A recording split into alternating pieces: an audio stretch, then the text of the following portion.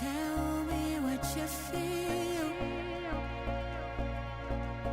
This one is for real. The one I've been waiting for.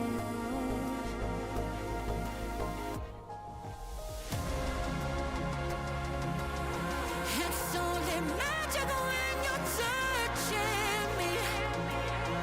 It's like a rhythm so my heart can beat. 'Cause I'm addicted to the high we seek.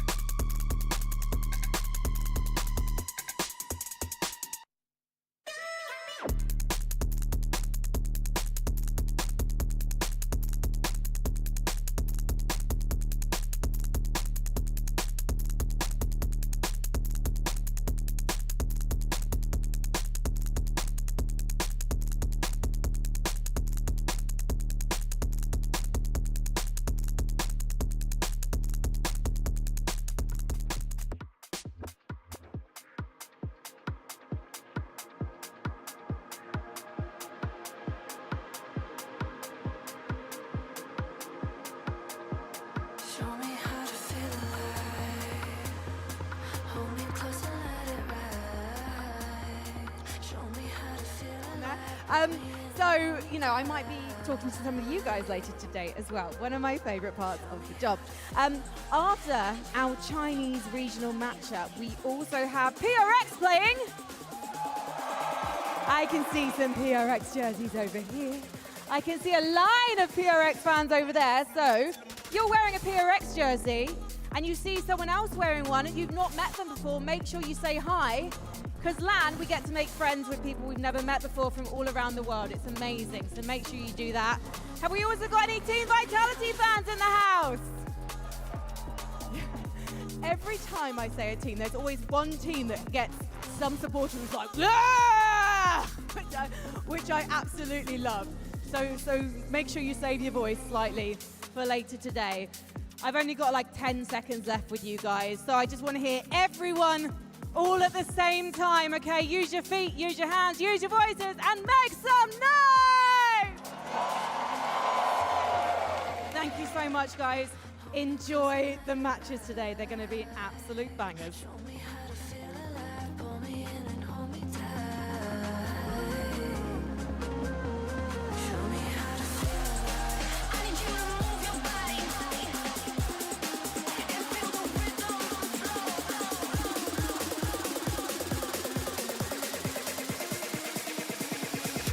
From the night till the morning.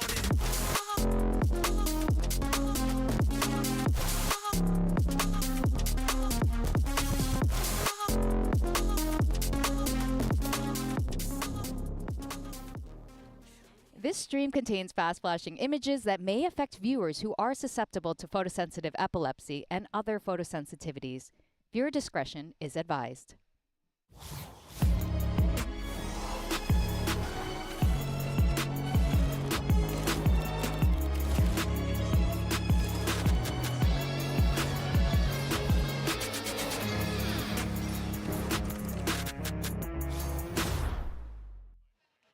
Today, everyone's fighting for a spot in the top 3 and to make it to the final weekend of competition. Truly, anything can happen, as we've already seen. Hello, everyone, and welcome to Day 9, great caster, by the way, of Masters London, coming at you live from the Copper Box Arena. Of course, I'm Golden Boy here, the bald man currently yelling at you. We have Mimi and Minnie here today. For the sake of it, I'm going to say the guy who's coached a lot of great teams and a Evil Cat. Yeah, I think we'll roll with that, right?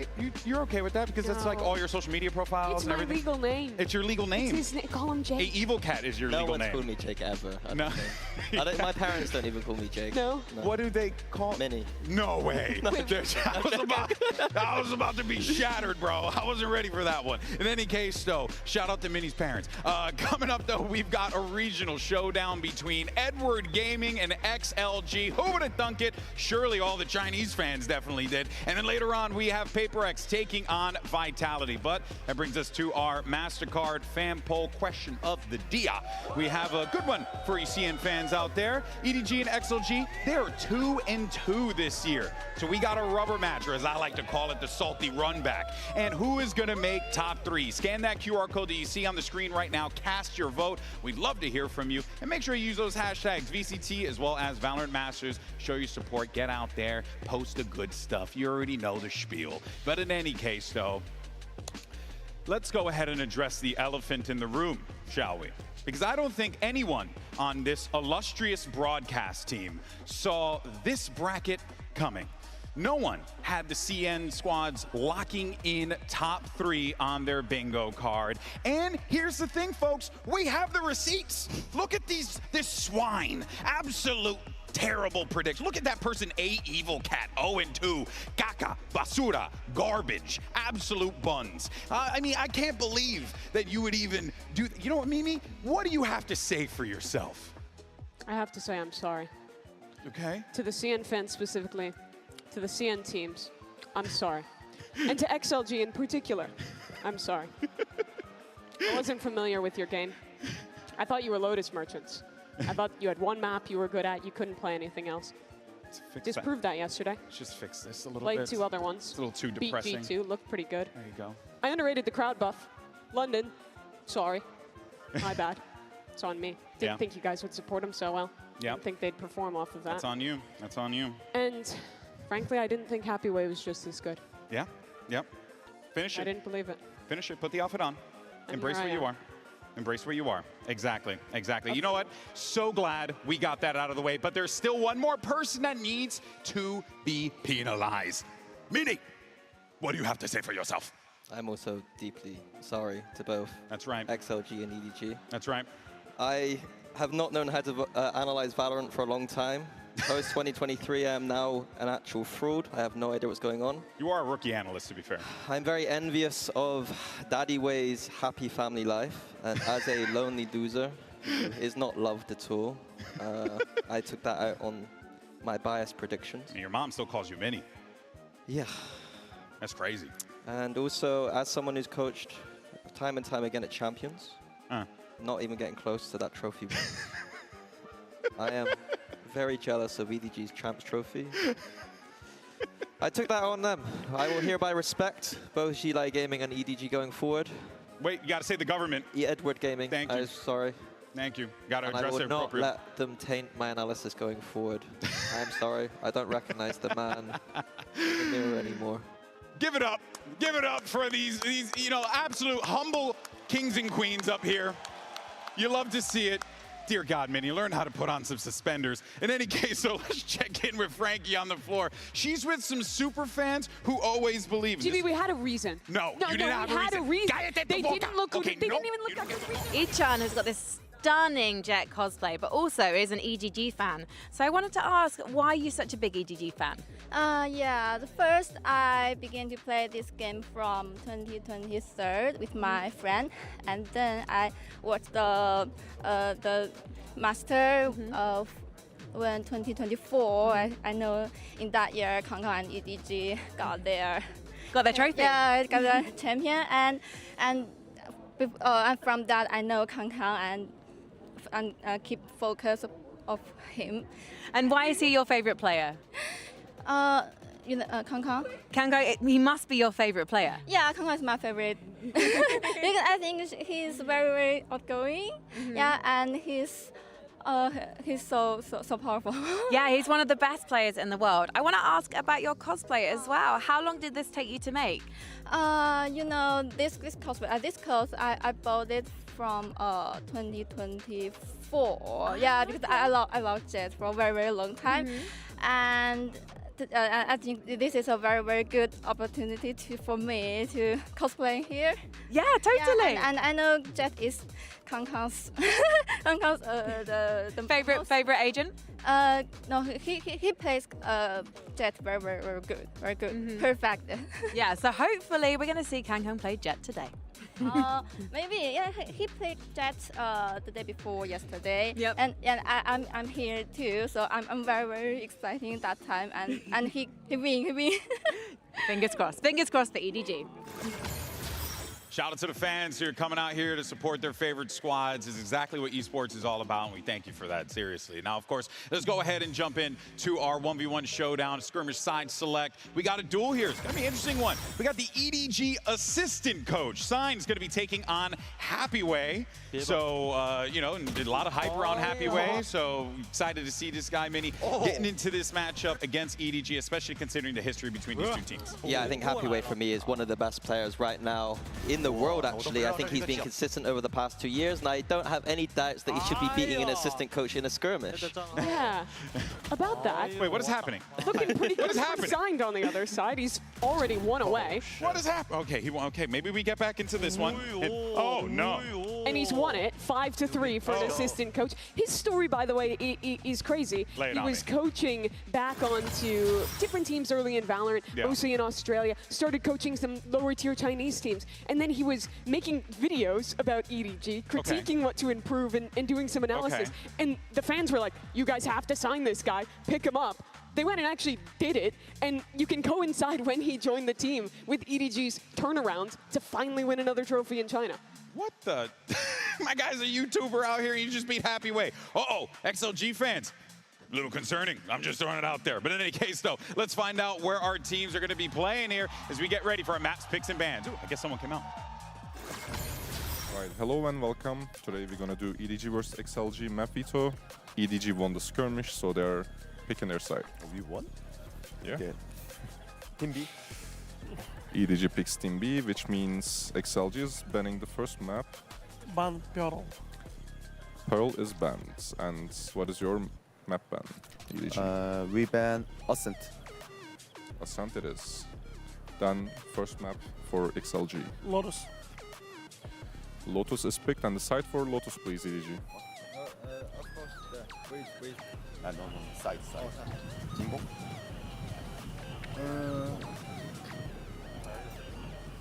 Yeah, attack. Attack, alright. And your map pick, please. We pick Breeze. Breeze, alright. And the side for Breeze, please, XLG. Attack. Attack is picked. We have Fracture, Haven, and Split left. XLG banning first. Ban Fracture. Fracture's banned. Last two maps are Haven and Splits. We ban Haven. Haven is banned. The side is split. XLG is picking the side. Defense. Alright, defense. Let me give you a quick recap. We start with Lotus, EDG attacks. Then we have Breeze, XLG attacks. And if we go to the decider map, which is split, XLG defense. Everything correct? Yes. Alright, good luck, guys. Always same rhythm. Yeah, always. All right, well, the stage has been set here, but one thing is for certain is that this crowd is going to be amazing for both of these teams. And I would argue maybe a little bit biased toward Edward Gaming, EDG, because of all that hype, all that history, Kong, the what he has brought to the region as well, you know, with bringing him a trophy and all that stuff. So there's certainly going to be that factor in it, but it's like a sixth man out in the field, maybe, so to speak. Yeah, I agree, absolutely. Even there, we heard Kong walking out. And Yeah, you could turn around. And literally, I was like, everyone going I guess wild. EDG guys are walking out. Like, he is the player that I still get starstruck by. Like, he's such a humble, nice person. He's got that great mentality, and I'm not surprised he's so successful. But yeah, still, I see him, I'm a little bit, oh, it's Kong. Yeah.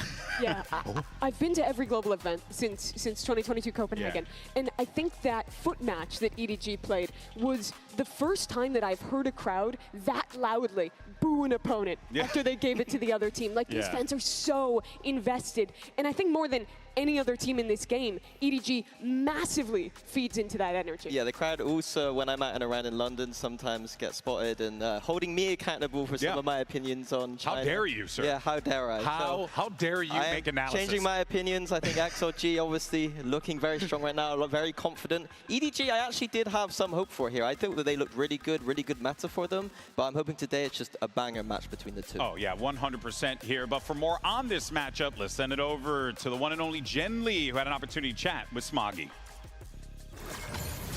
Jen here with Smoggy of EDG. Smoggy, you guys have 2 straight wins against XLG recently, so how confident do you feel in this matchup?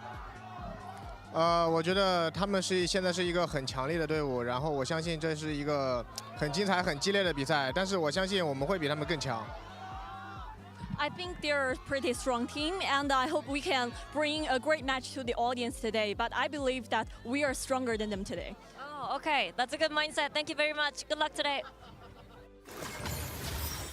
And look, Smoggy has every reason to believe that, because last time we saw these teams face off in the Stage 1 finals, it was EDG who hoisted that trophy over their heads. And look, I think we can all be pretty pumped about the fact that no matter what happens, especially after how Santiago went for the CN region coming into this one, right? Mimi, it does feel like no matter what, you get in the top 3 CN team. And on top of that, you're getting these teams playing some of the best that they've been playing in a hot minute. Yeah, you certainly do. These teams, like you mentioned, they've played 4 times this year. It's tied so far. But in the big games, the games in the arena with the largest crowds, with the highest stakes, those are the 2 matches that EDG have won. I think over the course of this year, XLG for me have looked better strategically. They've had better approaches to the meta overall, but in the big games, when the pressure is on, that's when EDG rise up, and when they outperform a team that I think on paper is at a lower level than XLG for a lot of this year. Ooh. So I think my read on this is that EDG have that higher skill ceiling. They have 3 players right now in Kong, in Chichu, and in Smoggy who can pop off at any moment. And maybe it is about the bright lights. Maybe they are more bright lights players. And I agree, XLG more of that structured EMEA twist on the CN region. And it's a very interesting clash because it's, can that structured approach just contain EDG style, or EDG is going to do EDG things and just roll over this XLG today. What made me feel a little better about XLG was the match that they played against G2. Because there, I think not only they showed that they can execute on their structure against strong opponents, even though these are very different style teams against G2 and EDG, but what they also showed to me was when that game got tense, when they went to map 3, they were rising to the occasion, having much more confident individual plays. My biggest critique of XLG has always been that they're too passive and they rely too much on the structure sometimes, and I think we saw them break from that some in their last game, which gives me a bit more confidence in them today. I think that, but the other thing is they don't necessarily need to break from it against EDG. I think that it is a strength playing against other Chinese teams to use that slightly more structured style. Sure. For me, it's about individuals. I think that they have stepped up individually. The confidence is flowing. It's not just the Happy Way show right now. Every single player was stepping up in their last match. Yeah, no, of course. I mean, look, there is a lot that can be said about this XLG lineup, especially after what they have accomplished here. But for more on XLG and this journey that they've gone on, let's talk to the statuesque Lysor, as always. Here with Lysor of XLG. Lysor, do you feel like EDG have you all figured out? And what extra gear do you have today to beat them this time?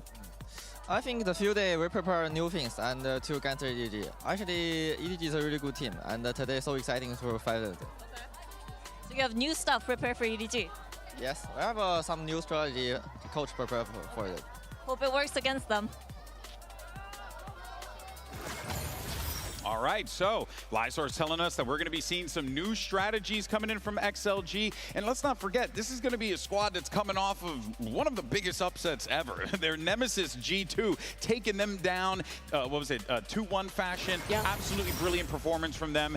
And let's not forget, that was after they lost on Lotus, which was like, I mean, Mimi, you had accurately pointed out that you thought that they were only a team that could win on Lotus, and they proved us all wrong. Yeah, I thought that was the one map that was like truly at a global level, but they proved differently in this one.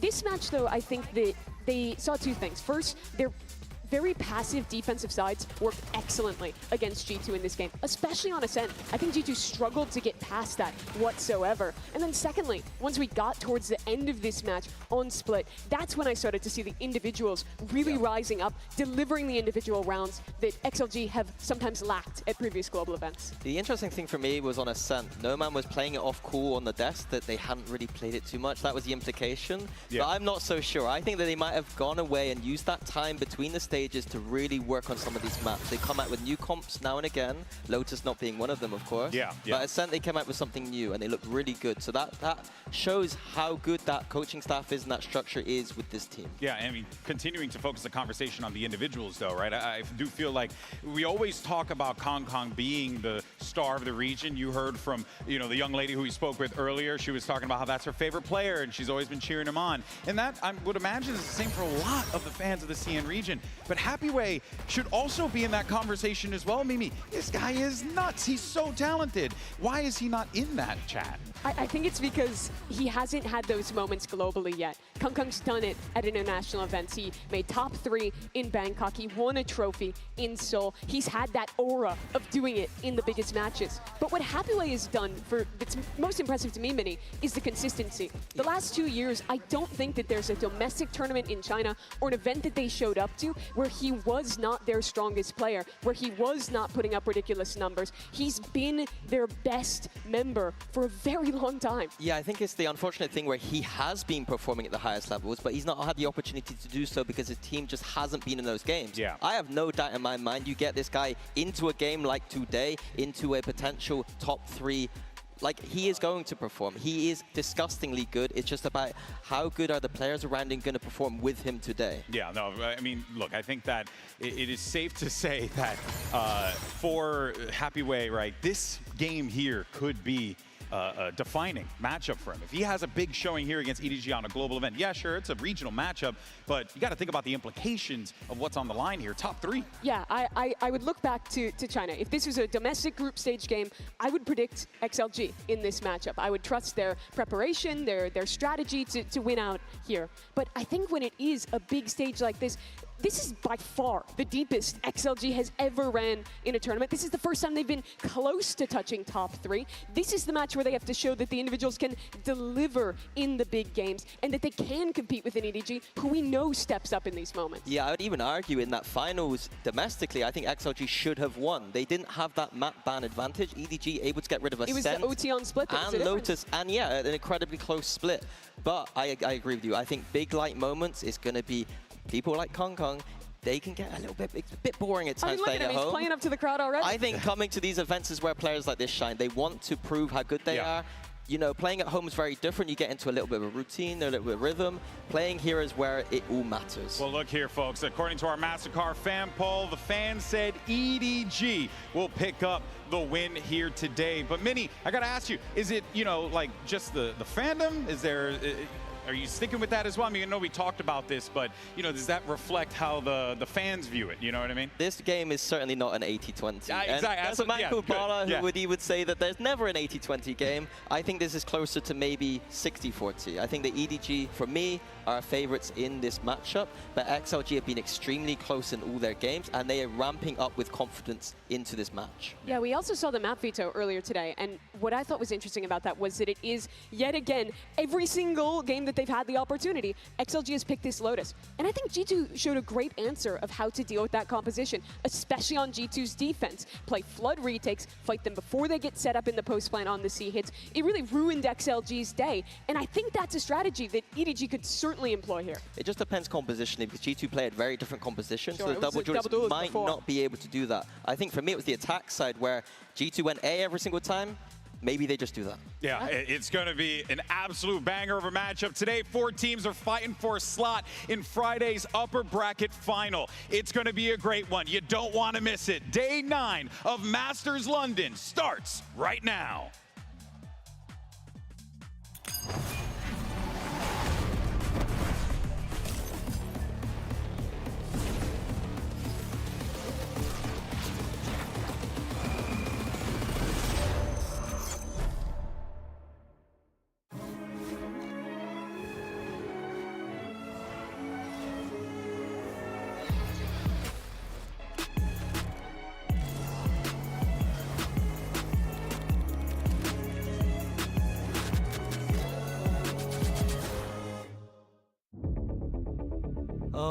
其实我觉得很多质疑声围绕着我，但是我就喜欢打破质疑。我登过山顶，有从头再来的勇气。以前就是以前，我只活在当下。I think Kankan is a goat. He also helped me with mental. He told me, bro, you can do it. Just believe yourself. My mentality is strong now. 我觉得 XLG 是一个很有潜力的队伍，可能他们在世界赛上，可能是因为我们经验比较多。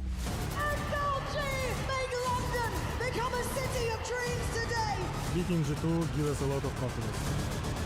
I really believe I can do my best in this event. 我要拿冠军的话，我将会面临所有的对手，所以说你们谁只要来。Kankan, thank you for your advice. Let's have a great game. Show me how to feel alive. Hold me close and let it ride. Show me how to feel alive. It's a regional matchup not to be missed. Make some noise for EDG versus XLG.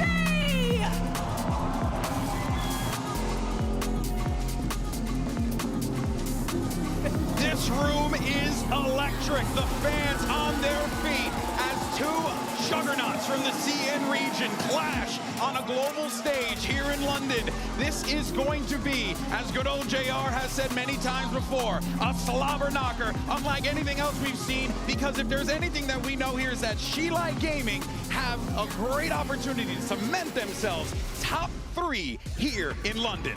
It's only happened with 2 other CN teams to make it to a top 3. One of them is on that stage, the only team from their region to ever lift an international trophy. On the other side, XLG, the deepest they've ever been already. An opportunity to massively supplant expectations by not only taking a massive upset in the first round, but defeating the team that they could not beat in the big games at home. Yeah, I think if they're playing with that confidence that they're building up towards, it's going to be a banging game. Jumping right into this veto, we got XLG going right onto Lotus. No surprises there. It's been a little bit shaky this tournament. Some teams have got some reads on them now. Maybe some recipes for EDG to copy. But EDG like to play that double duelist, and none of the teams that have beat XLG on this map have been playing the double duelist. Ooh, that's actually a really good note there. But of course, we have Breeze and if necessary, who makes the split. This to me looks like a probable third mapper. I think that Breeze looked pretty grim for XLG when these teams played last time. In particular on their attack side, they could not find answers to constantly losing control of the extremities. I would have loved to see them playing more towards mid, slowing down their pace a little and playing to re-clear, but they just didn't get it together in time. It was an absolute stomp for EDG on that map.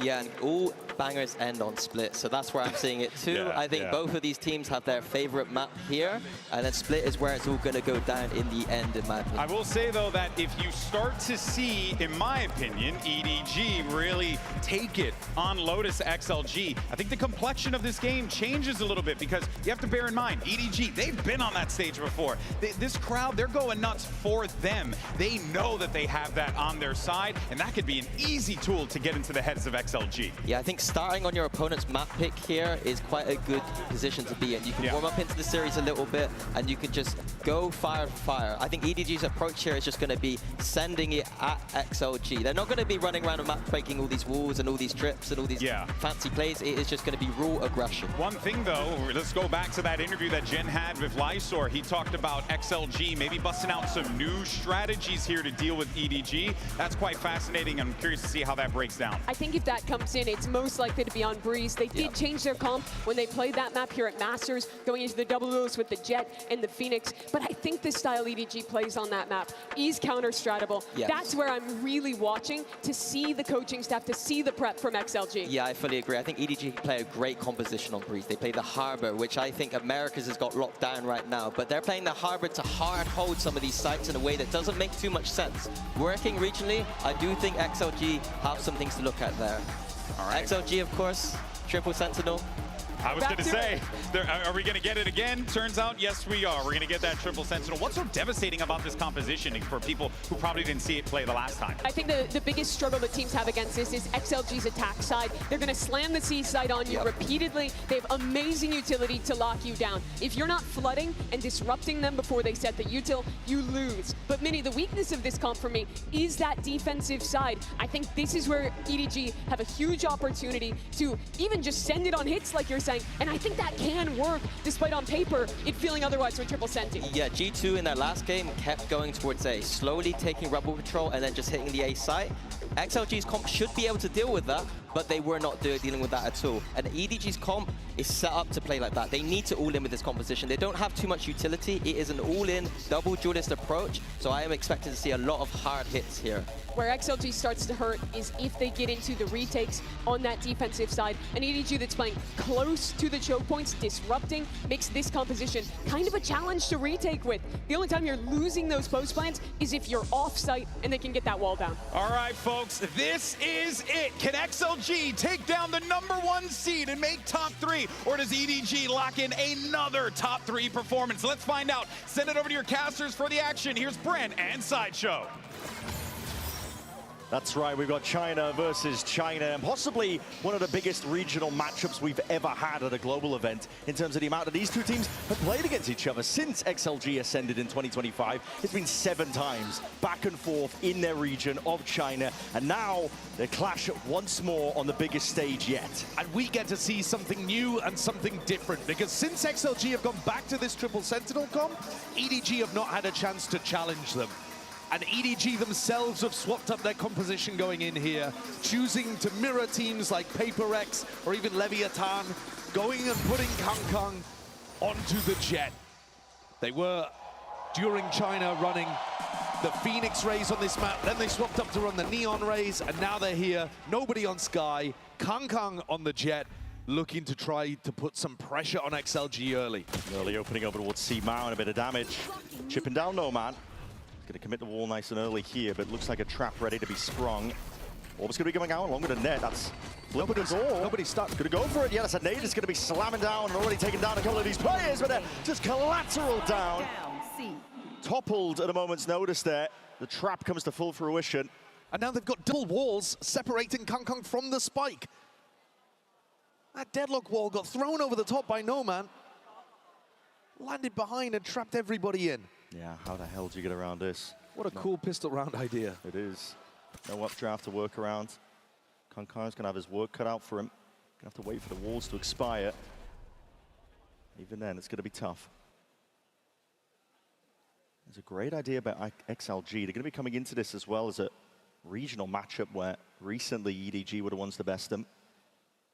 That was in the grand finals, went all 5 maps. But of course, Lotus not being one of those 5 because EDG had map vetoes to be able to expend. And there it is, Raga, sharp form. Taking down Kong. Raga had some, I'm not going to say stern words, but honestly, there's a lot of respect, I think, mutual respect between these two teams. And we saw it in the teaser, but Raga talking about how much he really respects Kong in terms of helping him with his struggles mentally. One enemy remains. You couldn't get 2 players, I think, that have different mental approaches historically. Raga's been a player that's certainly struggled with that mental side of the game. And Kong, ever since he's first come onto the stage, has an aura of self-belief about him. If there was a main character of Valorant, it is him. Yeah. Protagonist. Pioneering for China all around here, and we're going to see a clash once more towards Rubble. A ton of blinds coming out, but this is the kills going away of EDG. Classics in hand, and nothing more. Well, get used to more of this. If you've watched any VCT China, the economy be damned. Seen a cheeky wall here. Hold on, that's given an open sight line. Nobody was taken out. He was none the wiser. Cool idea. Raga's used this one before. Yeah. It's a spike drop down. Out the open will have to be reclaimed, but Happy Way not with a gun in hand to do it. Paranoia is good. Fight to be taken towards it, and Jenny. Sharp shots with the Bulldog in hand, 1-1. A nice little thrifty win to immediately answer back. XLG getting instantly punished for going for the mound aggression again. You don't really want to be taking risks like this when you're the team with better weaponry. Early on, though, XLG want to showcase to EDG, you cannot just go and take C-mount control against us. But it backfired enormously there. Great little cloudburst and then a pop flash through it. Kong and nobody putting a ton of pressure there on XLG's defense. When we saw XLG lose on this map, it was because their passive A control was getting exploited. But if they opt more into the mount fights, I could absolutely see EDG finding success in that avenue as well. Weirdly enough, Bear's mentioning this triple sentinel comp is an attack-sided composition. That's where they find the success, right? The desk was harping on about it. There it is, target rich Jenny! Crazy with it, that is just flexing at this point. One piece, one for the ace. He can take the orb here, or he could go in the hut. That's aura. That's green. Give it up, a hunt for the ace. Jenny will earn up the ult as soon as they can sniff out where Leo might be hiding. Leo is on the entire other side of the map with a little smirk on his face. Yeah. Everybody knows what the mini game is here. Jenny's getting escorted around by Smoggy. And the Trailblazers detected him. There it is. Target He's hot on his tail, man. He's gunning for it. He wants it. Flash of the blind. Spotted it. Oh! Gotta be joking. It's always the way. Well, it was a nice 4K, even if he was to decline the ace. Yeah. Okay, he gets that Steel Garden online anyway, though. The orb could go to a teammate, and EDG play the ult economy very nicely. Heading into the next, though, XLG finally have guns back online.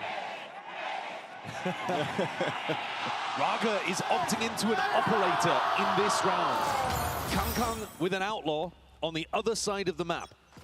And Raga's actually on a really passive line at the moment. Starts to make his way forwards early, but not deep yet.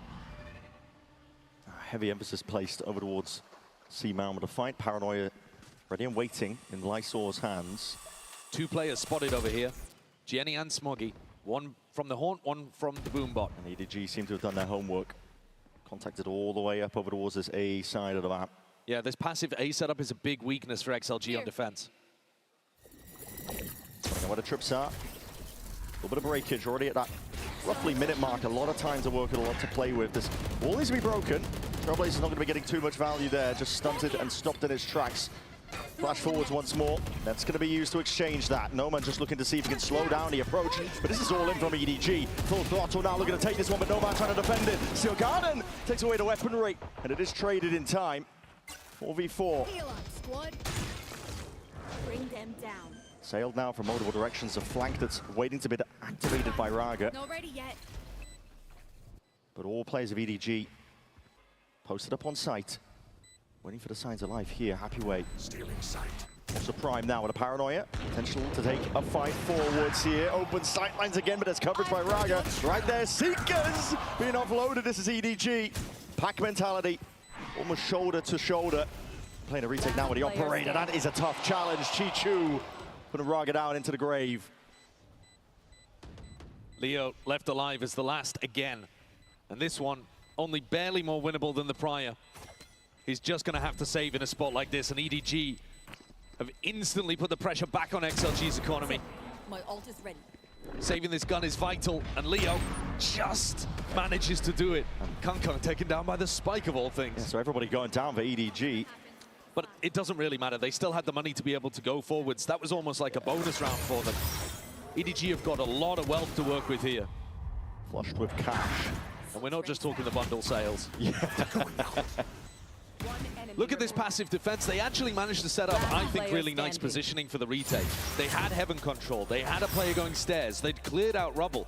Positionally, XLG actually played that quite nicely. But when it came time for the execution portion of the game, they fell short. And I think that's a big difference between these two teams. You have XLG have been in the shadow of EDG this entire time, but they've tried to play fundamentally good Valorant. They refuse to get sucked into the chaos of China. Yeah. They tried to play, some people have compared it more to an EMEA-style team.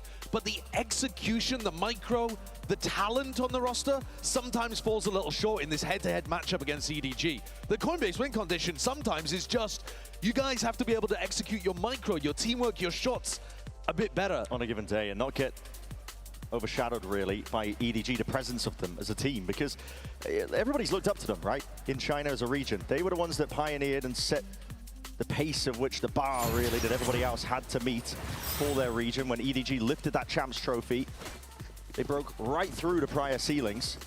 Absolutely. And XLG have had to, you know, watch on the sideline sometimes, and sometimes even attending the events and falling short themselves, bombing out in those recent events. They were the #1 seed in Toronto, and they bombed out of that tournament, and instead the spotlight got stolen by Wolves, who did make a top 3 run, something both of these teams are fighting for.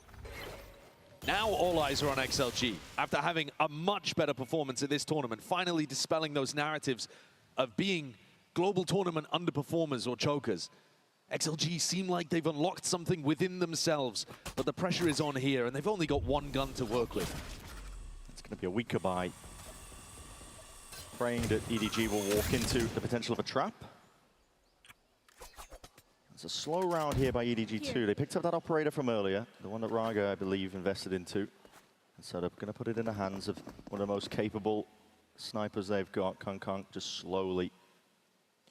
Well, this is an investment as well. All of the EDG players went down Oh, in the that's prior true. round. Yeah, So they didn't even save it. I mean, Kung Kung's put a pretty heavy investment there, down to 550 credits. Raga's going to get sniffed out there. Trying to play the anchor position. There's a heavy rotate already. Flooding the bodies. XLG going to be committing ult. It's a nightfall now. Try and push this one back, but this could be disastrous now. Committing ultimates into a position like this. Getting picked apart, cut to pieces. I saw last one left. Might have picked up the rifle, but heavy committal by XLG, feeling like they could potentially win that. And I don't know what gave them the idea that they could. There was no pick. I think this is one of the things I've been noticing about this defensive setup from XLG. Wow. They don't really have the tools to be able to fight you at rubble, and if you slow take A against them, They don't have the best defensive setups on that site. It's hard to flood with a triple senti comp. It's hard to play even set retake on A with a triple senti comp, but you see them try to flood in here. Light weapons, they need every tool they can get in rifle rounds. That's a waste from Leo. It's almost too easy. Raga's going to pick up the operator again. This is the big tool that XLG are relying on to be able to push their defense over the line and get at least a few rounds here. Their attack side should be good, but they need at least 3-4 rounds to give themselves a chance. See another clash over towards the C-mount though. The nade sailing up overhead, blocking off the retreat, holding his nerve. Kang Kang going to be faced with a reaction time test here, but just straight miss up onto the shot, but satcheling all the way forwards. It's Smoggy looking to claim all that space. Now, Showstopper pulls out. Fuse going to be falling short here, but maybe he can find Lysor. Yes, just as that smoke blooms, it does not obfuscate him in time. Fast though, up onto the flank, Raga. It's already going to be triggering that with the wall going up. Position noted, but at this point, an unwinnable round, forced to retreat, forced to play for another day. It's a tragic beginning for XLG. And the more that they lose these kind of rounds, the more their confidence is just going to get chipped away at.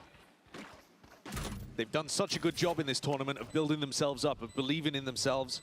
Raga making breakthroughs and crediting Kang Kang for it, but there is an aura around EDG in these China versus China matchups. There's so much respect on them for being that team that's always winning, always at the top. And you know what's funny about it is EDG have only just returned to being at the top. In recent tournaments, they have been bested in China, but they've kept that aura.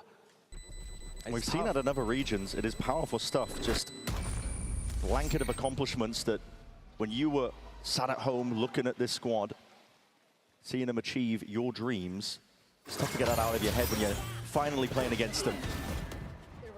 XLG's comp is also just tough to play in an aggressive manner like this. They're trying to mix things up. They're trying to throw EDG off the game. But they don't really have like the best setups to be able to handle what EDG are throwing at them. It's a very mobile, slippery comp that EDG have adjusted to. Let's make them dance. So far dominating, 5-1, the only slip up being that pistol. This is going to be a fast round. Chichu's been given the op. Unleashing Kang Kang with a rifle. One up and over towards the top. Bomb buddy out. They are going to be looking to sending this one with a bit of pace in their hearts, in their step. Kind of crazy when you're on an anti-eco. Yeah. You don't know what's waiting for you. It could potentially be a stack here, but there's already going to be Utopia used once more. Wall comes out. Block the Trailblazer. C is also going to be committed. Lysor just with the Buckies, holding tight for now. Look at how well this pressure. Overran. Look at how well this pressure has baited out utility, though. That wall from No Man extinguished within the first 30 seconds of the round. Yeah. EDG could always cancel here. Seems like they're a little bit worried. I mean, it's been a lot of time, pulled a lot of util out. You don't have to commit here. 50 seconds remaining, Raga up. Going to be watching the retreat if they choose to go all the way back. That Prowler might have just given XLG the wrong read. There's still 4 players over here towards A. Yep, still stacking now. 40 seconds left. EDG have got to start making decisions soon enough. Again, the door's going to be open and wide. Satchel's in from Smoggy, looking to lead this one forwards and just dodging the ire of most of this one. Still Happy Way, active and alive towards the back of the site. And this guy just something to say about it. Sidestepping, dodging the bullets, doubled up in terms of that high-low, but the trades are immaculate here from EDG. Flooding their way onto the site now, getting that plant down, and it leaves it once more into the hands of Raga, only with the operator. He's never found himself in the right position at the right time early on in these rounds, Raga. Never been able to use that res in his back pocket. Another round where he's incentivized to save. His KD's looking good, but the scoreline at the top is slipping further and further away. Yeah, this is EDG coming out with a ton of preparation, clearly. It's always the risk when you have a map that you love playing, the amount of footage you give away from it. Raga look to see if he can save this gun away. But even on this round, EDG went into a 4-player stack on the A side. Yeah, and it still didn't work. And it still didn't work. This round should have been dangerous. Rounds like this are sometimes where you can see the team that's behind get back into things. Happy Way picks off one, but it's his first in the map. And you need players like Raga with his op or Happy Way anchoring to have massive games if you want to be able to swing upwards and take a win against EDG. The duck underneath that as well robs Lysor of his Bucky kill. And the trading's really nice here from Chichu. I think Chichu's such a good player. He's taken over events before. Okay. Let's see if Raga can have impact here. Top of the wall, already up. It's going to be a missed shot there. Yeah, it's actually Leo who went for it. Yeah. Now swaps the gun back over to Raga. Kong's going to stay posted up just in case there is an extra player just hiding onto the one section of the wall. That's not the case. There's a slight gap, tiniest of margins. It would be a terrible idea for a defender to go peeking through that. Yeah, it really would. Leo looking like, He's listening to that internal monologue, man, and he might be going for it. Let's take a listen in to see what EDG are planning. 往后，A 点的飞德，我封起来，封起来，掩后有一个，掩后有一个，掩后有一个，我给，包点正中，飞德还在，哎，飞德还在，包点正中间，包点正中间。120，120，120，我操，伟哥，我靠，我看地图去了，兄弟啊！伟哥发威，他直接干掰了，他不玩了。是的，是的。可惜。 我操，只能还能打吗？这行吧，不好打。还早来的，哎，蓝马在 A， 他 C 点就一个人，他连烟都来不及补，他 A 点全。得换枪吧，要打的话只能换枪。他这。If that's what it takes to stunt the momentum, I guess they'll take it. To be honest, Happy Way just absolutely unleash it over towards the C site. What a phenom! You know he's got it in him. He was just waiting taking the round. fight. Yeah, he was completely, and he dominated them. Bro, he was chasing them. Past the choke point. EDG is still going to make a decent go, but Happy Way up to 4. One more, but yeah, wasn't to be the case. Still, a round on the board. It's going to stop and stun the momentum for now of EDG that they were accruing, building towards. And I like the change up from XLG. It's a very different defensive setup. Look at it here. He's so sharp. He's running after them. That Chichu got hunted down. That's a matchup to keep an eye on throughout this series as well. The two best Sentinel players in China, for my money, Happy Way and Chichu. Chichu here playing smokes on this map, but they are monstrously good. Yeah. But arguments made. XLG need Happy Way to be playing like that. It has been pretty much for the entirety of the tournament. He hasn't stopped since the Swiss stage. Stats. Praying that they end up leaning over towards his sight once more. It's Raga getting the better of Kong. It's the first time where we've seen Raga really be able to find like that early pick with his operator. Yeah. And it's probably going to squeeze EDG into a C exec. Lyxor's ready with a Paranoia and Happy Way's ready with that Vandal. And OMEN also waiting to decide. Nobody sniffed it out though. Yeah, EDG don't want anything to do with it. EDG's calling can be really good in rounds like this. I think they've got such a nice read on how especially their teammates in China like to play. Yeah, the compatriots, right? Yeah, these rivals that they play against all the time. Nobody's attack side calling can be very stealthy, very difficult to get a read on. Back into Raga. He's going to get another chance here. The Trailblazer doesn't spot it out. It's a full committal. Chichu is going to be cutting this one up. It does apply a ton of pressure here to Raga, but he's got the awareness. He knows what play they were cooking. Door's going to be opened up here. There's slight gaps here forwards again, but that's a shot that just goes wide. Shorty not enough to do the job, but that's going to be the annihilation. Wrapping up one little pretty target. Seeing if they can get that kill. Claiming's broken out, but it matters not. Happy Way straight there. Trying to add to the back and swinging straight through. The net is good. Gets a tag, but it's still a 2v3. 17 seconds left. What is your option, EDG? Nowhere to really run here. The only option is towards that B site, but you're going to be hounded, harassed at every twist and turn. 8 seconds remaining. Got to get a move on here. Nobody has the spike. Could get that plant down, but he's worried. Oh, only just potentially. The seconds down, bleeding down, but again to the post plan. It's a Paranoia. Sweeps its way through. Blind for just one moment. Sweep into the side, Jenny. It's 4 kills before finally brought down 1v1. Nobody secures it for EDG. Rounds like that, EDG's talent shines. They just clutch things out of nowhere. And what a map Jenny is having. Raga's impact was also great. Nice to see him be able to have a round of his own, but you know, they got themselves into a winnable position. Barely any time on the clock for the plant. Jenny with a 4K defending the back. Allows the spike to go down. And EDG to get up a 7-2 lead. And Jenny on one today. Up challenge again over here, Brent. Raga won it last time against Kong, but now he's been smoked off. How often is this wall boost trick really going to work? I just spotted out, I believe, by the corner. Chichu trying to bait the shot. Know what's cooking. Raga in danger of being pre-fired here. I believe Kangkang's maybe already up on the line. Watching him, no, just turned away. The wrong moment. Waiting for one of these players to step out, but jump spot, there it is. That is perfectly played. Dissolves the setup over towards A. Nobody was creeping up on the angle as well, right underneath the sage wall. They would have had him dead to rights either way. Nobody's walling himself. Nobody. No man, he's trapped himself in. And taking a fight straight to Jenny. Dominating control of this one here. Flick of the wrist, misses. Chichu decapitates Lysor. Seekers need to be broken, but they weren't expecting that. Smoggy just from the sideline.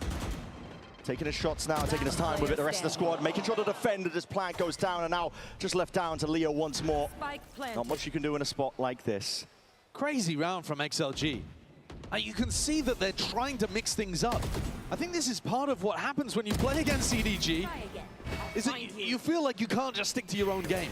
You feel like you've got to make changes, got to make plays, put yourself in uncomfortable positions. Leo! Oh, A up.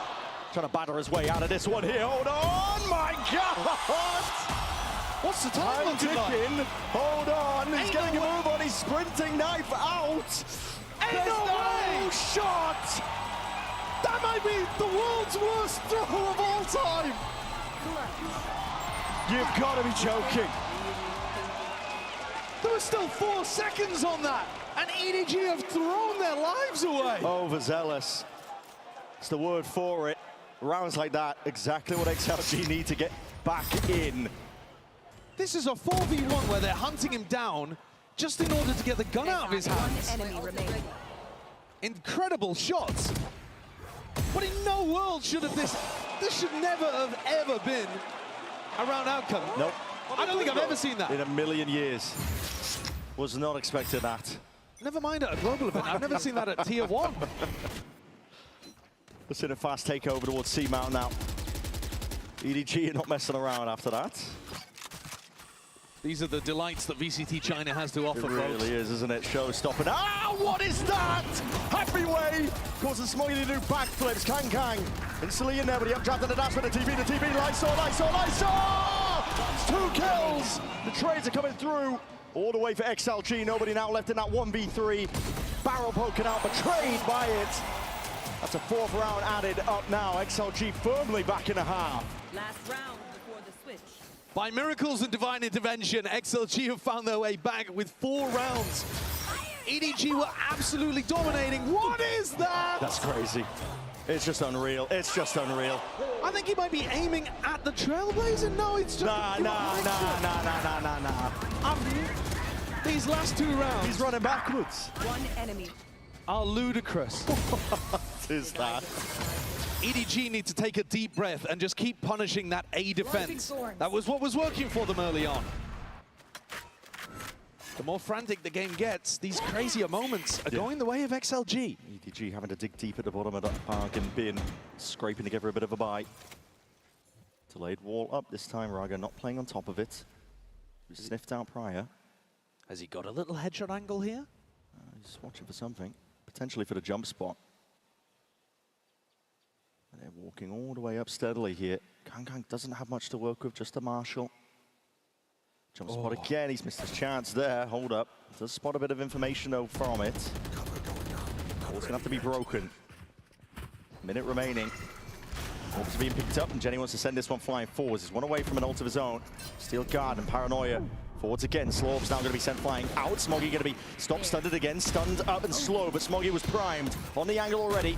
Ready for that re-peek. The net is going to get a connection here, running all the way around. They are swarming! And the transfer's just not there in time. Happy way goes down. Still's going to be looking for it! Had to really just force the issue, and the Steel Garden was unleashed. Outrageous 2K from Kang in the midst. Lysor left to pick up the pieces, do whatever he can with it. TP up towards the top. Inclination that he knows where Chichu might be. Dropping down though to 1v4, and it looks like EDG are just going to be trying to take this fight together. No more missteps, no more missed chances. A lot of damage being done, but kill claimed here, an 8-4 half for EDG. They go back to what was working, testing that A defense, and put a simple round on the board. Taking all of that space. Paranoia pushes Raga off the line. They get up. Look at this. No scope headshot into exchanging for the Vandal. Yeah. and Kang kills 2 players that could have been a problem. In the end, getting that 8-4. Now, we spoke with Kang following the win over VALORANT Esports in his HyperX player moment. Check it out.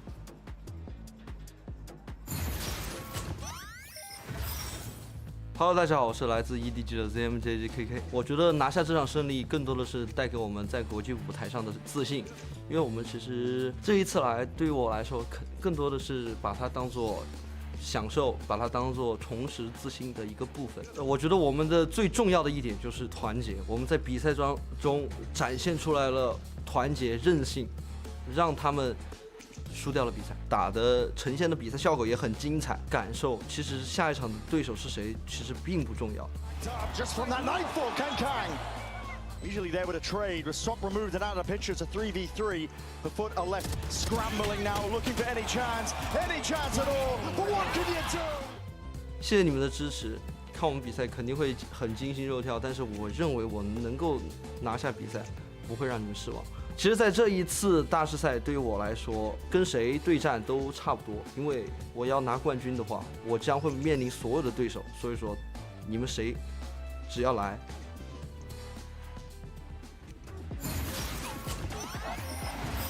EDG are putting that to the test. 8-4 at the half currently, and it puts XLG in a really troubling state of affairs, to be honest. You have the attack side coming up for them. It is the better side for them with this composition on Lotus, but realistically, it has to be a must-win map. Their Lotus is their bread and butter. It's how they often get wins across the board. And going up onto Breeze next, you've got to think EDG will be favored. If they manage to take it, EDG potential for them to just squill it away in 2. I think XLG will have a large focus on this pistol round for starters. If they allow EDG to get up to a 10-4 lead, even the best attack half in the world is going to struggle to catch up with a 6-round gap like that. And EDG are going to know what's coming. They haven't had to showcase some kind of anti-strat for this composition yet, but they've seen it many times in the hands of XLG. This comp is deadly if you let them get into post-plant situations. They have a C exec with Raga on his wall, very difficult to stop. A B post-plant with Sentinel utility littered around, running retake into that, a nightmare. EDG are going to want to get aggressive. This comp they're playing is quite all in. See it now.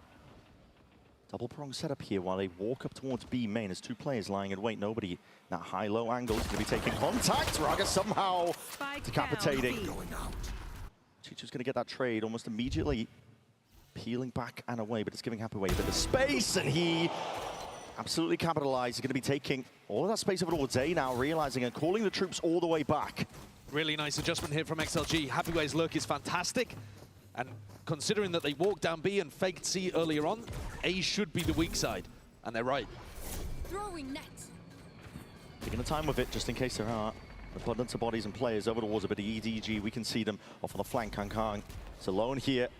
Dash procced and primed, looking for that first kill. There it is, swings out. Shots just going wide, missing a mark, and now blinded up by the paranoia. Swiftly dealt with. It's Happy Way. The dagger to the back there.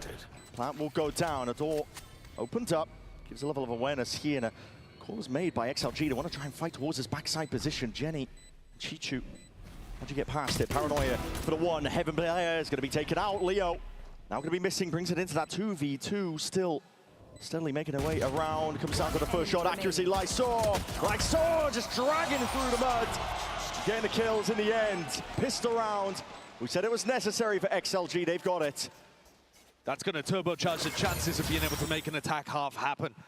What a lurk up here from Happy Way. He looks so sharp with his aim and getting proactive enough with that one way, with the paranoia to be able to select that extra kill and shut down the danger of Kang.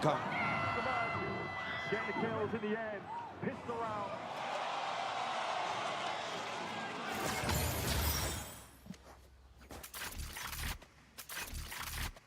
This is a team that is sick of living in the shadow of their big brother. Blinded. This is a great chance to showcase that they've got a unique strategy, a unique idea that can run them through. Nobody is just disrespecting that. Stealing ult orbs out from underneath your nose. That is crazy. He's posturing like there's a lot of players here. He's really trying to puff himself up, make himself look big. Try and push stack of players of XLG over towards A. It's where 4 of his players are lying in wait. And he's a nutcase, isn't he? He is. Nobody is one of the most fun players to watch. Can't divine his play style. Spots a lot of contact though from all these players. Kang, Marshall, just missing the timing of that one, skipping straight past. Door's going to be opening up once more. Nobody in vital need of some help here. 50 seconds remaining. Prowler broken by nobody again, just trying to fake it out, make it feel like there are tons of players here to try and push them again, backing away, delay by time and space. A bit of damage done, but a heal in sight. Raga can be topping himself up here. Leo going for the plant. No pushback, Grenade's going to be a little bit too late to the party. This is that classic C exec, and Raga always feels like you should be able to punish him, but he plays the position passively, cautiously. Get around, heads barely poking up and over, and there it is. That was the timing. Kang was waiting for it still. Got to get through a lot more than that. Chipping away, the wall in hand. Raga's there, watching over towards that mount angle. Guardian in play, in the hands of Happy Way. Will make it sing, and that is beautiful round there from XLG. 4 players surviving. Keep that idea of the C exec in your mind as we go forwards in these rifle rounds. EDG were tucked close to the wall, trying to punish Raga, seeing if they could get angles over the top of it. But it's so difficult to get an angle on this guy. He knows that he's attracting all of the attention. And it's very difficult to play your normal anchor setups as well from sight because you're getting faced high-low into. Hungry, bro! You hungry, hippo! Let's see the bonus idea from XLG. Where are you? It's quite potent. You can see the flash through the door. Kang. Looking like he wants to potentially take the fight at the tail moment of it closing. Prowler's going to be missing a couple of these players and a sound bait and running away. But creeping forwards is XLG. Keep all up towards the staircase here. Nobody's spotting 2. So always going to be connecting. Nobody going to be trying to play towards the back of this site here, but White facing the end to the right for aim. Nobody getting 2 for his troubles. Kang trying to swing out there, but Raga's just going to be taking him out. 3v3. Side control now for them at a plant. Should be going down swiftly. Cage triggered. Cage is propped up here. This is EDG fully taking the retake all from heaven. I think Happy Way wanted that to go a little deeper. Yeah. Smoggy, 2 satchels. Gonna be able to cut up these angles. First one cleared, along with that paranoia. So a lot of util being bled out, and this setup could be deadly, could be dangerous. Still just obfuscating it now, and the trades are pretty good here. Leaves it into the hands of Lysor. The 1v2. EDG swiftly swarming now. Time to be played. Guardian! Lysor! He's only gone and done it again. Listen to that roar. He's had a couple moments, hasn't he, in post-plant situations on the A side. This one, he plays it really nicely again. I feel like XLG's post-plants have been a little disconnected. They are relying on individuals to get them past it. They're not setting up crossfires, swing-off contact setups. But as long as they can come out individually ahead of EDG, that is a massive win condition for them. EDG looking to take a fight at Mound. Yeah, they really are. Sheriff's in hand here, looking to explode out of all of these smokes. Nobody's just holding that flash now, prime for it. Double satchel across. What is that? Happy Way! My God. Cutting swarms out of the opposition. Here. Didn't even break a sweat doing it by the look of it. No, he's got such a great control of it too. Throws down the trip, knows what's coming. He's just been maxing. Both orbs vacuumed up. Chichu just going off to the other side of the map, but being swiftly hunted down and out. 8-8, evened up here for XLG. It's absolutely flawless. Raga controls Kang. That flash, bit of a mistake from nobody, but Happy Way was incredibly aware, incredibly ready for this. The trip, a beautiful way of handling that kind of play. He needs to have impact for XLG, and he has been all tournament. Such a consistent player. Another mount fight again here for EDG. They do not want to allow XLG to just walk up and C-pop on them. Look at the opt-in all the way. The horn's not going to be broken. No, Smoggy reveal. What is that? Blind fire straight through the smoke. He's still gearing up for a little bit more. Smells blood in the water, and the whole squad looking to back him up. Jenny by his side, spamming away. That's a spike completely cut up, and a cheeky play by Lysor, just a one, before he's eventually toppled and felled. Blink of an eye, happy way. Left to wonder what the hell has happened over there. I guess you guys needed me, huh? Left in a 1v4, EDG's game plan working perfectly. High-low setup, spike in their face. Even Happyway shouldn't be able to recover this. No, it's a high-low. Surely you're going to see the precision on display, and there it is, shots. Finding the mark eventually here. Lead now taken back once more by EDG. And this is why Fighting Mound is so good against XLG's composition. I mean, Smoggy should have been punished off the back of that. Lit up by the Haunt and somehow finds just fishing in a smoke, a headshot onto Raga. It is a bit unlucky, it really is. But the game plan is still good. You want to try to tackle this triple Sentinel comp that doesn't have too many tools to work with for map control before they get into a position where they can just exec-C and get into a diabolical post plan. EDG are going to do this time and again. Have XLG got the adjustment? This time Smoggy trying not to get checked there by the Haunt. It's a BC default. I like this. It's going to collapse the setup. Yeah, potentially, but they look like they may want to fight forwards forward. Still Smoggy, he's not leaving, not vacating. He's been pressured from multiple avenues, but the hit coming through on XLG's side of things, can't quite get past this one way. I mean, that's rough. If you open that door, you've got to be looking to try to actually take the fight. I think they were expecting EDG to just give them respect. They're the ones looking to fight it even a bit further. Deep flash, another peek, this time Smoggy. Taking up the vicinity of it, Lysor.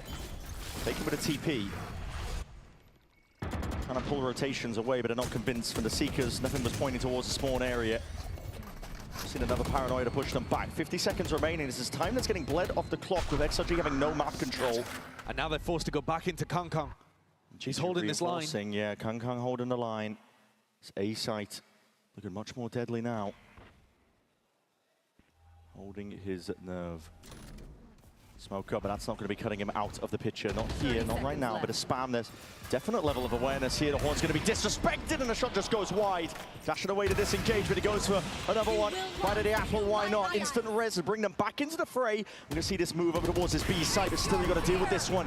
Jiggling, jostling your way back into the side. See if you can take it with just raw firepower. XLG barely in time to get that plant down in the MG2. It's heavy damage. Didn't get a couple of plays in the process, brings it into that 2v2 now up towards heaven, and accounted for into main. Raga spun down through the smoke. Pinpoint accuracy, Smoggy just following it off the minimap, I believe.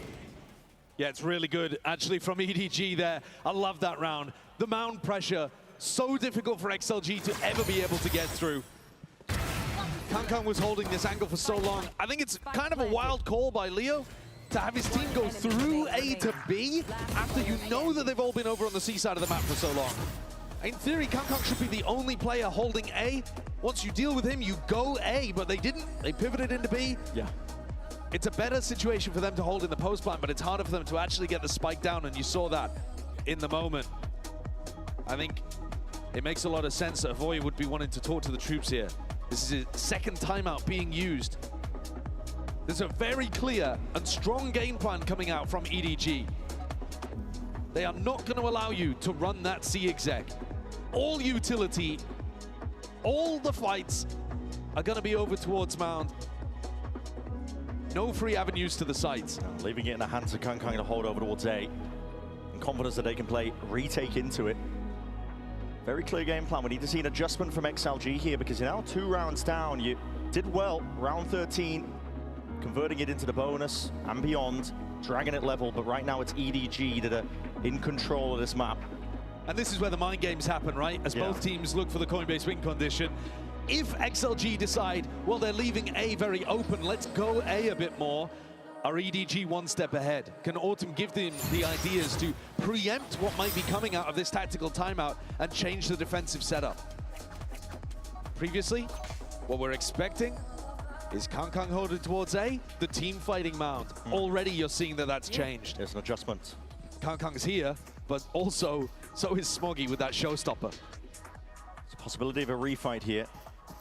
See how they play it. Nobody could tuck. Free fight with the flash and the ult, and looks like they are going to be trying to be as quiet as possible. Breaking down the walls. 4 players now stacked up. Happyway very much alone. Cam immediately going to be broken. At some point, they're going to pop the paranoia and the showstopper. Just waiting for the contact. Happyway's cages. Prowler forwards, and now the showstopper to hear all that util, but everybody just disengaging. Ready for the potential of that trap play. The Trailblazers are not even catching onto it. The slow orbs are perfect for stunting and stalling this out.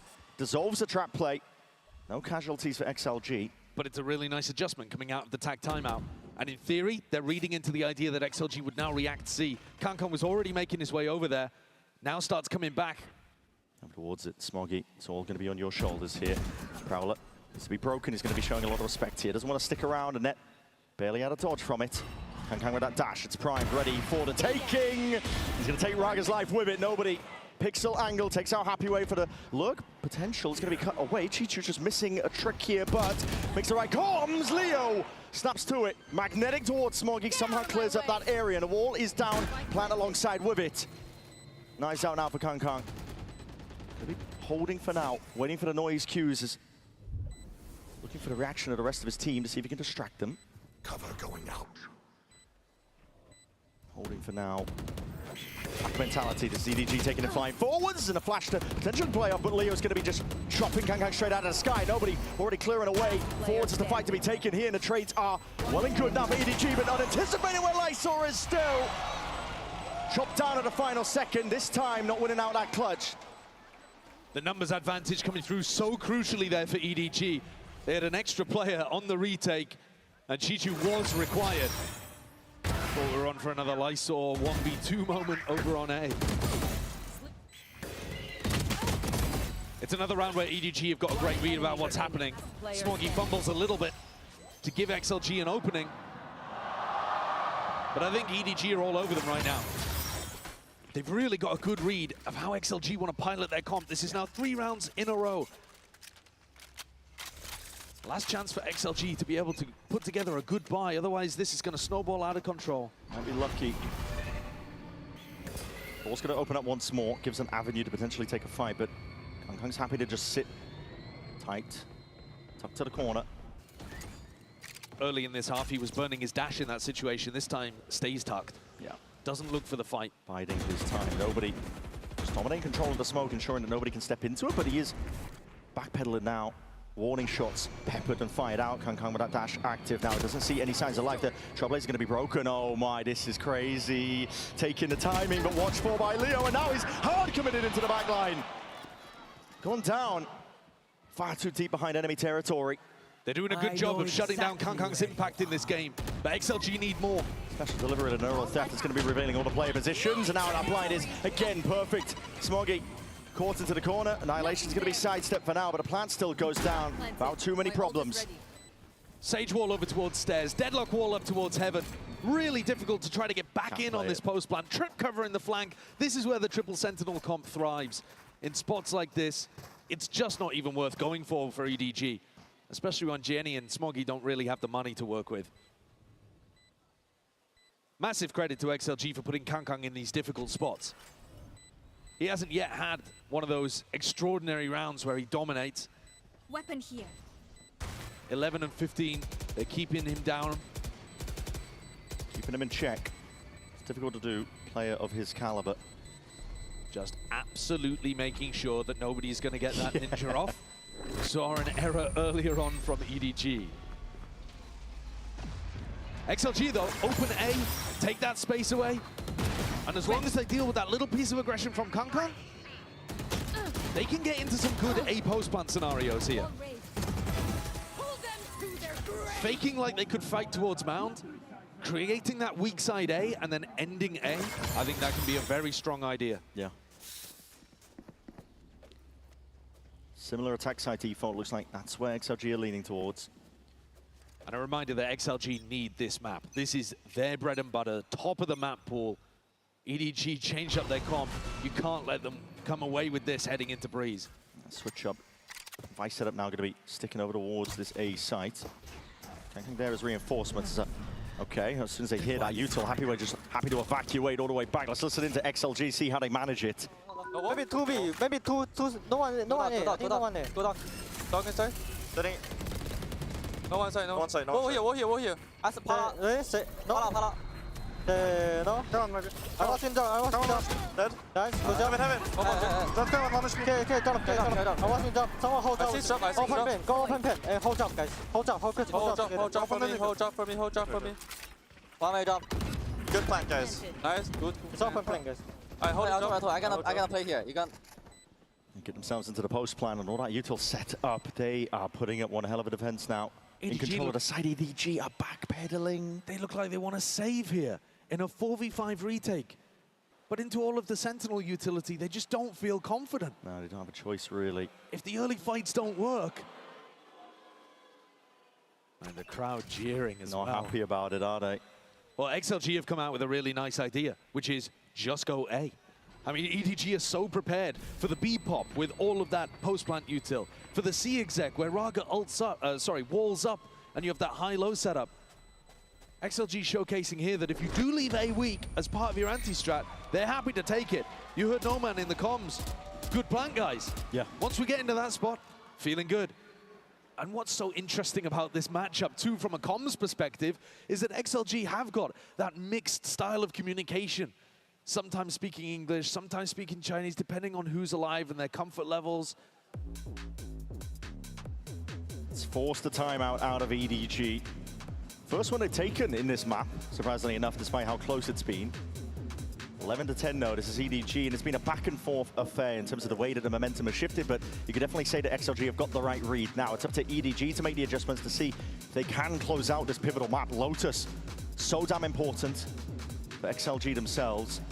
They don't want to be going into Breeze at a disadvantage. That would be like shooting yourself in the foot. You heard Mini talk about it on the desk. His perspective as a coach who's won trophies before is that it's quite nice going into your opponent's map pick on map 1, because you get an opportunity to warm up. If you're in great form, if your anti's looking good, maybe you even steal it away from them. EDG, they've got a great chance here at stealing it away. This is their first tactical timeout that they've had to use. They're under a little bit of pressure here as XLG changed up the ideas. But they've got a great chance at being able to steal a win here and get set up for a 2-0. This matchup was insanely close when it was played in Chinese Grand Finals. VCTCN went the full 5. It really did. And that was with XLG having maps that were good for them removed out of the pool. Yeah. There is absolutely no guarantee that if this goes to split that EDG would be favored, even though a lot of us think of them as being the better team, the more accomplished team over the long term. So what the adjustment idea is, it looks like a deep walkout. Kang ready to see if he can square up, take this fight all the way forwards, and that is nasty stuff. Little two-piece and dash to get the hell away, but looking like he almost wants to go for seconds once more. Pushing forwards, and there was that fight out towards that C-mount angle, trying to put the squeeze slowly onto XLG. The spike's been abandoned in no man's land. Yeah, ensuring that they can't even get into the post plan in the first place. And No Man himself is on the long wraparound. Might try to put a little bit of pressure through Blue Room. Sliders of angles here. Lysol just spotting signs of life from Kang. Moving around though, this Cloudburst gives that open access as it fades away. Happy to rip the head clean off. Getting a bit of a sprint on. They are unaccounting for No Man, and he's found signs of all of them. Can't get a second kill, but at least found the first. Nobody just running knife out, and he's setting up. Defensive setups now. Stuns, walls all abound. B site. Reinforcing it now for the future plant. Shadows traveling. They completely lost track of where this Senti was. No Man's found some incredible opening here, and he's going to get challenged. Blue room. The sonic sensor, though, is so tough. Yeah, took to the corner. It's going to be pulling the attention away. Surely at that. Triggered, but the kill claimed once more into the hands of No Man. Can't quite get that one still. Job's not finished. 2v2 now. Chichu making a lot of noise with that. Door opened up. Lysor's once more left in the clutch. A 1v2. See if he can do it once more, but he's smoked off away from all of it. Spam bullets, rattled and whistling straight over the head. Attack to see if he can pull out those reactions. And all you got to do is spam away. They find the goods, they find the kill. EDG get to 12. Wild round coming out of the tag timeout. Kankan missed the timing of the first player to top, and yet he's still so sharp with it. First round where that early pressure from him has resulted in a massive advantage for EDG, especially with the spike just being dropped into their laps. And the XLG coaches are absolutely gutted they couldn't convert the post plant. EDG go up to a map point. They'll have 2 opportunities to close it.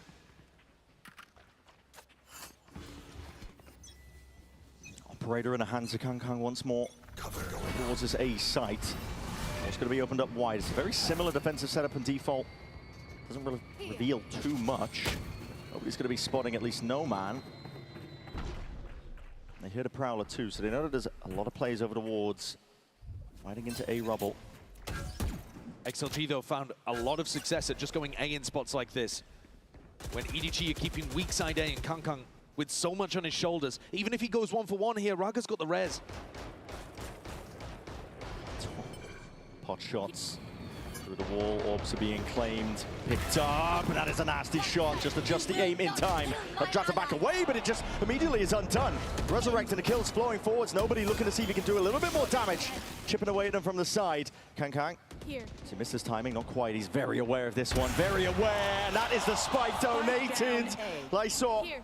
No ult to pick this one up. They're going to have to fight this one tooth and nail, but this is EDG looking primed and ready to secure up Lotus, set themselves up beautifully for the rest of the series. It's 30 seconds. It needs heroics. Raga and Happyway are nowhere near. It needs more than that. left. It needs pure individual brilliance.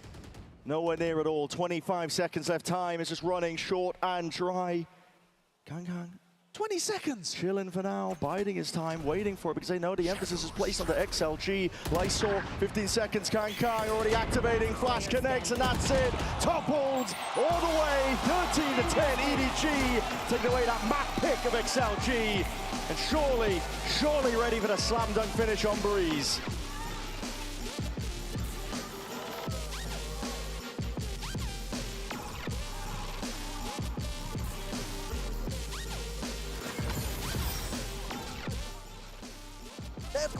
Let's go. Oh.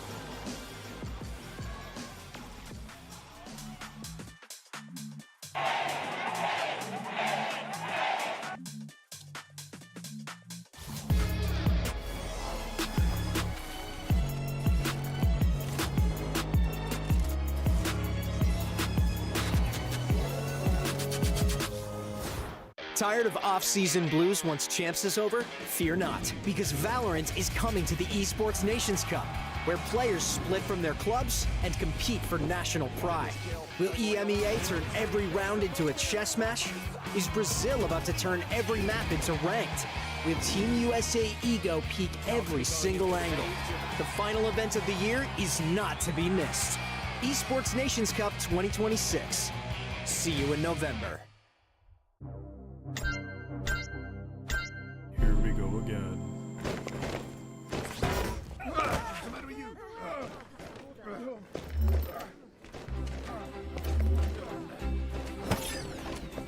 I gotta be me.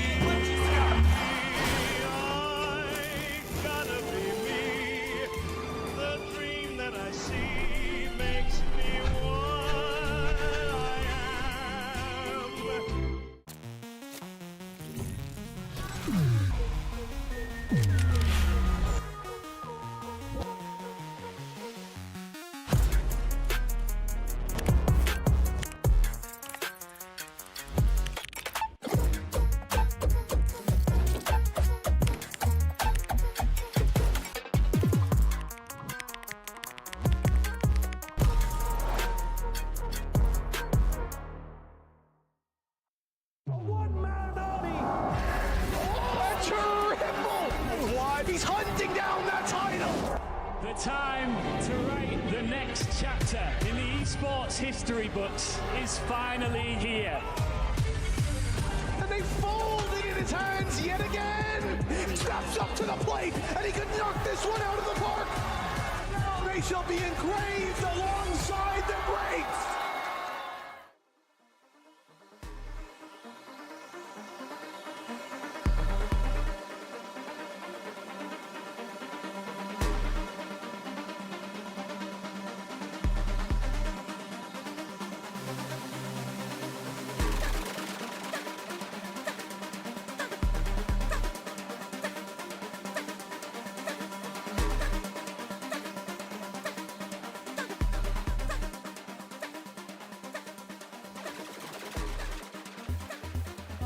our opening map going now. Going to show you some of their moves. I hope you'll give them all your love and support. Make some noise for your dancers, London! Yes! Okay then. You can vibe around. Omar, take your place in the middle, please. Let's bust a move! Oh, I call that one the KitchenAid. It's the robot. Oh, yes! Come on, Megan. She's got the thunder sticks. It's the loop. Oh, I can't. I'm proving along with her. That's it. Let's go. Robot 2.0. Come on, Helen. Yes. Oh, no, no, no, no, no. That's Moon with the XLG. That's Laxi. Yes. Here we go. Come on, HyperX. The Hey Macarena. Ooh, we kept it classy. Oh! Oh! Can any of you guys break dance? No? Anyone in the building? Okay. Listen, I would break dance, but I'm wearing a skirt, so I'll just give you a... Oh! Thank you so much to our dancers, everyone! We're going to keep things going as we head into map number 2. The analyst does think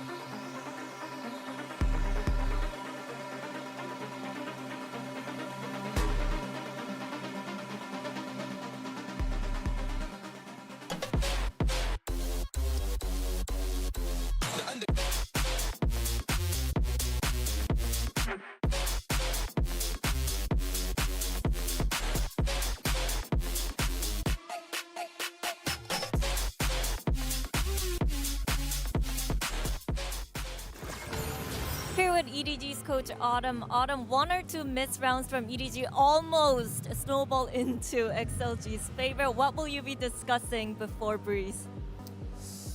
원래 좀 그렇게 된 이유가 사실 제가 선수들에게 오늘 정말 공격적으로 하라고 주문을 했는데 그래서 좀 흥분한 게 있어서 그런 실수를 한 것 같습니다. 대신에 오히려 맵 두 번째에서도 그걸 유지해야 되기 때문에 오히려 선수들에게 더 격려해 줄 생각입니다.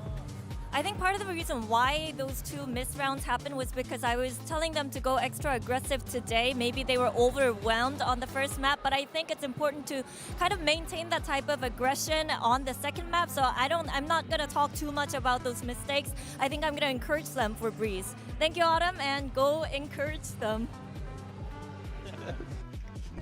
Encouragement. But of course, though, always a blast to hear from Coach Autumn as we get ready for map 2. It's EDG that managed to pull off the dub, but it came after a lot of fight back from that XLG lineup. But to kind of focus on what had happened there, I mean, XLG, you know, we were talking about those C fights and how C was really going to be a point of contention on this map. And many, you know, kind of proved to be the case here. And what you were getting was really just an EDG that just was not allowing them to be able to feel comfortable in these situations, and XLG kind of just crumbling in those fights.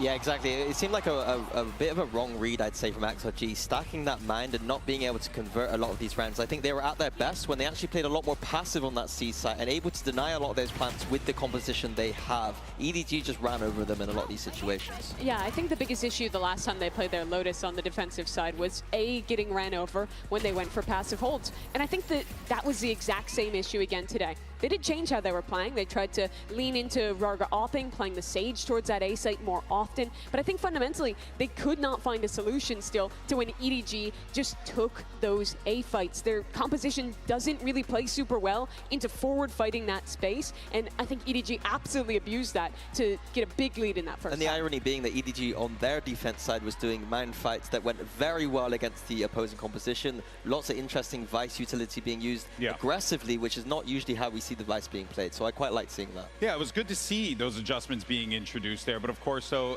you know, there were some decent moments for XLG. We were able to make a comeback happen in that matchup. Let's take a look at that HyperX reflex moment of the match as well, Mimi. Decent for XLG, criminal for EDG, and they lose this round.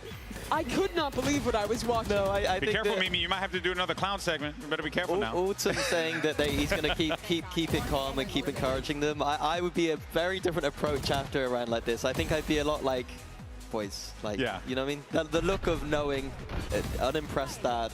But yeah, Leo did extremely well to capitalize on That's that hyper relaxation right there, Minnie. That is that hyper relaxation.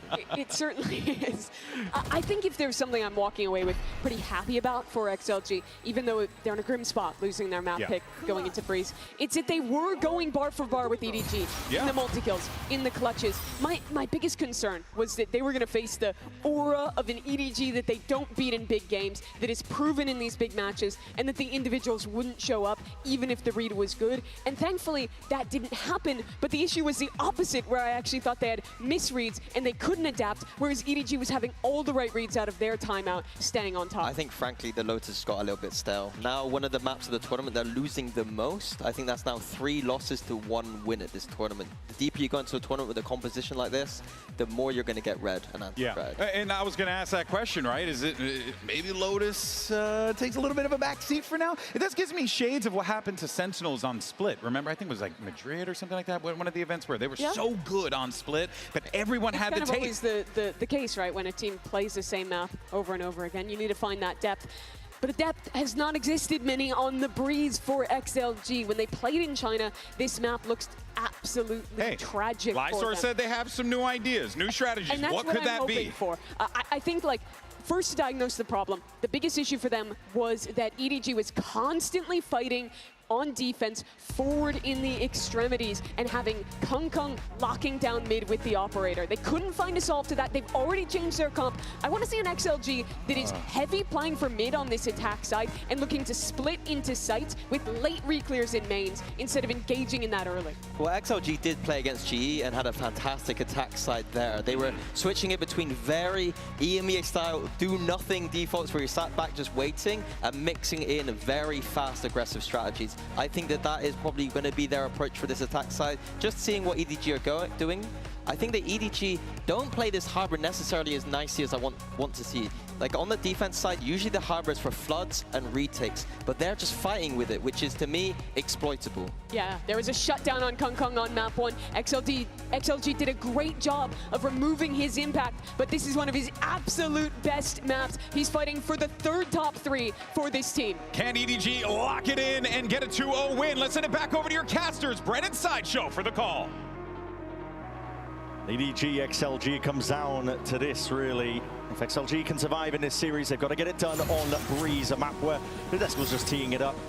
They've been umming and ahhing at this one. EDG are quite capable when it comes to the Breeze themselves. We were talking about how important that first Lotus map is, but now XLG tasked with putting it behind them, in the back of their minds, not thinking about it and just setting their sights forwards here on the pistol. Recon sees nothing. Few shots though, that is a tremendous amount of damage. Jenny almost just going down. The shots in the chest there. Happy way. Always happy to scrap. EDG wanted to get a push out mid, see if they could get a flank retake going somewhere else around the map. Nobody on Sova now pushing through elbow. As you see, EDG with this somewhat aggressive approach to A, they can get a lot more aggro than this actually, but it's Jenny with the Sheriff and a nade up close. He backs up now though. A little bit worried about this. 2 players towards the back of the site now. Jenny looking to see if he could anchor this one, but there's already Viper Wall up onto the one side. Harbor Wall's going to be used pretty early here.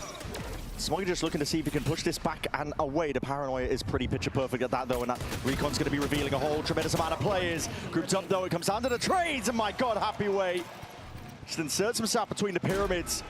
Just cleaves through the opposition once more. Really nice pistol round to open from XLG.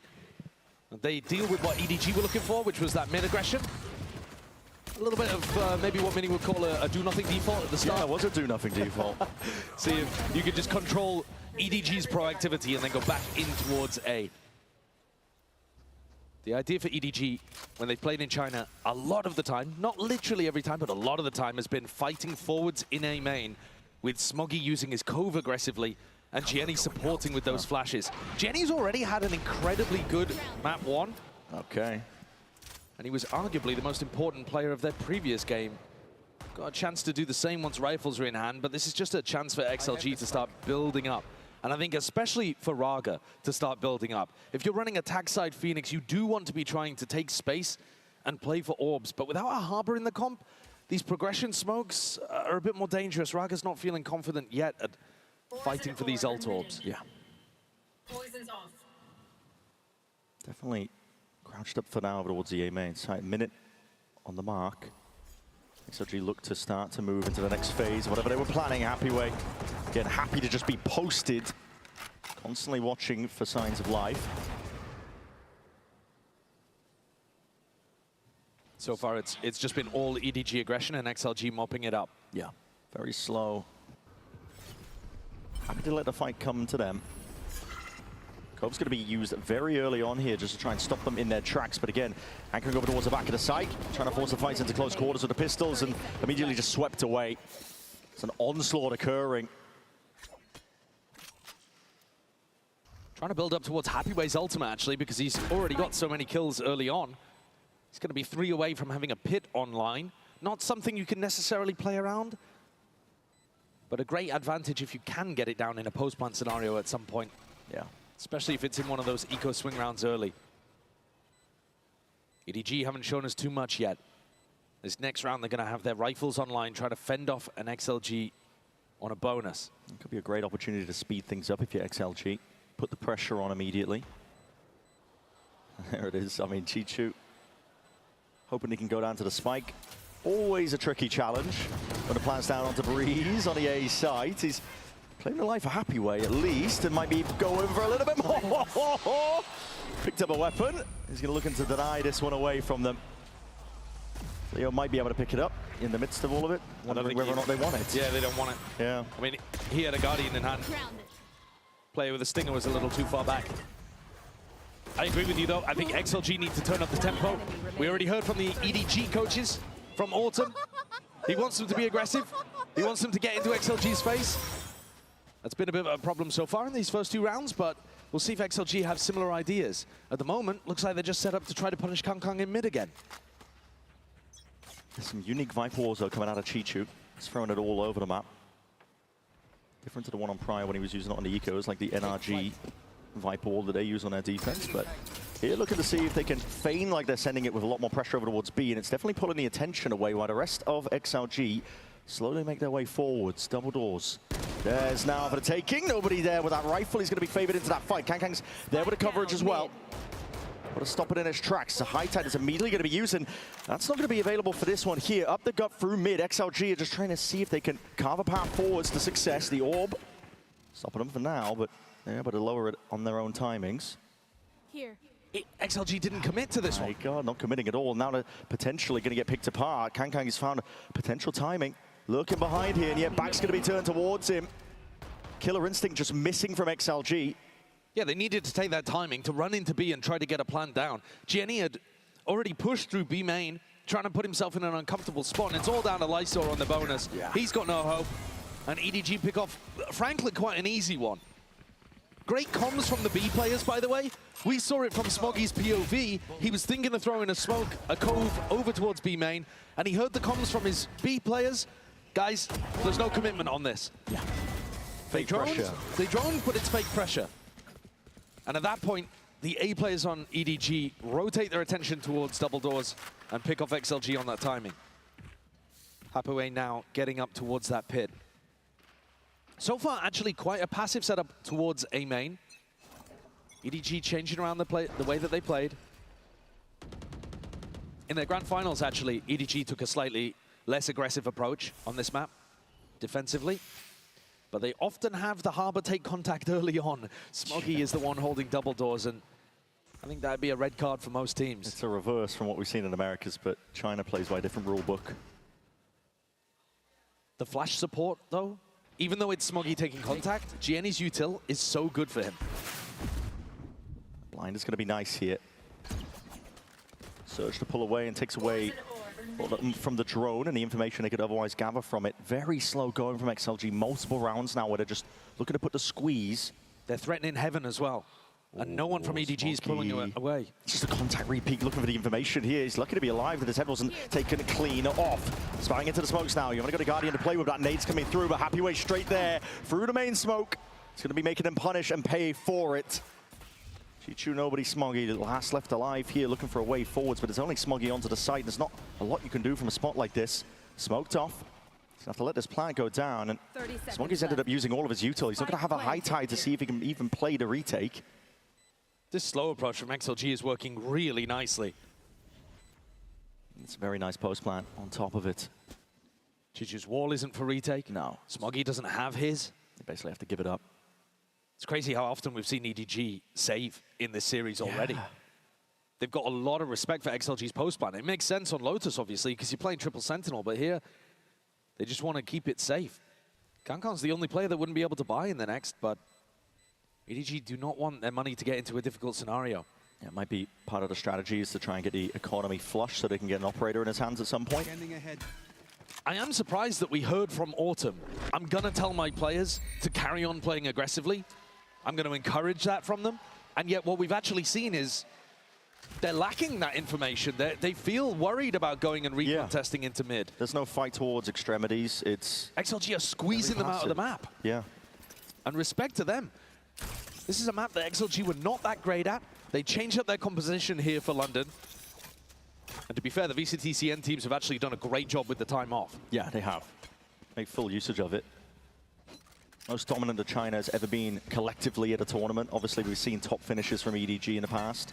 But guaranteed top 3 this region with a collective 4-1 record. That is strong. And it's never been done up until now. For these two teams. For China, yeah. For these two teams. We'll see, though. XLG finding a potential gap over towards Elbow. Gradually walking up. This is the Viper Wall being thrown by Chichu. Does cut off this angle. Makes it difficult to see if he can get through. Cloudburst and a clearance as well. This is XLG just taking their sweet time with it. Make sure they don't give away too much of the game. And pressure mounts onto EDG. Might be forcing a reaction out of them. Smoggy's peaks towards double doors have been the only way that EDG have been looking to actually get aggressive. Yeah, and he's just swinging basically alone here. There's no util to supplement that one. The knife immediately going to be broken. Taken out. So Molly's really going to be thrown out. Noman.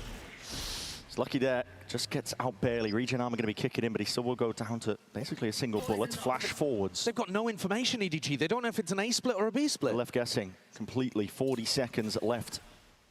XLG are still waiting. Leo cross map with a dart now, looking to see if he can fake some of the pressure, but that's a high tide to cut his way up in through mid. Now the pressure's on through this tunnel area. Chichu unleashes it. Snakebite's going to be stunting the play over towards main and now puts the pressure onto these tunnel players. They've got to see if they can carve a path forward. Any sort of distraction, but right now it's EDG that are the ones battering their way forwards. Finding the kills, flooding forwards now, and still they have a presence onto the side. It's 13 seconds left. Got to get the plant down. Lysor carved out a bit of a pocket, but they know exactly where he is. The plant has to be committed inside the smoke.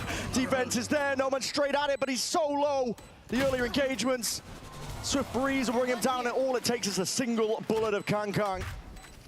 It's a weird beginning here on Breeze, Brent. It really is between these two teams. EDG are playing almost scared on their defense side, unwilling to take any level of refight into mid to try to get an understanding of what's happening. The rotating players who came through arches there both got picked off.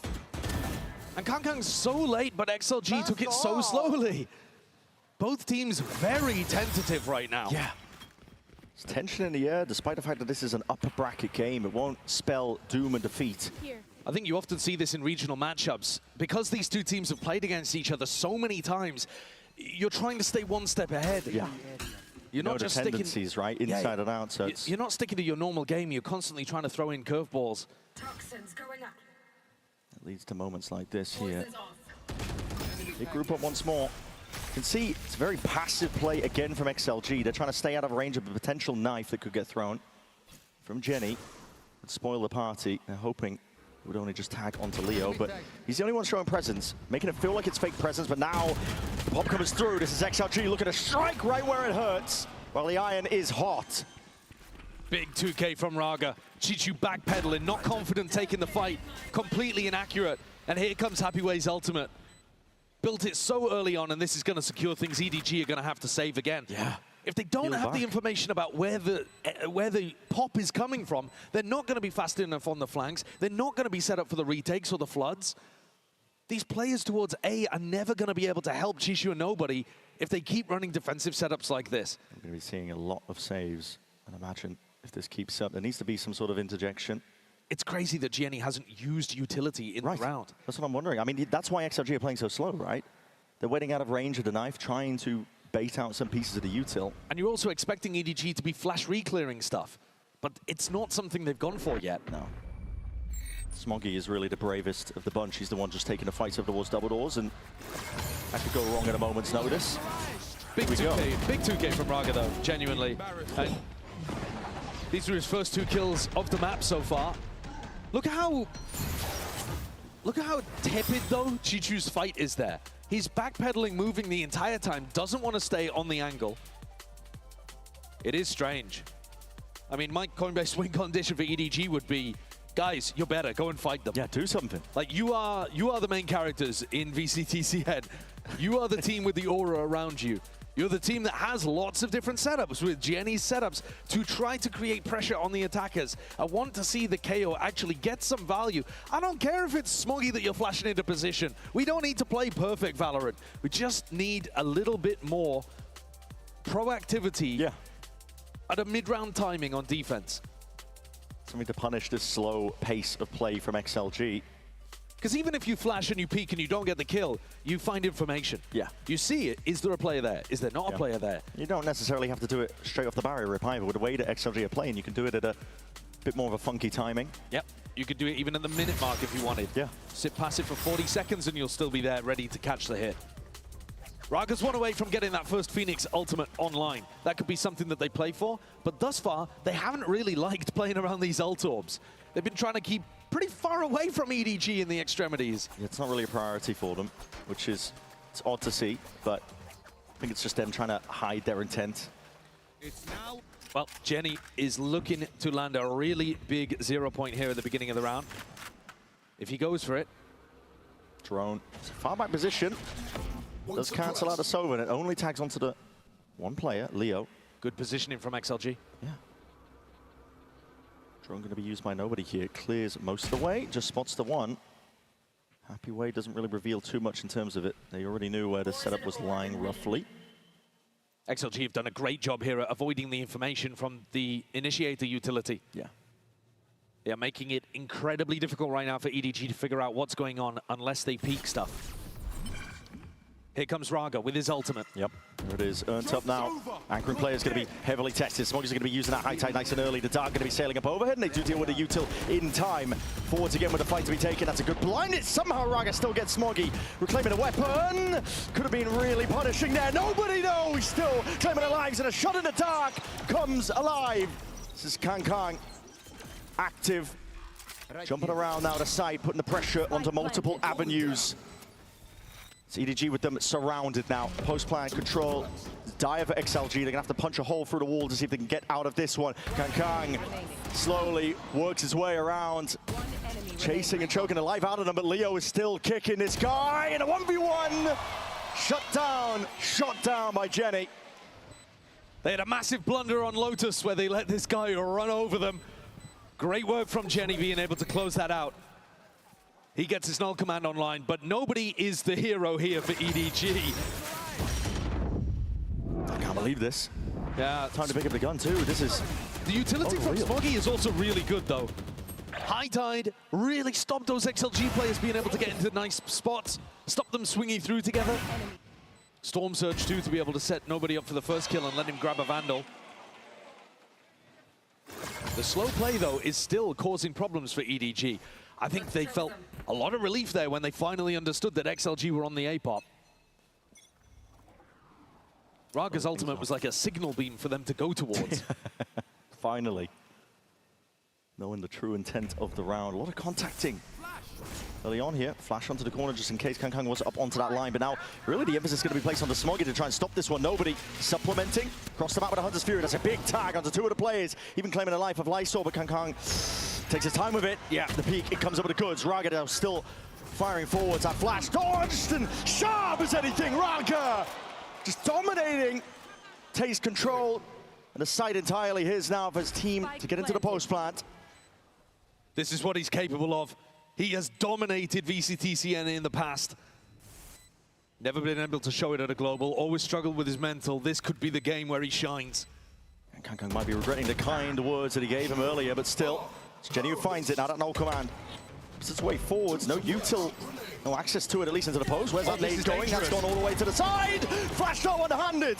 And Jenny's got one more for their troubles. Gone running out of ammo, but the flash is even better. Chichu with a stick all the way. Needs to be defended. And it is. Jenny has been a hidden hero for EDG at this tournament. The flashes absolutely murdered XLG in A main there. What a pivot from Raga, though, to be able to set them up in an advantage to start with. Here it's Jenny with some underhand flashes. Yeah, the util dump. Frustration. EDG's composition is going to be deadly on these retakes. As long as Smoggy's alive or Chichu has a retake set up, a pit in his hand. You see him with the retake wall on A now. That implies that they're going to play a little more aggressively. Kangkang's even peeking actually in front of this. Yeah. It's more similar to the setup they were running in China. If nobody gets smoked off, though, Kangkang's got to be worried. Because now they could path through elbow and behind him. They know the presence is there earlier just from the knife that was thrown out the dart. Doesn't reveal much. Spam going either way of it. Nobody somehow unscathed. One of the other downsides of EDG not playing aggressive is that usually Smoggy charges up his ultimates really fast because he's always playing for this A orb, which is crazy to have the defenders playing for that, but it's what EDG have been doing in VCTCN. Papua's looking for a reaction. He's just hoping that they go for that flash reclear. They'll have seen it tons of times in scrims, in VODs, but EDG are changing things up. Completely. 3 players stacked over towards B here, looking to put the defense online. It's the right read. Oh, what timing. Yeah, knife. Tags onto multiple of them. Massive amounts of suppression, and now it's a rumble here. Base in the copper box. As the footsteps start to rumble towards Kangkang here, with the operator still good for it. There it is, gone for another peek. Slight shot just about missing. Cloudburst going to be laid down now, but a high tide again makes it even more difficult. Reasserting themselves into the back of sight. Time, pressure on XLG. They're going to get this plan down. Shot forwards, just sails over the shoulder. It allows Lysor to get this plan down. Hunter's Fury even better. Smoggy can only do so much. Sailed there by the Hunter's Fury. Multiple players quickly on his location. Still a 2v3 though. XLG are the ones being pressed into a corner. Positions now noted. You know where Lysor is, you know where the main player is as well. EDG can just take this one together with a lot of discipline. And surely with the rifle aim, yes, it rings out true. EDG with another 1 round. Now taking the lead in this map. Saving some of this utility for the late round. They're still not playing that aggro, but the 0 point that hit all of those XLG players towards B, they just lost their faith. Started barreling across the map, as you said, straight into Kangkang. Let's go! And EDG have got that tight spacing on the retake, despite the fact that XLG planted it in front of Chishu's retake wall. Smoggy finally has his ult online. It's another tough round for XLG here. 3 retakes in a row. And some of them, pretty big fumbles from XLG. The coaching staff not happy. No, but no timeout being hit. They've also forced, look at the buy, it's kind of horrid. It's all over the place. 2 Guardians. Raga does have an ult of his own once more. That's another knife. It's going to be undoing potentially the drone here. Raga's just sending the ult anyway. This is just right into the maw. Snakebite and the Molly, and a dash forwards from No Man is immediately punished as well. It's anchoring setup fully online here for EDG. Slamming your head against a brick wall is the equivalent. That's what XLG have been doing here. It's a Phoenix wall to play your way forwards. Raga still forward, still getting spammed out, and that is beautiful util once more. Lines it up, twisting and turning, seeing if you can find where these players might be lying, but it's all EDG again. The utility being dumped into that choke point. So impossible for XLG to make their way through. Chichu steps forwards, everyone getting aggressive, pushing up towards the choke, locking XLG out. And finally, the attackers are going to have to take a timeout here, because now this is 4 rounds in a row. And they've got no money to work with either. I mean, this half is just not even being close. I mean, if you consider XLG, they want a pistol, they want a follow-up. It's just 2 rounds outside of that. That's all they've got. Which is crazy, because they were the ones putting pressure on EDG's defense. Like, it did look like there was a strategic problem that EDG had to solve.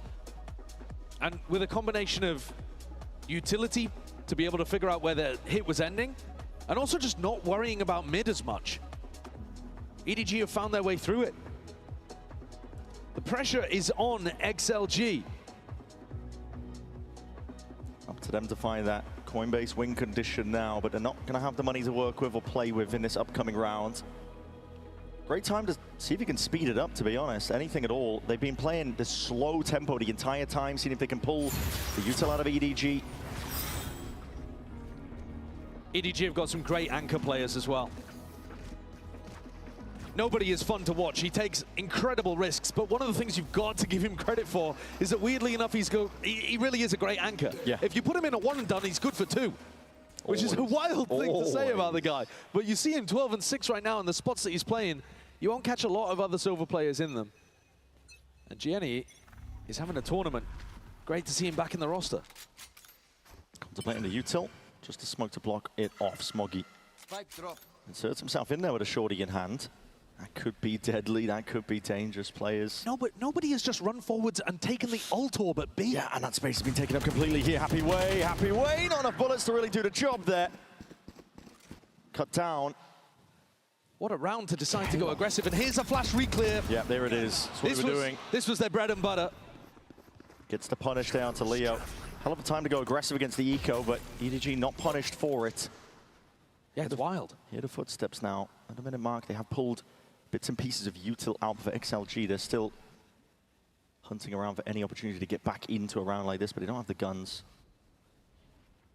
Considering that nobody took that ult orb, he's now 1 away from a Hunter's Fury. That's going to be an enormous tool in the final round of the half. Yeah.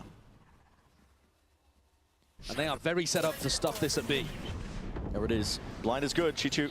He's going to be able to get active here. Nobody! My God, the wraparound. They weren't expecting it at all. It's weak as anything here, but a TP, hello. Okay. It's cheeky stuff from XLG. Anything to see if they can take a couple of risks, maybe potentially turn around. But for now, it's all EDG. In this upcoming round 12, last one of the half, this has to be what the timeout was for. A great map from the IGL of EDG. Look at the playmaking that he's confident to go for. Beginning of the round as well, just disrespecting completely. Dominating. And now he's got a Hunter's Fury alongside Smoggy's ultimate. It just gets harder and harder for XLG. Last chance for them to put a round on the board, bring it up to 5. Will be a respectable half. They look to slowly take this one though. A bit of spam is, again, it's putting a bit of a pause in their step here. Forwards again moving with the util. Hunter's Fury from nobody. Bait. Really good bait. Unleashed. It's got the punish last time the A-split was coming through. This time they're moving completely up the gut, straight through mid, a jump spot. So if you can spot the signs of life, Chichu. It's going to be tested here, anchoring in that spot, but still just takes the peek all the way out. Jenny going to be taken out. Immediately brought down and Happyway through that main angle. Chichu had nowhere to really run. Decisive strategy from XLG. Love this one. Smoggy's got to go for it. This is not a round to save. This is the final one of the half. Smoggy's got the ult. Everybody going to be making a play for that. Is dangerous stuff. Happyway though just barely escaping, and now you see it. Ult. Ready and waiting to roll its way forwards, get the blinds online. Oh, Raga's dodged it. Just as the drone's out, but Raga has dodged it. Sitting tucked towards tunnel, waiting for the signs of life. Now straight past the high tide. They weren't anticipating this one at all. It's XLG. Get themselves that 5th round. Competitive half of VALORANT on Breeze. We're seeing still signs of life for this squad. They've managed to recover it with that final one. 5 rounds in a row that EDG put on the board, and XLG looked down and out. Huge credit to the coaching staff to be able to find that adjustment late on. Great round from the strat book. Absolutely. Now yet to be seen as well if they can take it all the way and decide if we will go to split. It's in XLG's hands.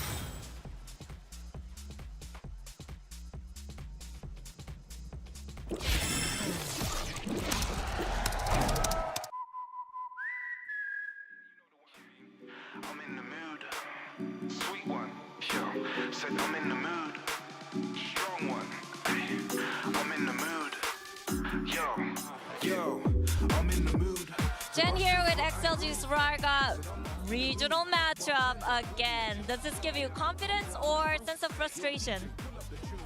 I think every match what we win, they give us confidence. So now we play our game and we show the world we can do it. Hey, chance to prove yourself. Yo, DJ, pull up the tune. This one, yeah, rude. This one, yeah, lift up the room. Yo, this one, yeah, smooth. I don't ride on these, I cruise. I make a dance floor move. Everybody turn up, get loose. Yo, set all in now, groove. Go on, lift up your dancing shoes. Take a sip of the juice. Then report to the DJ booth. Yo, tell them feel this tune. You can't help but feel this tune. Straight up, you need this tune. Have to Shazam and steal this tune. Realist, got the realest scoop. This one come like breaking news. Pouring free and I'm blazing too. Few more of those and I'm breaking loose. Well, the onus is still going to be placed onto XLG here to see if they can win this pistol. Followed up, second half of Breeze coming up. It's all essential if they want to make it all the way to split. Currently, EDG leading this series.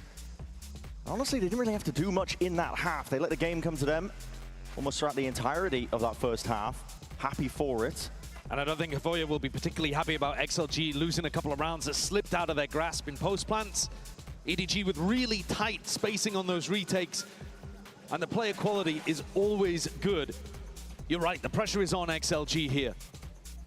And when you look at the success that EDG have had on this map, it's why Lotus was so important. EDG are 5-0 in their region on Breeze, with 2 of those wins coming fairly easily against XLG. They are unbeatable inside China on Breeze. And even that, to be honest, was not their most flashy half. That was pretty standard stuff, really. EDG not really forced to get active, but now on the attack side, we might start to see that pace increase. Deep wall and deep walk down mid. XLG hoping that there's a gap here. A lot of teams do leave the elbow angle open, but Chichu's going to be spotting it, but he is hard committed. He's stuck to the one side of this one. How the hell do you get out? He could get pressured. They choose to give it up. Yeah, they hear the drone coming up mid, worried that they might get pinched from the other avenue. A flash. XLG want to try and create a fight, but EDG are not giving it to them. No, very slow so far. Holding the ground.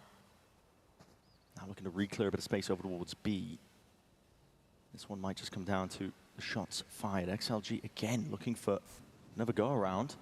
Over towards the elbow angle maybe, but insert themselves into mid while EDG are grouping up now, ready for the pop. Cloudburst forwards and a dash engage. Kankang is inserting himself now into that anchor smoke, just making sure that he has a lot of that space, but unaccounting for No Man. He's right there with them. Nobody towards the side. His shots rattling out of that classic.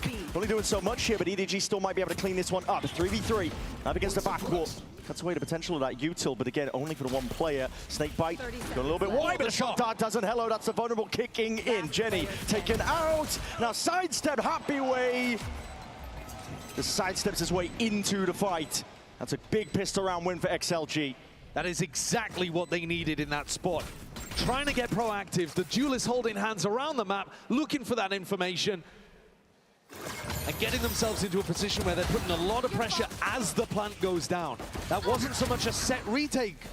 That was them doing a ton of damage with that attempt at a snakebite shot combo as the spike is being driven into the ground. Much more of a higher tempo attempt there from XLG on their defense side. Pressure back on EDG. And an opportunity for XLG to be building up towards some of their important ultimates. We saw Happyway get his pit online fairly early on. I'm looking towards Raga, but it doesn't look like the game's coming towards him. No, these A-side players can be feeling the heat momentarily, even if it is just to eco. There's always danger when you anchor.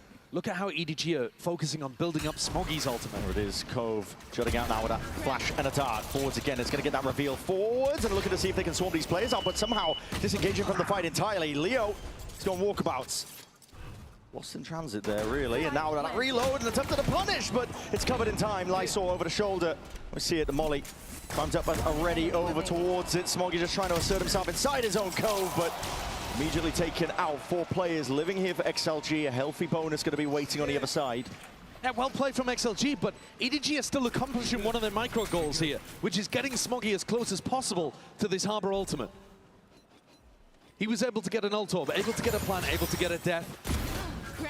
And he's almost got that online. He's one away. So I think XLG into the next. Pretty obvious game plan here of trying to deny an ult orb. Where's he going to play for it? The thing is, with the Harbor in the composition, you really can go for the B orb too. He's not guaranteed to play for A. Yeah.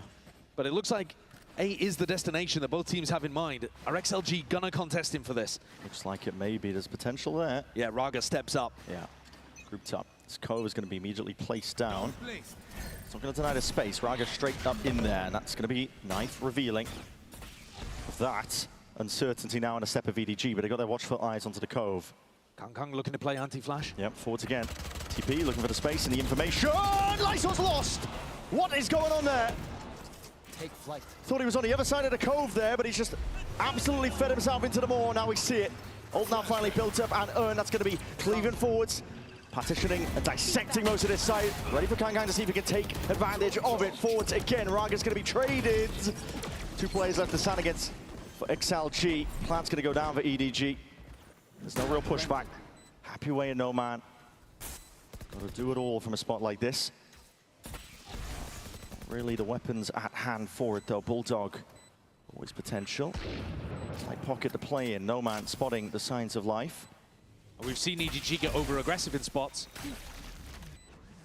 This time maybe a bit more discipline here. The players are taking contact. They take the fights together. So 1 round here for EDG. 1 round lead.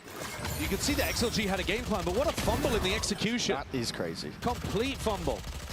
Hey, he just gets lost. Yep, he just absolutely gets lost there. Can't remember which way he turned when he came in. Thinks he's backing out into sight. Needs a GPS. It's just absurd. There's no flash comboed with that, though. You know, maybe they were setting up, faking that teleport, and then they were going to go back in with a flash re-clear, but that's a big opportunity squandered. No man picks up the operator. He's got a chance here. Oh, heavy footsteps though, heavy presence over towards A. Already not messing around. Drones forward, flash up and overhead. Popping out into the smoke as it deads. Anchoring positions here. Be damned. Lysol's got a hell of a task. Once more, can he pick up the pieces? Not quite. He's been good on the entry, Kang. Yeah. Cutting down the opposition. Big reveal, but a shot into the box just goes wide. How did that miss? Not too sure. Maybe not quite deep enough in terms of the shot, but he's going for it again. Still no damage. Sailing around. It's a really difficult retake now. Playing with the operator in your hands. You've got smokes on smokes. Hiding this one. Nobody's going to be the first player that they have to see if they can deal with. Leo's somehow found a kill. No man alongside it. Jumping around though, trying to avoid all of that fire. Nobody. Pressure towards the back. He's taken out. Raga, one-man army. Steps forwards once more, but a snake bite forwards. Anything to delay the time, the fuse. Already going to be stuck here. Chi-Chu, monumental opportunity. Damage done. Hard on the fuse. Barely there in time. XLG drag it back up to 8. Nice try from Shishu, but these retakes are looking good from XLG. It's very similar to round 1. Another snakebite shock dart combo that you just see there. Takes down Jenny. And No Man, the final player left in the tournament with these UK ties, picking up the AWP, finding the value, escorting his team onto angles. And despite how good EDG look at being able to secure a main and pop into the site, XLG have actually got some really nice ideas of how to put the pressure back on with a counter punch. It's calling for caution now. EDG. They don't want to rush into anything here, but that's a big reveal with the paranoia on top of it. Raga. Hell of a shot from Kang. He needs that. Yeah. Completely dissipates the ult. A lot of chunk damage being done over to nobody too. He's 1 away from Hunter's Fury. Re-exploring. Yeah, XLG are looking to grab that information. Didn't want to go aggressive again in A main. Get a little bit of a clear in mid. Don't find Chishu. Flash though, surely going to be heard. EDG might look to speed this one up. He's only got a judge here. Yeah. He's got to get back close. Peeling back though, no man. He's got an operator, does adjust it in time with the judge. Running and gunning. Happyway's getting away with bloody murder.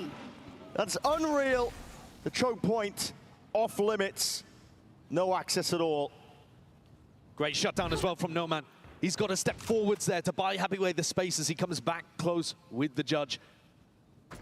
The drone from Nobody creating that pressure, and XLG, they've actually got a pretty fundamentally good defense side here cooking.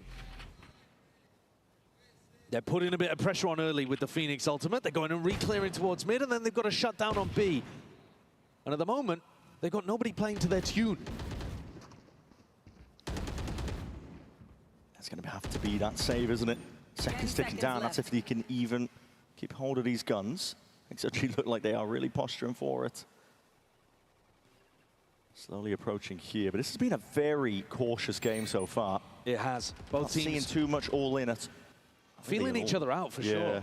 I think one reason is because XLG were expecting more aggression from EDG on the defense side, so they were very tepid in their approach. But I think one of the other reasons is that EDG don't actually have a great feel on how XLG are going to pilot this comp. Remember that this is a new composition for XLG, the Jet Phoenix. We hadn't seen them play very much of it. They came into London running it on a couple of different maps, changing it around, Breeze being one of them. And they've only showcased it once. So I think part of this is EDG coaches and IGL trying to just get a read on what XLG are doing. And the tag time I've been taken here, I think I'd be talking quite a bit about the proactivity that they're going for and their desire to try to set up for the A retakes. I think you can get into A if you're EDG. You are being able to get the plant down on the A side. But then what's the second step? Do you have to send the flank through double doors? Do you have to be using Jenny's flashes to put pressure on XLG in backside? There are extra layers here that neither of these teams have fully explored yet. And this map hangs in the balance. We already saw a big upset on map 1, XLG in home territory, getting taken down 13-10. XLG in control for now of the map. Money flush with cash, really. Going to be able to buy for the next few rounds here. It's EDG that are being pressured. We'll see if they take heed. I got to imagine that this is just a can't round. Yeah, you see the knives popped. Give him the Blade Storm, give him a recon and a flash, and see if he can go crazy. I would have liked to see them even do something fast off the rip here at A main. Very, very worried. Potential of something here from XLG, a bit of A main control perhaps, but it's not really in their wheelhouse right now. Again, it's so cautious from both teams. Either side willing to step into something, but now with a drone forwards, it's a misplaced with a dash. Kang's moving, he's eventually able to salvage that one moving forwards, but he's not into the backside control. The flash though, forwards, that's dodged in time. XLG still finding their mark. Rooted to the spot here, but not expecting that, not anticipating the Smoggy. Gonna be able to see if he can get that pinch online. Shock darts sailing away. It's decent chip damage, but at least a post plant now to be played for EDG. In a good spot here with the pit. Updraft not seeing any signs of life. Jenny might have just missed this one. Retreats back all the way to main. I think that's a really nice reposition. The shock dart, Smoggy's been brought down. Chichu's alone now. He has to be the key player. As long as he stays up, so does the pit. Looking to fight for his life, but all eyes over towards main. Jenny going to be spotted out now. In through the pit. Cloudburst cuts it up. They want to fight this one forwards. The right click going wide. Chichu steps forwards once more. And he's ISO the 1v1, 1v2. It's all Leo. And time more than enough here to get the defuse online. These retakes from XLG have worked time and again. Funky idea from EDG.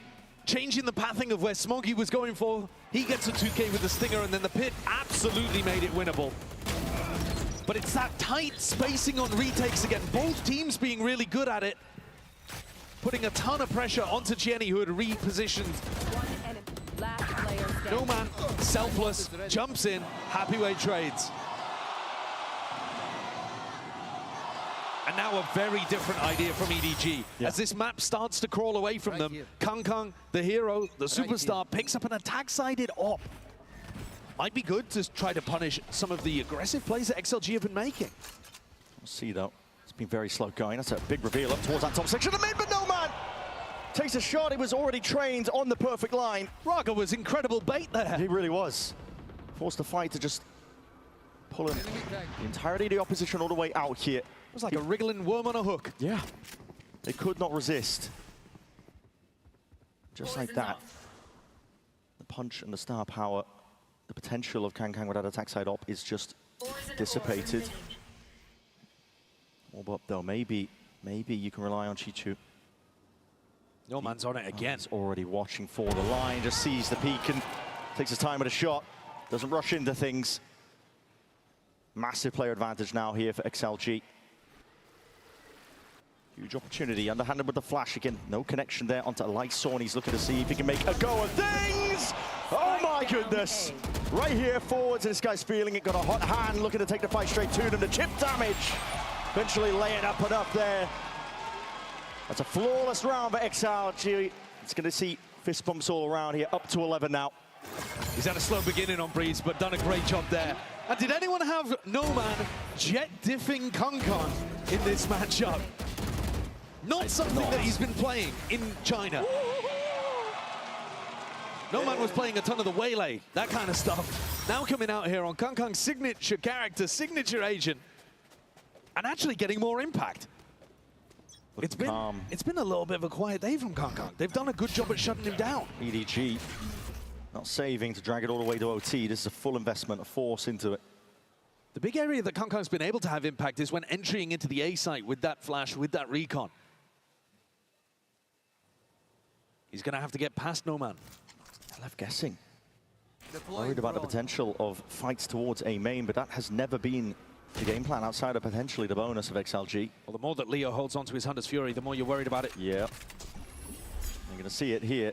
Co force to see if he can play the team all the way in. Flash overhead along with that no command. No man's surely going to be caught out of the way. That is carnage. Cross section of the beams. Seeing a Hunter's Fury unleashed on either side right now. And maybe in the middle of all this chaos, you can start to see and come up with the goods. EDG somehow still up to 5 players. Get the plant down in the midst of all of it. And that nade has just found the feet of Happyway. He's done, taken out.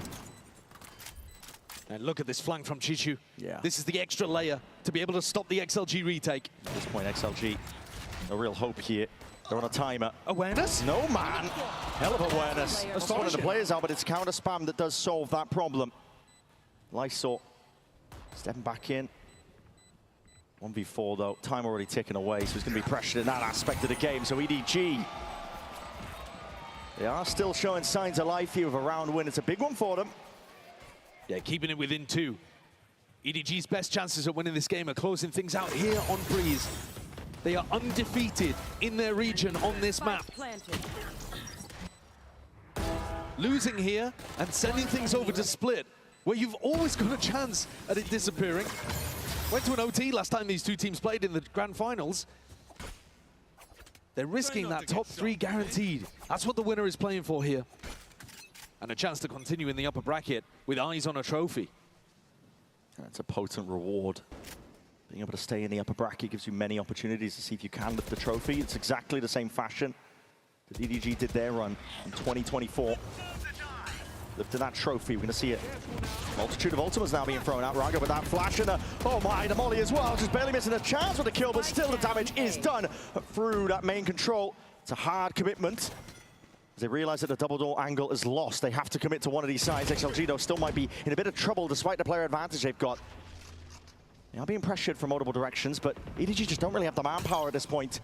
2 players down, tag and a reveal. Jenny doesn't know which way to go yet still. Jenny! It's been a saving grace, a guiding light for them, and he does it again! Denying the opportunity for XLG to get to 12, keeping his team into the round. Bit of an overheat there, though. They had that player advantage. Jenny had done brilliantly, but he gives XLG a way back in, and the read here is really nice. No man pivoting with the operator is going to be here in time, and Smoggy's used his smoke at elbow. Need to receive, 30 seconds left. 30 seconds left. Oh man, is going to be able to spot this presence shortly. Jump spot though, just misses the shot. Now the dash is active, misses the second one. Now quickly assailed. Chichu realizing it, got to get a plant down. Best position you're going to be in a long while, but Smoggy lurking up onto the ang, but he's just revealed. Happy Way announced himself all the way in from the back. It's getting scrappy, it's getting messy. Chi-Chu. 4 bullets, barely out of time. The secondary sidearm for the Red Bull clutch. How has he pulled that off with 5 health?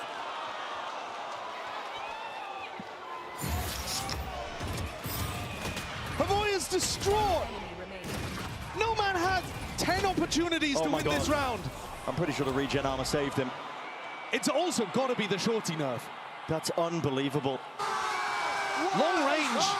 Listen, he's been peppered. I can't go over that frame by frame right here, but that is worth looking into. I think he's barely survived by the regen. An EDG up to 10. There have been some unbelievably close rounds in the series already. It's slow beginnings to lots of these, but absolute carnage at the end of the rounds. And that's what you're going to get when these teams, they know each other, played each other many a time, a familiarity. Start to see more and more risks taken as they look to get a leg up. No Man's talked about having a short memory. If you want to be a great player, you've got to shrug things like that. Previous round, straight off. And he's still willing to take the risk, still looking to take the fight into Chishu. Operator, though, denied that angle just from this Orban. Risky decision-making. Thinking about he wants to go for the peak, but with the wall up as well, he's going to be guessing in terms of these angles. Taken up, though, he does snap to it. Good prediction, but now he's going to be swarmed! Leo does his best to try and help out. Again, kitchen sink. Whole load of Utah going to be thrown back and forth here, calling for a bit of a temperament into the round. Lysor is on an island.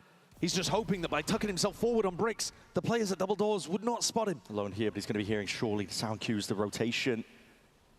Couple of footsteps. Holding tight towards the top here. The door's going to be opened up as well. That's going to be heard in terms of sound cues. It's all on Lysor really, but he's called for the reinforcements already. Ball's preemptive. Jenny just reacts towards the top, trying to follow the traces, and that is the punish on Leo. EDG, they're not stopping now. Momentum is behind them. So is Raga. He's going to see if he can be playing spoiler to all of this one, but they have that level of awareness. A bit of a flash overheat moment. Trying to see if they can fight their way past this one. Raga trying to keep them pent in, but it's still a player disadvantage for XLG. Ult now, offloaded. Looking to see if he can take the fight straight to them. Anything to see if he can even the fight out. Sidestepping, walking into it, somehow finding the kills. Happy Way, time to come alive, and he earns himself the kills now. They know where Smoggy is. Pressure on him still. Happy Way with the happy feet. Dodging and juking the bullets. XLG find the 12th. That old school core of XLG, Happy Way, Raga, sync up together. One at the front and one at the back. The pressure was too much for EDG to overcome.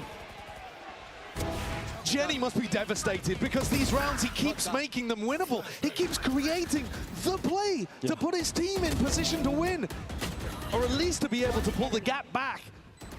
Hesitancy there in terms of how to challenge Raga. Costly.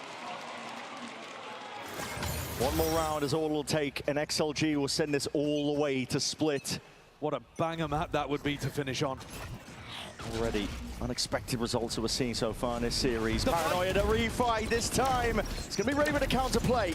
Util goes both ways. Dash going to be wasted early here. Shock dart sailing.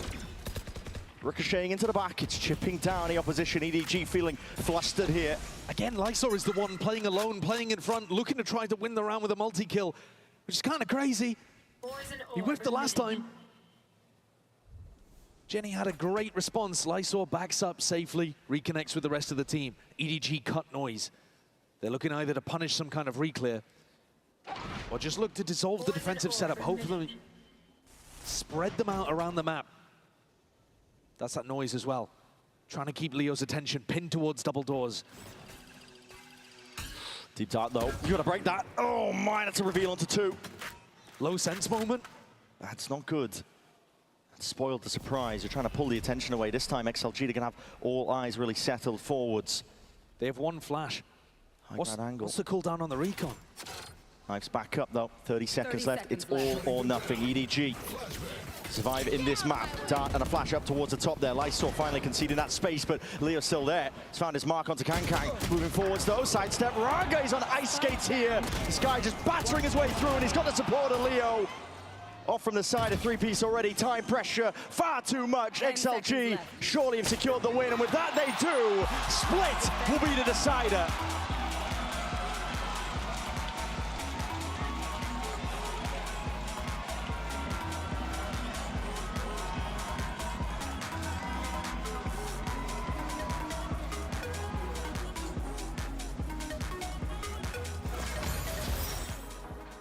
Let's go!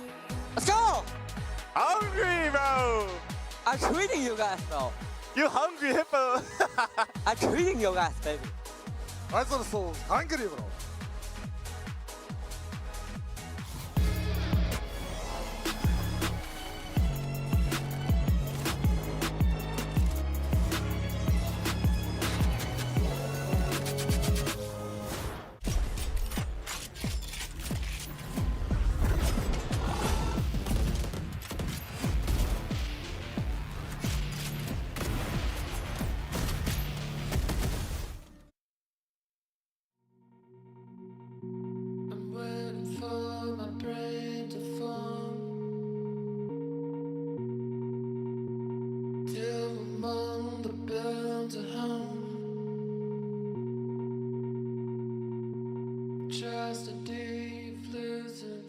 Here with nobody of EDG, nobody, this is your 5th time playing against XLG this year. What did the preparation look like?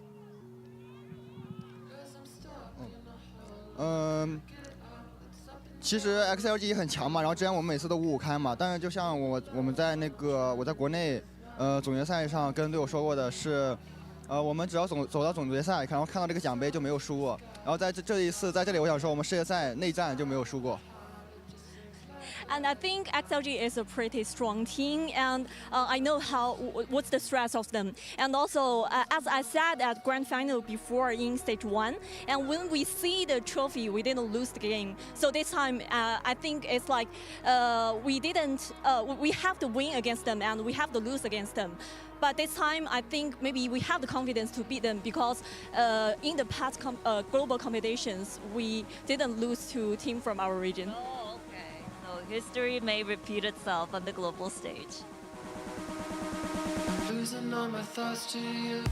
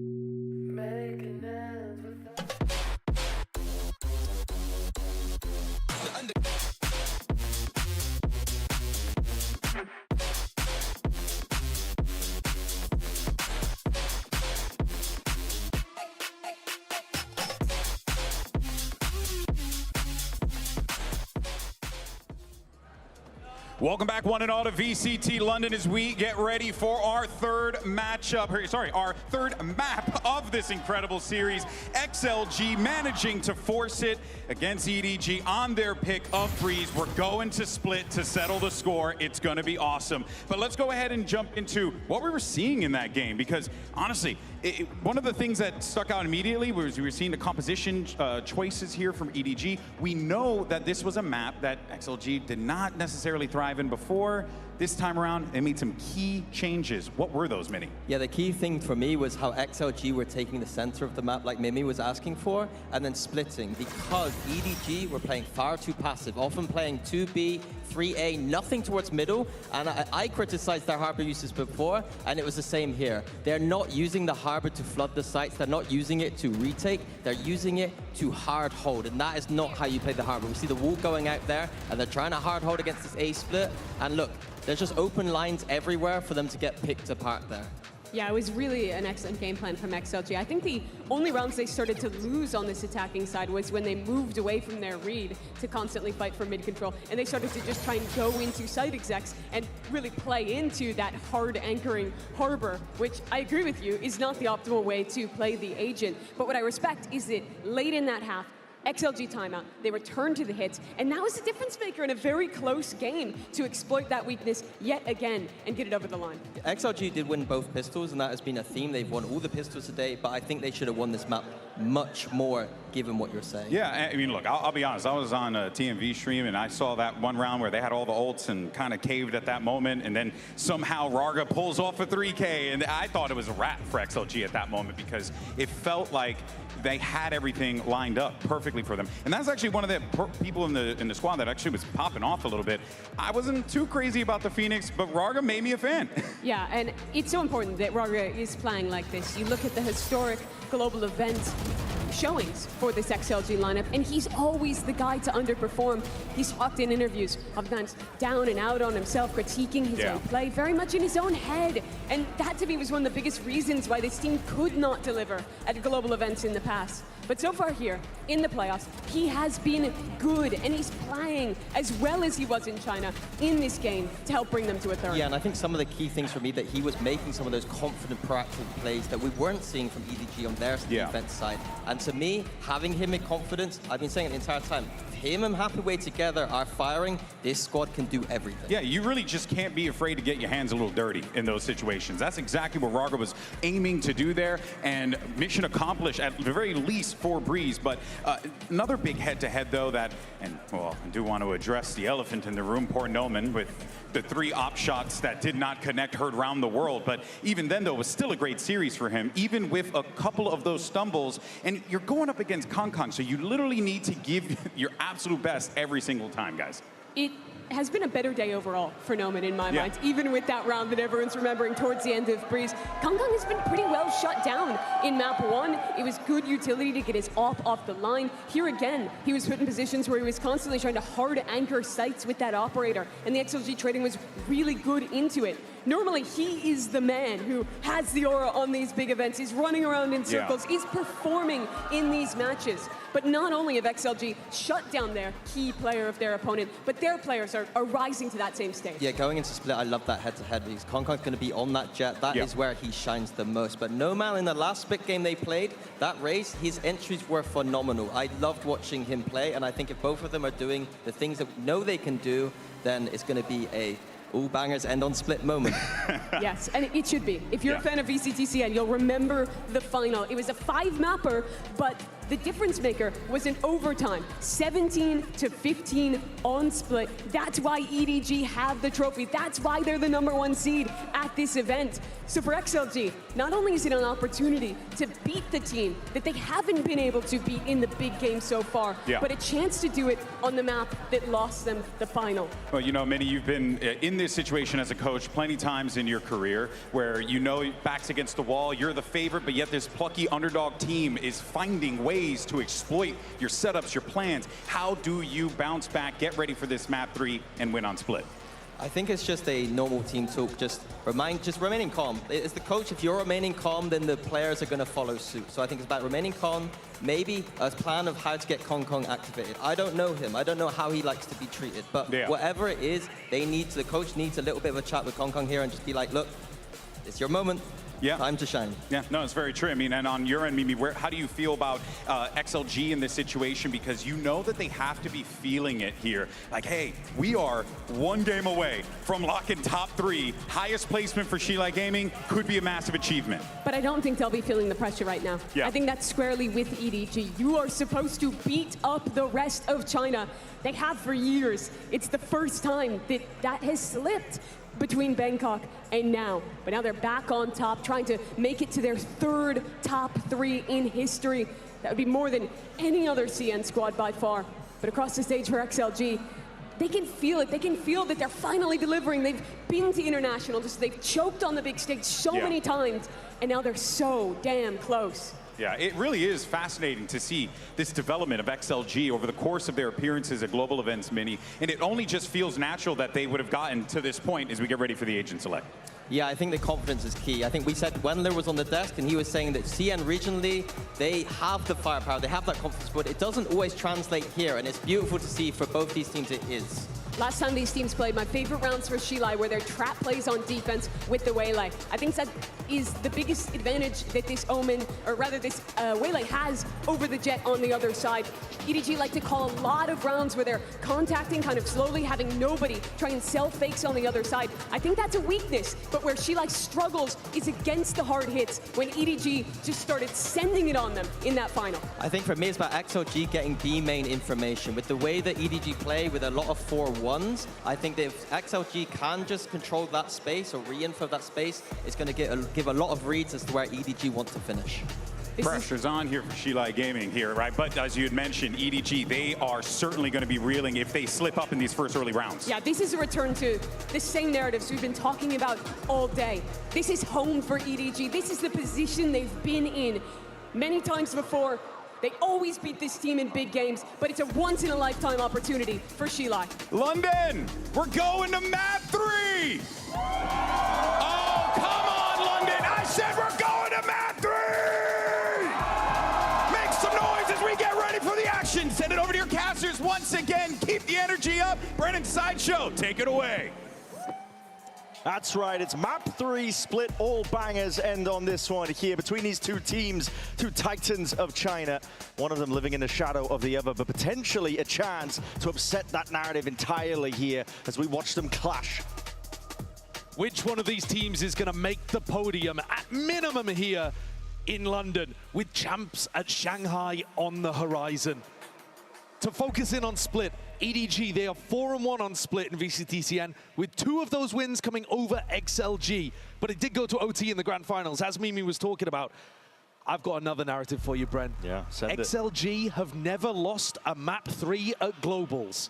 They are 4-0, 3 of which came right here. They either get blown out of games or they win in the important final map. Might be the case here. As you can see on your screens, they got booted out of the game. We're going to be starting it up again momentarily. Shouldn't be long. Well, let's talk about some of the players then and how they'll be feeling stewing before Split gets online. This game so far, if you look from a big picture, has been Happyway and Chishu battling it out. Who's the best out of these Sentinel players in China? Kangkang has not actually had a great game. If you're looking towards Kangkang as being the player, the main character, the protagonist, he's been underperforming. He hasn't had his big moment. This could be it here on Split as he comes out playing Jet again. Instead, it's been people like Raga or Jenny who've been rewriting their narratives as being underperformers in bigger moments. They've actually stepped up to the plate and delivered in crucial impact rounds when it matters. Raga himself, he's talked about it, the mental struggles that he's had in terms of performing and carrying that performance from China where he dominates onto the global stage too. But words of encouragement from Kangkang. It's all love at the end of the day between these two teams. A lot of sportsmanship being shown between them. It's the duelist duo for EDG that I think the pressure is on. They're starting on the attack side, and both of these guys have got more to give. Smoggy was the highest rated player during that grand finals inside of China. He went plus 29 across the BO5 to beat XLG. Kangkang and Smoggy have got so much more that they can give, and this attack side should put them in great positions. Well, here we go.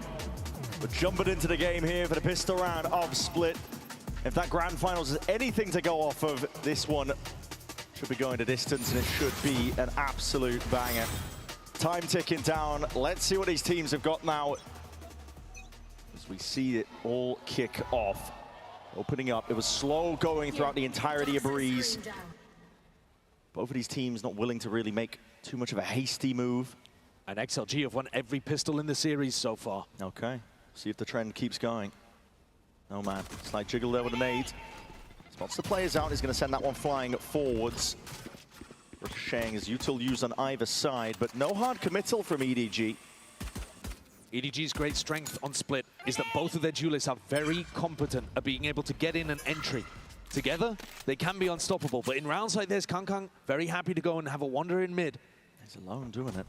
Dangerous tidings, yeah, Raga's just going to be taking him out. More of the same, isn't it? Raga getting the better end of Kangkang. It really is, yeah.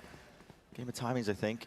Kangkang just taking Peak, trying to clear through sections of mid, but maybe could be evened out. Nobody taking a quick little pot shot, but this is quite scared stuff, really. No hard committal right now. Paranoia finally sweeping, but look at Happy Way. High ground on the perch. Hammering down. Led onto the opposition here. Jenny softened up. Barely alive. Has to limp away from this one, but 10 HP. You've got to make a go for things. Flash forward doesn't connect, but already know where the signs of life is, and time's already running far too short here. EDG have run out of options. They have to find a way forwards here and now, but already reinforcements arriving. XLG have got this entire site under lock and key. They keep that trend moving. 5 out of 5 pistols going the way of XLG. One got upset on Lotus, so things are not over just yet. Man, Raga, that pep talk, Kangkang is going to be regretting it. That's what I'm saying. One enemy Raga remaining. finally unleashed. I know Down, B. Flawless. people watching at home, myself included, have been waiting for a time for Raga to really activate. I've been waiting for XLG to activate for years. It was one of my favorite teams that was on the come-up in China. It's taken them a long time to show it at Globals. A reminder that prior to London, they had only won a single series at a global event against Sentinels. Now potent beginning here. Caught out to the open. Raga, quick reactions, able to dash his way out of there, but Kangkang's going to be hot onto the heel, still covered by Leo from the side. Running and gunning and sidestepping most of this one here with the Spectre in hand. It's a good weapon for the job here because it can dissipate the potential danger of the eco just like that. Almost a fumble. XLG have won every pistol, but said it before, they let one slip afterwards on Lotus. I thought we were about to see the same again with Raga caught out of position. But Chishu is dipping his toes in. He's trying to bait a shot. Don't think he's got much chance of being able to convert this one, though. No. Any damage, I suppose, would be decent, but... Make them work for it. Yeah.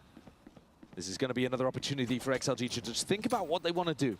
Normally, these rounds early on are pre-planned, especially when you have so much knowledge of what your opponents are up to.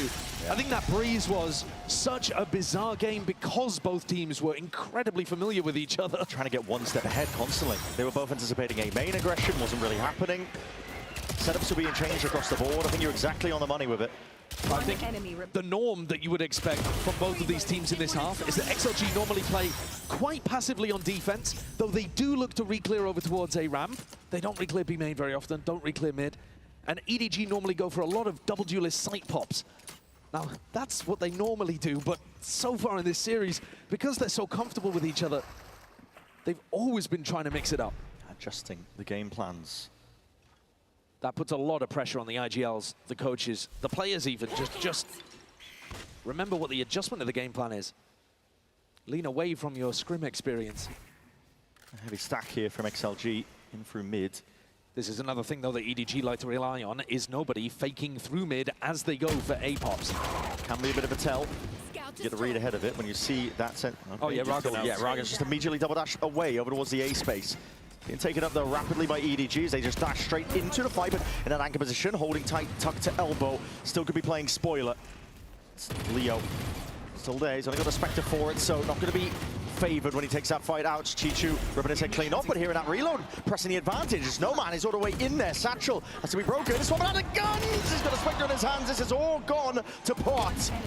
Not ideal here for XLG, but for EDG, they keep it clean towards the end, just losing the one.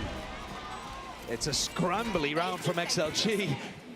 With rifles back, we're going to hope that we don't see them lose their heads like that. They weren't expecting the aggression. No man absolutely didn't think that nobody was going to swing with 13 HP. One enemy remaining. Can't predict him.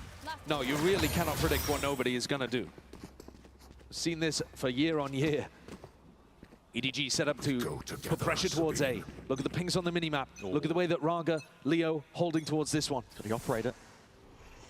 Holding towards the flower pot. Someone needs to break this util for him, and he's primed, ready to escape just in case. And there it is. Flash in their face. Updraft and a dash up towards that heaven angle. Nate's also going to be sailing over. You got util still back out. Smoggy is in there like a rocket. Can't be stopped. just blitzing over the opposition. The sight is entirely theirs, cracked wide open. And the decision is made for XLG. The remaining players, Lysol and OMEN, forces a step back and try and hold on to the guns. That's the duelist value you've been hoping to see from EDG. Unleashed here. Smoggy, way faster than XLG were ready for on the double dive into sight. Kankan goes up towards heaven. Backhands a player there too. These are two players that have yet to really have their impact in this match. And they're going to be extremely happy that it ends on split. Both players that, if they're in peak form, give EDG a great chance at running not just to a podium spot, but to a potential title. By now, we know full well pressure to bright lights doesn't really affect them that much. If it did, they wouldn't have a Champs Trophy. Exactly. There's been many an iconic moment here on Split for EDG, for Kankan specifically. It's genuinely incredible that they've kept so much of their roster together over the years. It really is. And they're still performing at this kind of level. Yeah. You would expect a roster like this to either have made more changes or to just slowly fade out of relevance, but they've always been there. Even when they were slumping in the Yoru meta, they were fighting, they were still turning up to events. They still looked like they had players that were dangerous. And now it's comfort again. A double duelist meta where you get Kankan on Jet and Smoggy on Raze, and no pressure on the B site here whatsoever. That's dangerous. Right situation here for them. They are walking all the way up. There's not a single piece of util being used. Just primed, ready for the reaction and the contact being caught here, but just with a Spectre, at least a Stinger from range, not going to be doing too much here. The Snakebite to stop them in their tracks from really scaling a little bit deeper here. This fight's been squared up to across the map. Code 4 now with the discipline. Double face from XLG looking to clear their way out, make sure that Chichu can't play the backstab. OMEN's a player with a rifle and close to a showstopper. If there was any chance for XLG, it might be in his hands. Just waiting for the smokes to dissipate for now, though. Finally, taken away. Smoggy. Smoke in his face. Double dash. Up towards it. Over. Not quite landing it. These players are lined all the way up. EDG with a superior weaponry. They've got those rifles and they're able to at least slap down the opposition. XLG can only do so much in this spot. And Lysol surely going down indeed. Bit laboured towards the end of the spray down, but Duelist getting active and a good read by EDG, always alternating. It's really nice, and it also shows you how good the coordination is between Kankan and Smoggy on this map. The way that Kankan execs on top of this newsstand, and then you create these high-low setups. In this spot, even with Jenny going back into that position after Kankan's fallen off of it. They're always in positions where they can play off each other. In terms of the team play, in terms of that micro, I think that's one of the areas that has kept EDG on top. A fight. Not ready for it.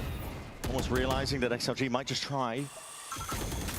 Posture themselves up. That boombot doesn't get broken. Kankan is 7 HP. The heal's coming out, but this guy's blind as anything. Jenny, luckily, the savior. Could have gone all too wrong there. Seeker's going to get broken. Immense amount of faith that Kankan had in his team. Yeah.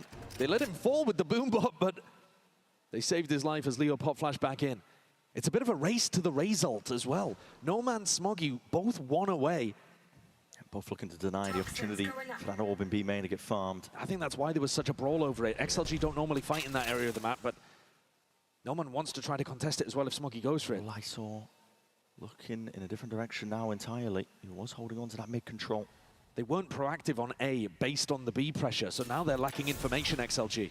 Moves to happy weight. Look how passive they are. Oh, they are walking all the way. They're just gambling, eh? Space gambling. A 4v5. It's a hell of a call to make, and it is the wrong read.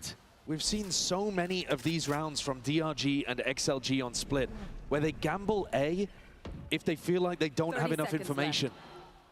This is because they played the macro wrong about a minute ago.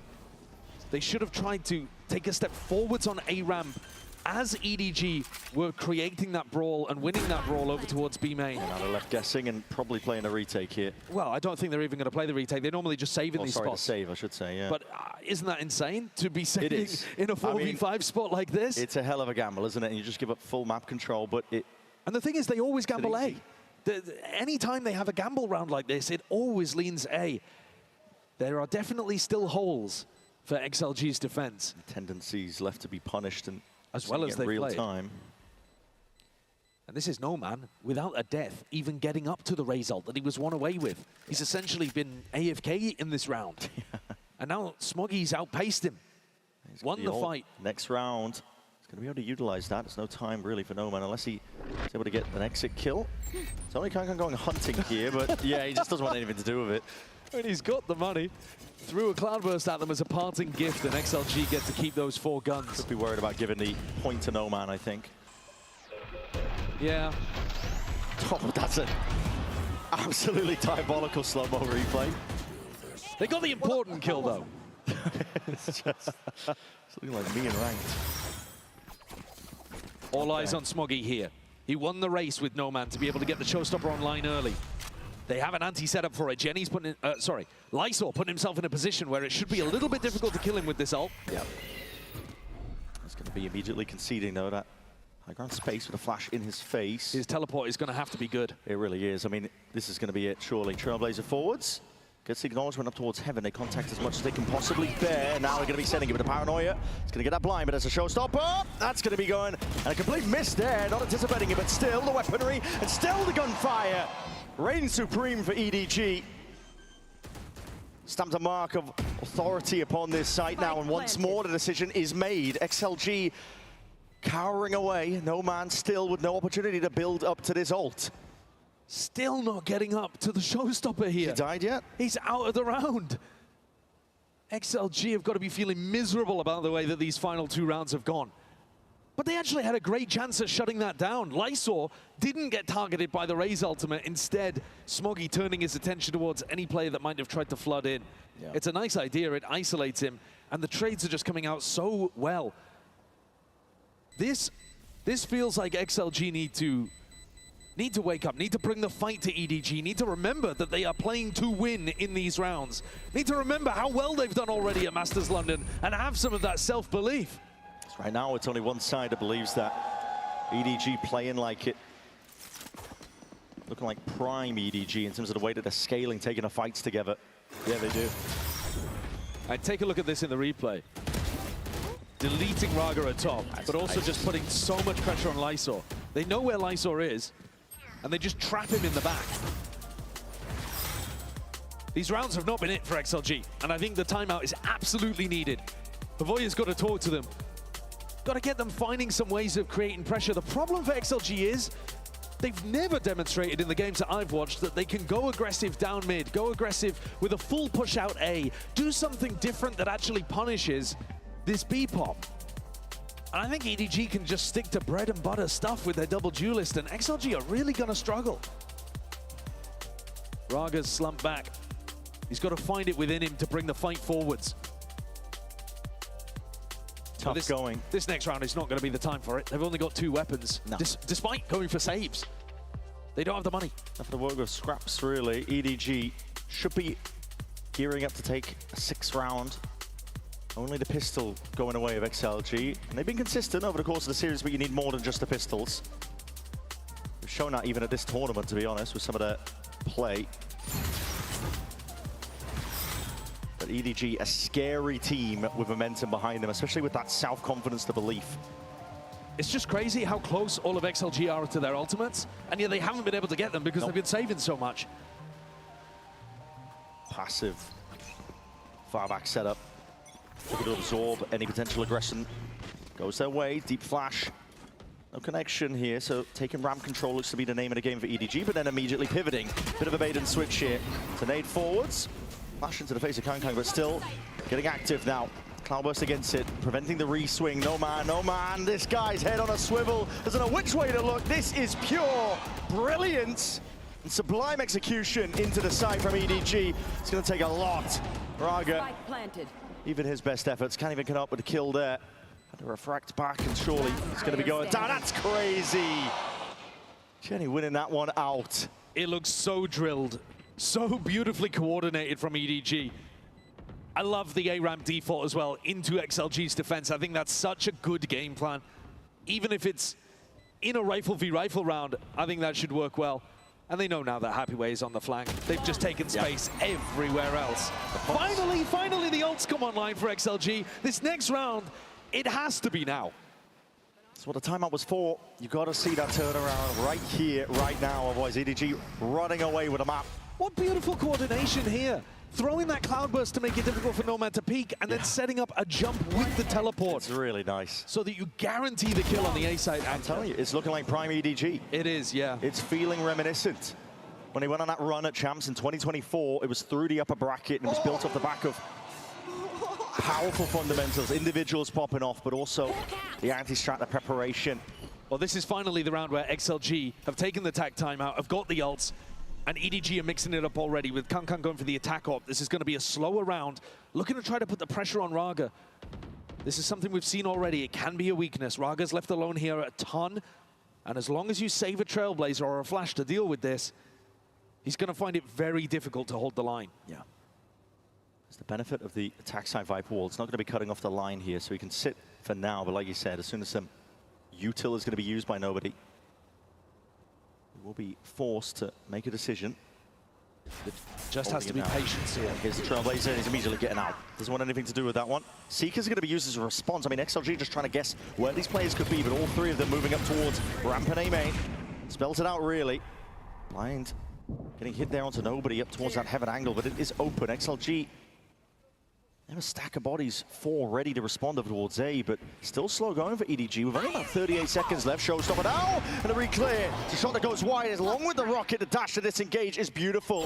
Kankang's there still. Happy Wader watching. 30 seconds left. On through mid. Incredibly important kill, Brent, for Happyway to be able to get, because this pivot's going back with barely any time. There's only 20 seconds. Kankan trying to juggle an op and a Vandal out through spawn. I'm not too sure what the hell the plan is here, but there's only 16 seconds left, and now you're going to make a move, a go of things. You don't have heaven control.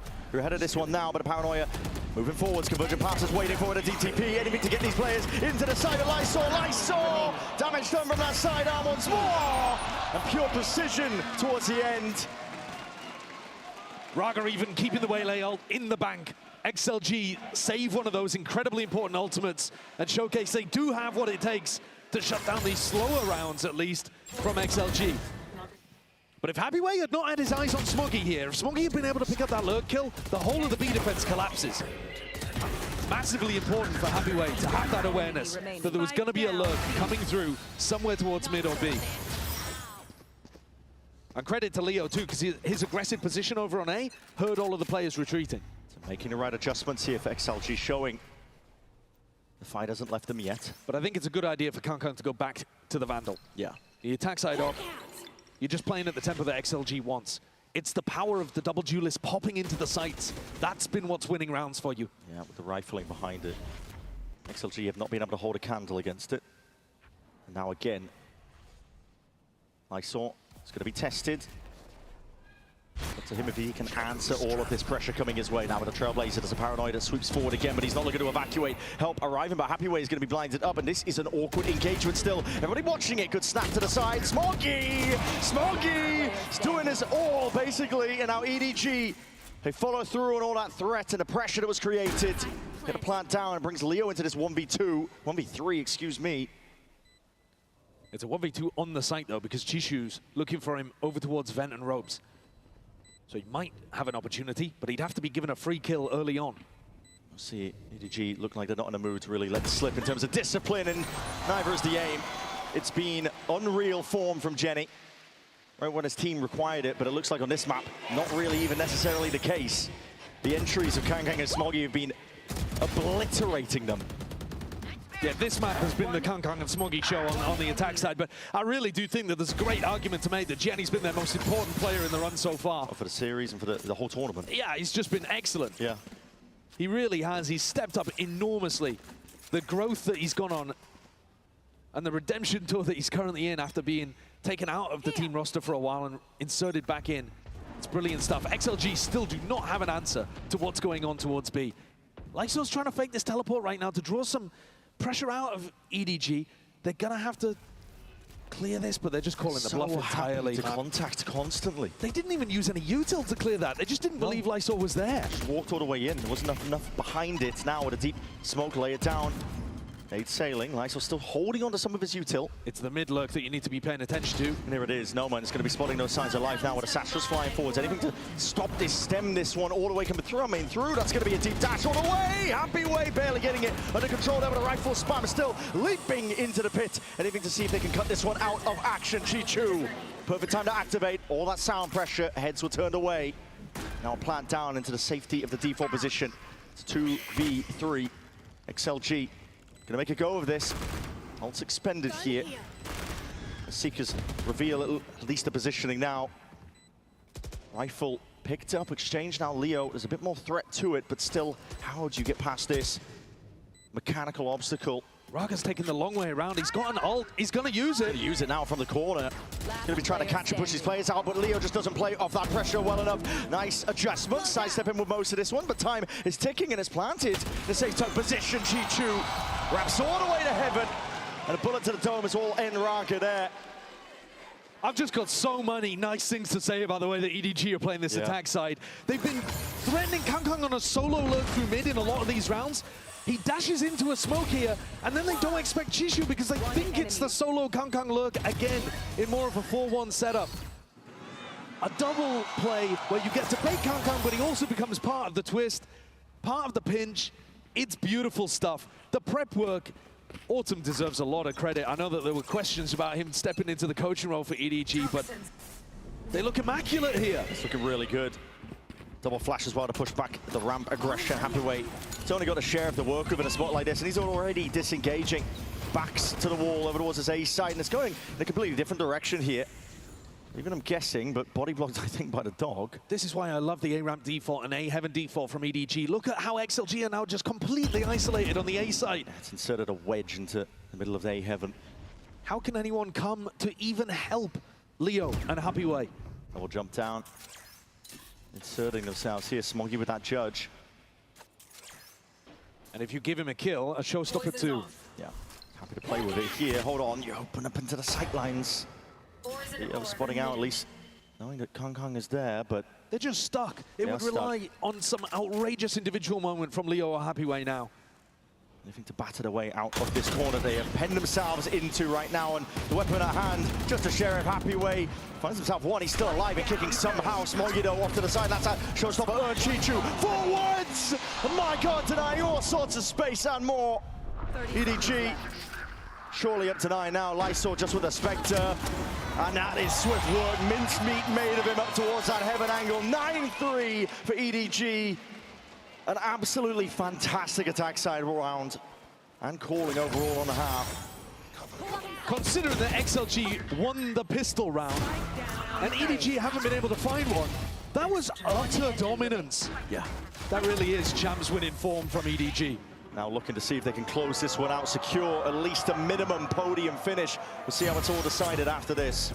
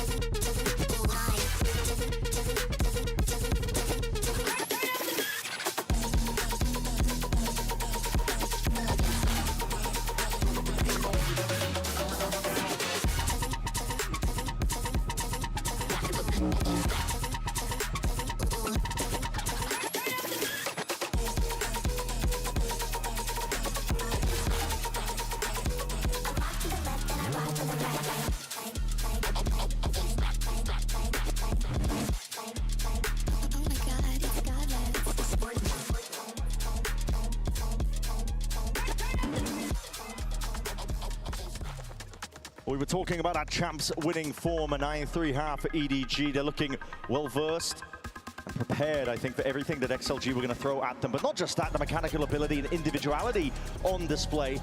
And that exec style, the double duelist just bursting into the sights. XLG could not do a thing. We told you that Kangkang and Smoggy had much more to give. We've seen it before, obviously. But this half, they took over. The game plan, the ideas, all brilliant. And now EDG, 4 rounds away. But on the other side of a pistol that has been tricky for them. XLG been running the game in terms of the pistol round wins, but such a sizable round lead, it's still going to be an uphill struggle, even if they earn that. They're going to need Raga to go bonkers on the attack. The duelists on the other side are now where the attention lies. Steadily making their way forwards here, collapsing up towards mid, a ramp control.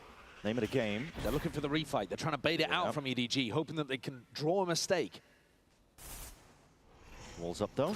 It's going to be taking their timing forwards, but the Boombot is very well timed out that. It's going to be big reveal, flash forwards. It's going to be blinding up these players as they work towards mid. Looking to put a bit of a crunch on in case there was somebody there, but no one's home. Kind of risky from Leo. Yeah, he's the one with a spike. And look at how much space nobody has taken in the meantime. Off all of that A-ramp pressure, nobody is super confident to just walk forwards. This is going to be hard if XLG commit to B. It'll be hard to dig him out of that position. Space though, players were starting to dissipate away, pull their way back. Satchels are forwards now, and that's going to be spelling out the game. XLG looking to see if they can make their mark over towards this side. There's a game of timings here with Jenny. Right-clicking away. Not finding too much though. Not a plan going down without too much pushback. Still that B main position. This is absurdity by nobody. They're triple re-clearing him. Triple re-cleared to try and find out where he is. They still haven't found him. Nope, he is tucked so damn tight. What a hell of a read. Raga. Knife out, and there's nobody. Pouncing and striking right where it hurts. Kangkang walking his way all the way up onto the side. Now a flash as well. Monumental connection.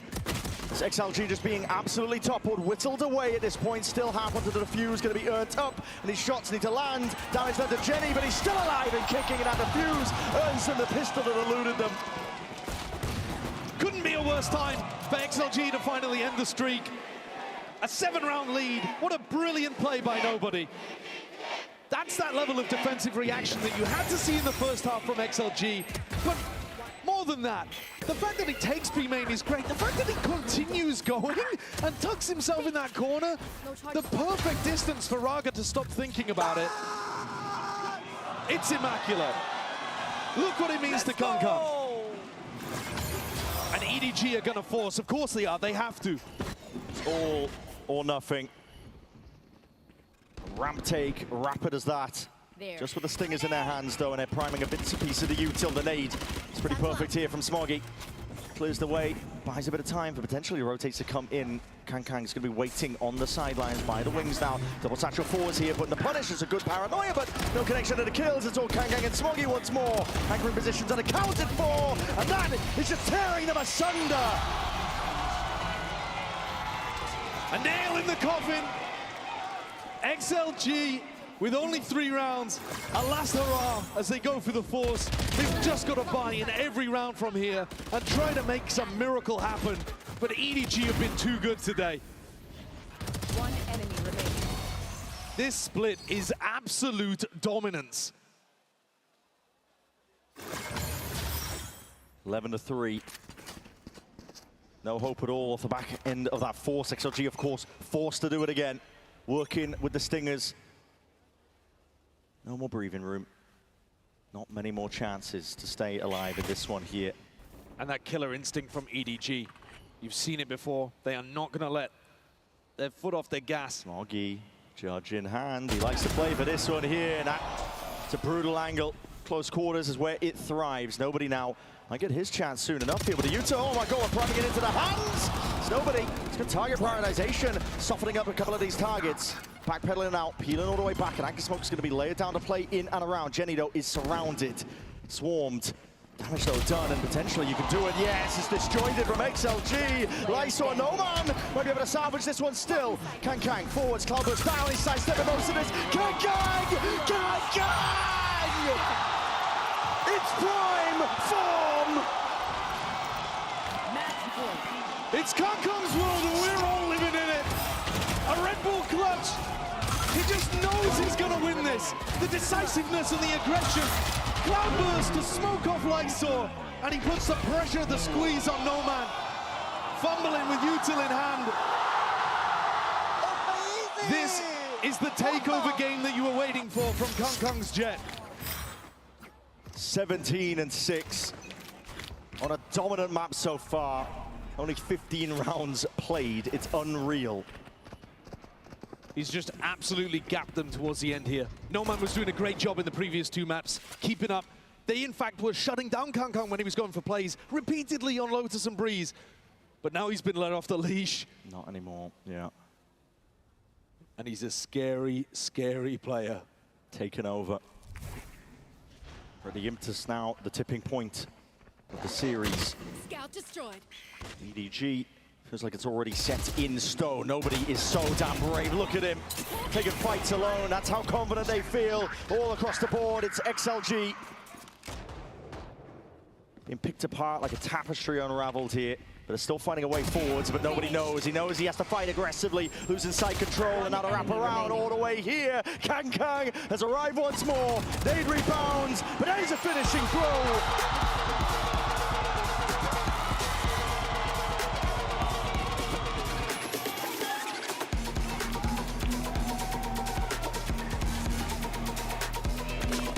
It's 13-3 to finalize split. And EDG are never a team blinded by the lights, they feel empowered by it. EDG turned XLG into a side character in their story. The protagonists march on. A minimum podium finish. A great try today in those first 2 maps from XLG, but they got outpaced. The aura of Kong Kong and Smoggy finally coming online on split. There is nothing but respect between these 2 teams. What a performance at this tournament from both of them so far. XLG will have more to give in the lowers, I am sure of it. Absolutely. But EDG march on with their eyes set firmly on another trophy. They're basking in the cheers, the roar of the crowd. This is an EDG squad that, when the form is hitting, when the time is right, when the conditions are met, you just know, you have the belief. We've seen them do it before. The possibility sitting at the back of our minds. Can they go all the way once more? The region was looked down on across these last 2 tournaments. They failed. Their compatriots failed to put China back on the map. But here in London, in front of a crowd that wants them to go forwards, wants them to lift that trophy, they're going to be alongside HyperX as one of the tournament favorites. Absolutely. That could be a potential match, one hell of a one. We find out. Still another match to be played later today. We'll decide quite a bit. Yeah, Vitality are going to have something to say about that. Yeah, absolutely. Going to be trying to shut this one down entirely for EDG, though. And bask in the glory of the moment here. Earn themselves a significant spot as they move forwards in the uppers. For now, though, we're going to set it down to the floor. Frankie standing by for the Verizon post-match interview. I've got nobody, the IGL of EDG, for an interview. First of all, nobody, how different was it to play XLG today compared to when you beat them in the VCT China finals? 因为上次交手是在第1赛段的一个总决赛嘛，那今天再一次对战到 XLG 有什么你觉得不太一样的地方吗？我觉得其实没什么不一样吧，然后它还是我们比较熟悉的那个 XLG。I think there are no big difference because they're the XLG that we are very familiar with. And what was it like to play XLG in those pistol rounds today? You managed to win the last one on split, but the other ones looked really hard. 那想问一下，在首枪局和 XLG 交手是一种什么样的感觉？因为今天可能他们几乎赢下了所有首枪局，除了最后在霓虹町你们赢下的那一个。我觉得就是也不要咋说，反正就高手不赢首枪局。I think the high-level players never won the pistol rounds. I love that excuse, or, you know, analysis, shall we say, nobody. Final question, especially on split, you look like you might be prime EDG again, making the top 3. Do you agree? 那今天可以看到你们整体的状态非常的好，我们会觉得好像看到了一个巅峰时期的 EDG， 你有这种感觉吗？我觉得如果是巅峰 EDG 的话，图2应该已经赢了。I think if we are the Prime Edward Gaming today, we should won the map 2 and we should won the game. Well, there's just 2 more games between you and the trophy here in London, so good luck, nobody. Thank you so much. Guys watching around the world, stick around. Oh, brilliant, awesome, thank you so much.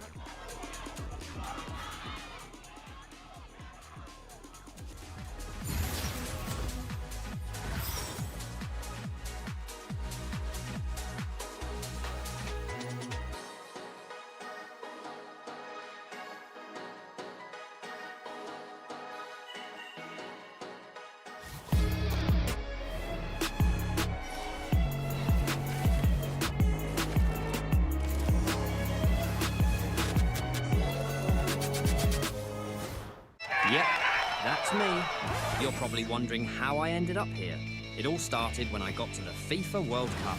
And wow, thousands of Verizon customers. Oh, you got the free Verizon tickets too? No, I'm with amazing seats. I'm sorry. Okay. And even pitch-side access. Are you? David Beckham, a Verizon customer. This used to be for players.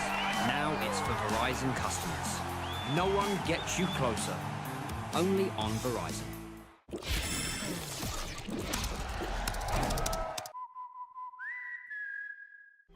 In esports, legendary moments demand speed, scale, and soul. Players and fans bring the heart. Technology brings it to life. Every frame, every stat, every decisive play. In partnership with the VALORANT Champions Tour, we're driving digital innovation that empowers the esports ecosystem to keep expanding. So players can focus on the game, and fans can focus on the moment.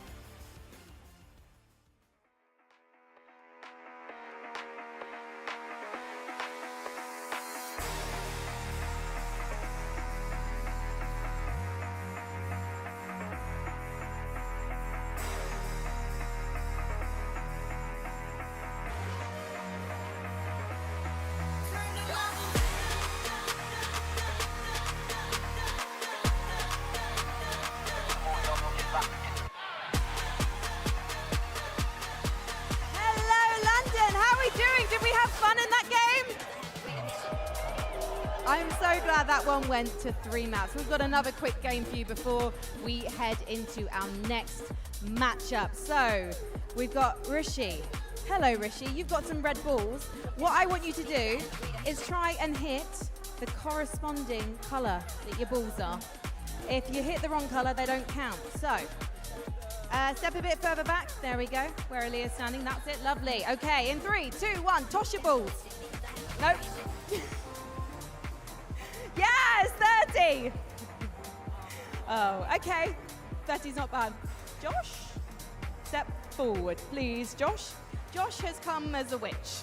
I have no idea why. Maybe this is a hint as to who the next agent is going to be. Josh, please, toss your balls. I need to think about how I want that. Okay, nope, that's yellow, that's not green. Aim for the green.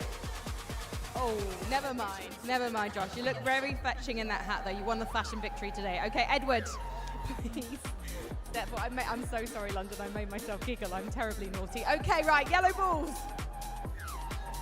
Oh, it's okay. There is always one that doesn't quite stick. 60, that's not bad at all. Oh, it's on the line. I think, you know what, you've got a tidy 60 there, so I'm actually going to be really mean about this one because everyone else hasn't gone that well. All right then, Edward, step back, please. It's Aaliyah's turn. Here we go. Okay, the blue ball, step back a tiny bit.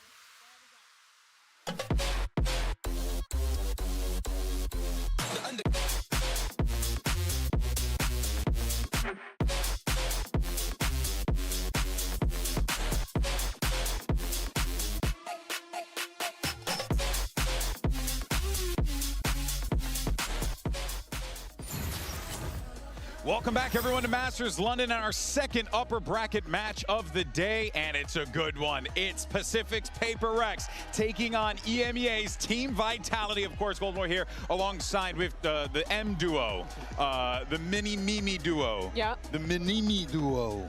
I don't know. I'm trying out here, dog, but it's rough. It's rough. Evil Cat and the coach of HyperX/Fnatic. In any case, so folks, yeah. Oh, Zeta Division as well. I'm so sorry. I'm so sorry. Gotta respect Zeta's game. But of course, folks, let's go ahead and talk about this matchup because it's safe to say that there have been a lot of surprises out here in London. But HyperX has been, as what we've come to expect from the squad, predictably good, Mini.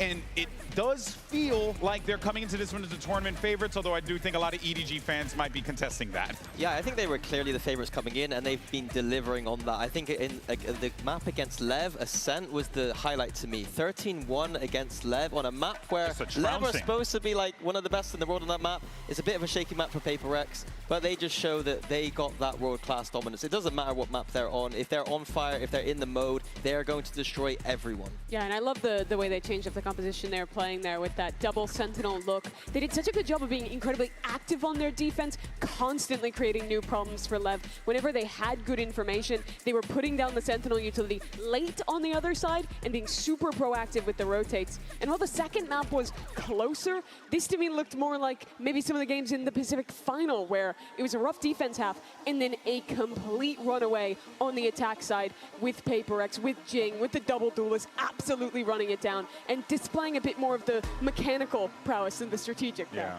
you can never cut them out of the game. Even if they're down in a map, they just have that world-class thing about them. It doesn't matter if they're down in the individual skill. Down in a map, they've got it all. They've got the individual skill. They've got the right way to play this meta, the explosivity. It is just like their year right now. Yeah, and also, too, what always stands out with me with this HyperX team is they don't just, like, go for the plays. Like, they'll go for some wild moments for sure, but there is a thought process behind it. And yes, we can always say W Gaming, you know, trying to make these plays happen, but they level those risks quite well, and more often than not, because of that individual gun skill, they shine. They are the most intuitive and instinctive around understanding macro play. They might not necessarily be able to break it down for you and tell you how to play strategic Valorant, but they just have that feeling, and they know when they should be pushing. They know when they should be rotating.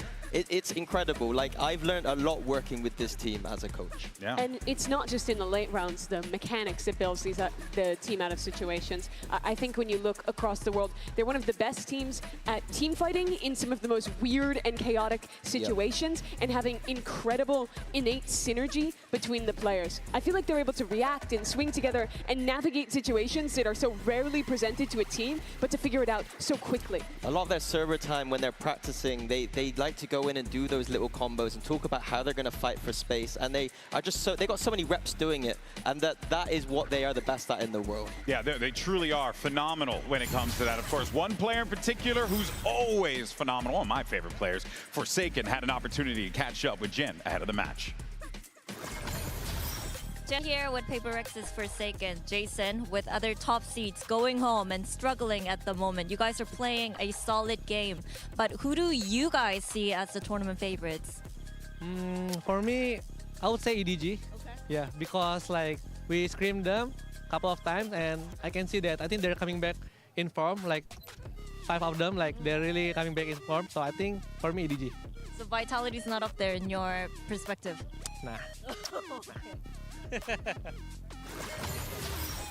Okay.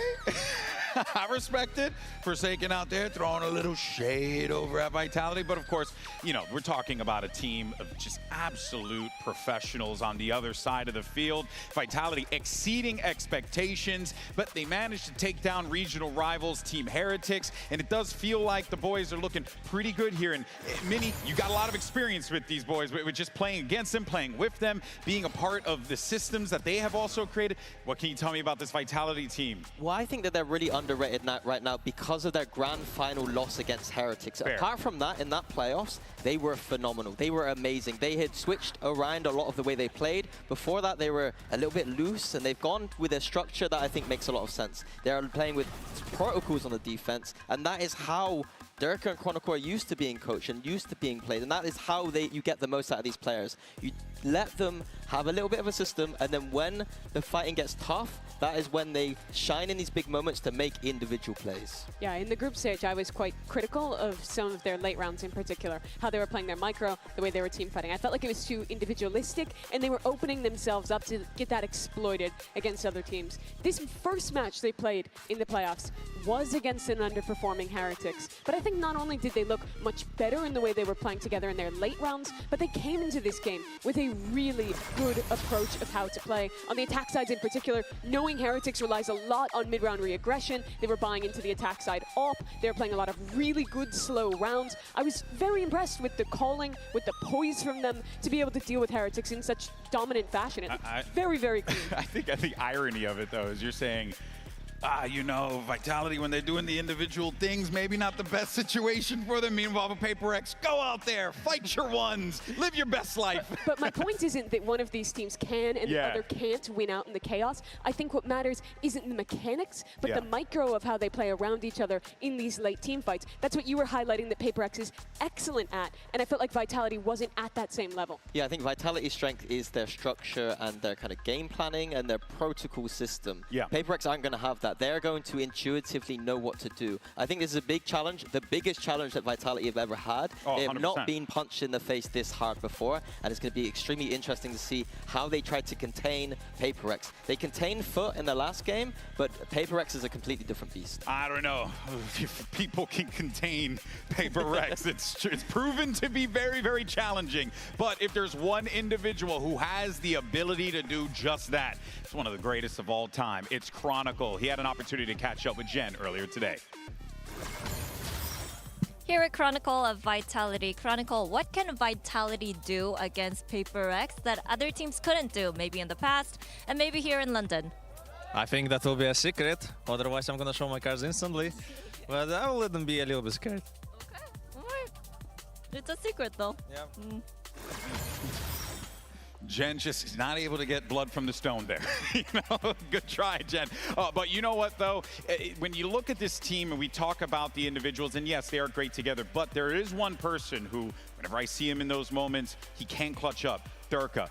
You know, again, this team is loaded with GOATs. Genuinely just talent up the wazoo. But Durka is going to be a guy that I'm certainly keeping my eyes on in this matchup. Yeah, I think it's about the fact that he somehow is underlooked time and time again, despite the fact that every time he is at a global event, he is frying. Like, look at some of those stats. He is, in my opinion, the best entry player of all time. I think that he is one of the best duelists of all time. Maybe sometimes when he goes to global events, maybe even Fnatic, Vitality, they don't go as far as maybe in some of the tournaments, but every single time that Durka is there, you go into that VLR page, he is up the top there every single time. Maybe regionally, he wasn't as strong, but as soon as the bright lights hit, he is frying, and I think this meta is perfect for him with the Jet and the Raze. And he showed up massively in that opening game of the playoffs for Vitality, one of the most consistent players, like you're saying. But if you're looking at Vitality, you focus on Durka, you focus on Chronicle. They're guys that are in the absolute conversation for greatest individual player of all time. But I feel like at this point, there's almost no contest that HyperX is the greatest team of all time, especially if they keep form in this event, can make it on another deep run. Their consistency is incredible. They've made more global events than anyone else. This is some of Valorant's GOAT players against who is right now the greatest team. Yeah, I think this match and this tournament will mean a lot to these players' legacies. You know, we got Chronicle looking for his fourth. We got Durka there cementing the fact that he could be the greatest duelist. His head-to-head is something who I think is the greatest duelist of the modern era, and HyperX for sure the greatest team in this modern era, if not of all time, depending how this tournament goes. Hey, look, no matter what, tall task for Team Vitality, but let's hear from Sayonara on Vitality, on the Vitality squad about this Masters run in this HyperX player moment. Hello guys, my name is Vitality Sayonara. Feels really good, a really dominant win and a good momentum boost for us for the playoff start, and a sweet revenge for the grand final in EMEA. I believe they played the same, maybe a little bit worse individual wise, but I think they tried the same ideas, just I think we played a lot better and we adapted to what they were doing. And we just got used to the stuff that they pull. Nothing much to say, it was a very straightforward game. We destroyed them and we're looking forward to our next opponent. Can't quite get out of this for now. He's managed to play his life and Sayonara with a double! double! You don't get to! Daka sayonara! This is a massacre, Ole! A mistake made! And Boo now has to face the consequences. The leader in game has to deal with what they've just done. We should have been the #1 seed, I agree with Profek, but at the end of the day, it doesn't matter. #1 seed, #2 seed, we are gonna play good no matter what, and we are on fire right now. We will give anyone the fight that they deserve, and we will show that we are better, and we are gonna dominate no matter who we play, and we're gonna give them a tough game and an entertaining game for the fans to watch. Okay, so I want Sayonara to basically motivate me in every aspect of my life. Yeah. Straight talk, keeping it real, $150, exactly what you want to hear. All right, let's jump into our skirmish side selection, shall we? As we have HyperX here, and oh, who's this on the HyperX side here? Oh, that's Tommy, their team manager. There's a running joke in PaperX, they like to send whoever out, and they've been trying to get Tommy in the scrimmage for a while, and I think there's a reason maybe why he hasn't been there before, but he does manage to get a kill. He got a kill! Pop off, Tommy! Two? He got 2 kills! Let's go! Oh, no comment. Oh, it's okay. Hey, I'll take 2. I can't even get 1, so I will give Tommy all the credit in the world there. I mean, today we got a win for a coach, but not a manager. It's a shame. Yeah, the manager's the manager. Oh my God. All right, let's go ahead and jump into our maps, picks, and bans and see where we're playing. Right, hello and welcome guys. Let's do the map veto for PRX versus Vitality. Vitality won the skirmish, so they're going to pick their side. Hello, it's me, and I'm gonna pick Team A. Team A, alright. Which means you are banning first. We ban Ascent. Alright, Vitality bans Ascent, and what PRX bans? We are banning Pearl. Alright, Pearl is also banned, and Vitality is picking. Today is a cold Breeze again, so we pick Breeze. Alright, and the side for Breeze, please. We go defense. Defense, and your map pick PRX. We are picking Split. Alright, Split, and the side for Split. Restart attack. Okay, so we have Fracture, Haven, and Lotus left. Vitality banning first. We ban Haven. Haven is gone. Gonna go easy on me with this one. Fracture and Lotus left. We banning Lotus. Alright, which means the side there is Fracture and Vitality is picking the side. This feels like a million years ago, but I think we pick attack. Okay, so quick recap. We start with Breeze, PRX defense, then we have Split, Vitality attacks, and if we go to the decider map, which is Fracture, Vitality attacks. Everything correct? It's time to set fire to the rain. Good luck, guys. How could you not love Vitality, man? These guys are characters. Have you been enjoying the dad jokes? Yeah, I love it. Time. I love it, man. It's so good. I mean, come on, look at me. Obviously, I'm enjoying it, Minnie. I'm easy to please. You're the target audience. I am. You know, not the youth that are watching this show. That being said, though, folks, I mean, we got our series, we got our maps. Let's talk about it. I got Breeze, Split, and if necessary, we're taking a trip over to Fracture. We feeling maybe a 3-mapper today, Mimi? I do think getting the Breeze in here early is good for Vitality. In terms of non-Americas teams, they have my favorite harbor of anyone here. So I think this is a great place to start, but it's going to really be a test. HyperX at their best are a nightmare on this map. This is where the individualism absolutely shines with their double duelist. All right, folks, this is it. Let's go ahead and bring out your 2 teams for this epic clash. It's Vitality and HyperX.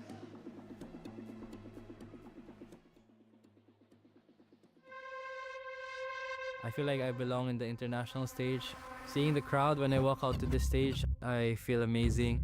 I think one thing I learned in Santiago was how I switched my mindset to just feel and be in the moment. I just let the moment be itself and enjoy every second. We got a good momentum boosting groups. We adapted to some new style. Everything just clicked, and we are on fire right now. I think Vitality is a great team, but now we're gonna be going up against them and we feel very confident. Chronicle and Durkee, they're very experienced, and the chemistry between those two, you can see it there and it's legit. PRX players, they play with utmost confidence. They will get in your face. This is something. I've been listening to this voice. but I believe that our playstyles will match kind of well. We have the structure, they have the confidence and the aim. We will match quite well, and we're gonna give a fair fight. Team Vitality, this might be your home region, but watch out. The train has arrived. PRX, I'm sorry to tell you, this is your last stop.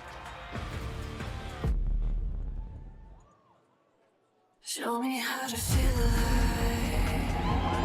Hold me close and let it ride. Show me how to feel alive. With world-class players on both teams, this matchup could go to the end of the line. It's PRX versus Team Vitality. On the one side, you have a team that is loaded with great players. Ghosts, a lot of them you'll call. You got players like Chronicle, players like Durka, but they're facing off against a team that is considered to be the greatest of all time. It's going to be a challenge no matter what, but an epic clash here for Pacific and EMEA. For EMEA, it's that classic style, the structure, the preparation against a team that can always shut them down. One of the most chaotic, aggressive squads that this game has to offer.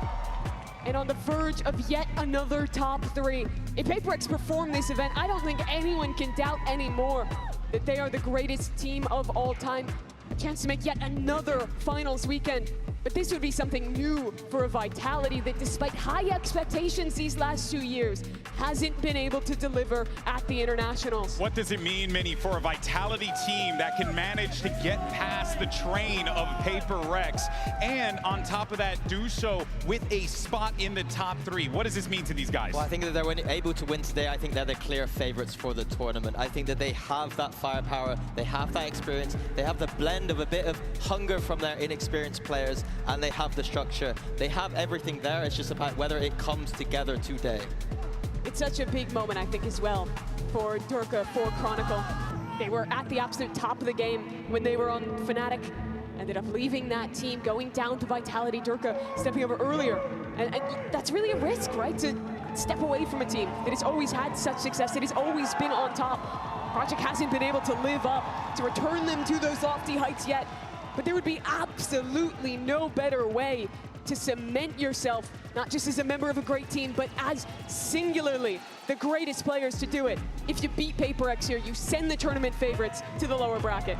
Yeah, I think this is a legacy-defining matchup, potentially. We've got, as we said, HyperX, they have the players, they have the achievements. Yeah. Vitality, as an organization, this is their time to shine now with the great players that they have. Oh yeah, prolific organization across all of esports is Vitality, but you guys, of course, bring a very important point here, which is that experience. I think when you look at what we saw in EDG and XLG, you had an EDG team that was used to the bright lights of the big stage, and then you had XLG team that was not just punching above their weight class, but also showing that they too can match there, but they had to prove that. Both of these teams, that ain't the case. They've both been in these situations before, and they have the leadership to guide them. I mean, it's going to be Sayonara and Prophet we're looking at for that narrative, but both of them have been great. Sayonara in particular has been shining. The way he plays the game, so methodical, it is so great to see that that methodical brain is just able to work, and he doesn't get nervous in these moments, it seems. You heard him in the interviews? I mean, my guy's locked in. That guy is a very mature train of thought. It does not surprise me the way he plays, given the way that he talks. Yeah. Vitality delivered in their first match. It was a completely dominant win against Team Heretics in the playoffs. But things looked a little bit shakier in the groups. Things could have gone awry in those games. Some individual performances away from it being a completely different story.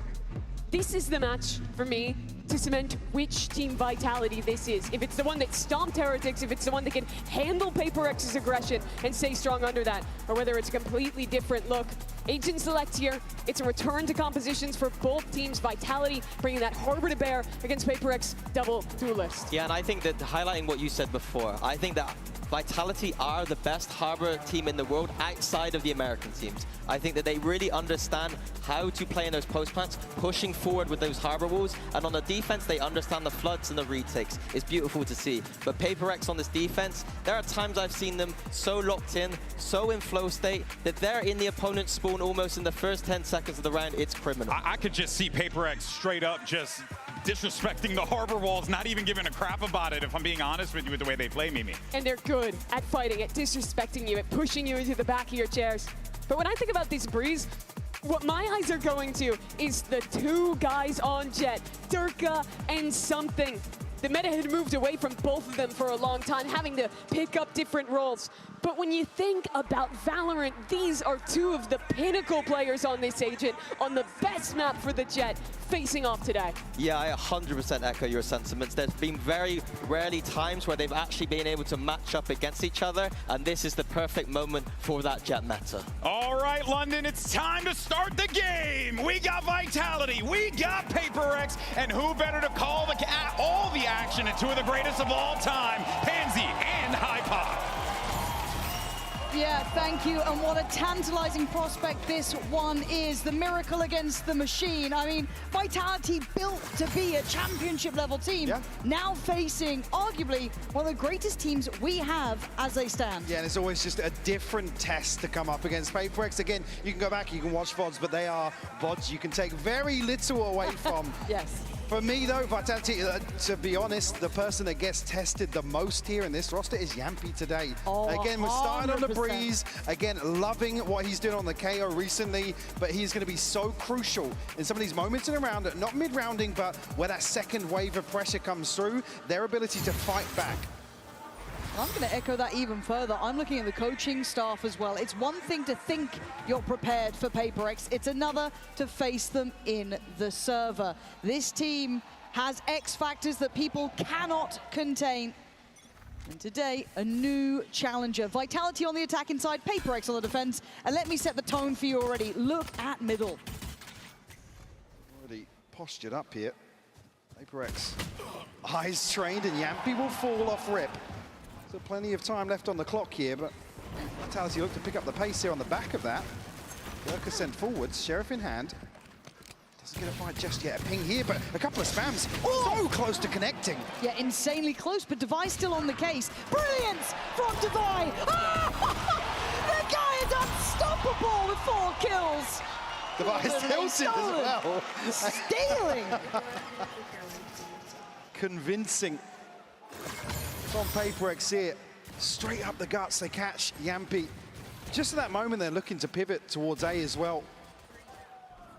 Devi finding 4, shuts this down before there's any hope.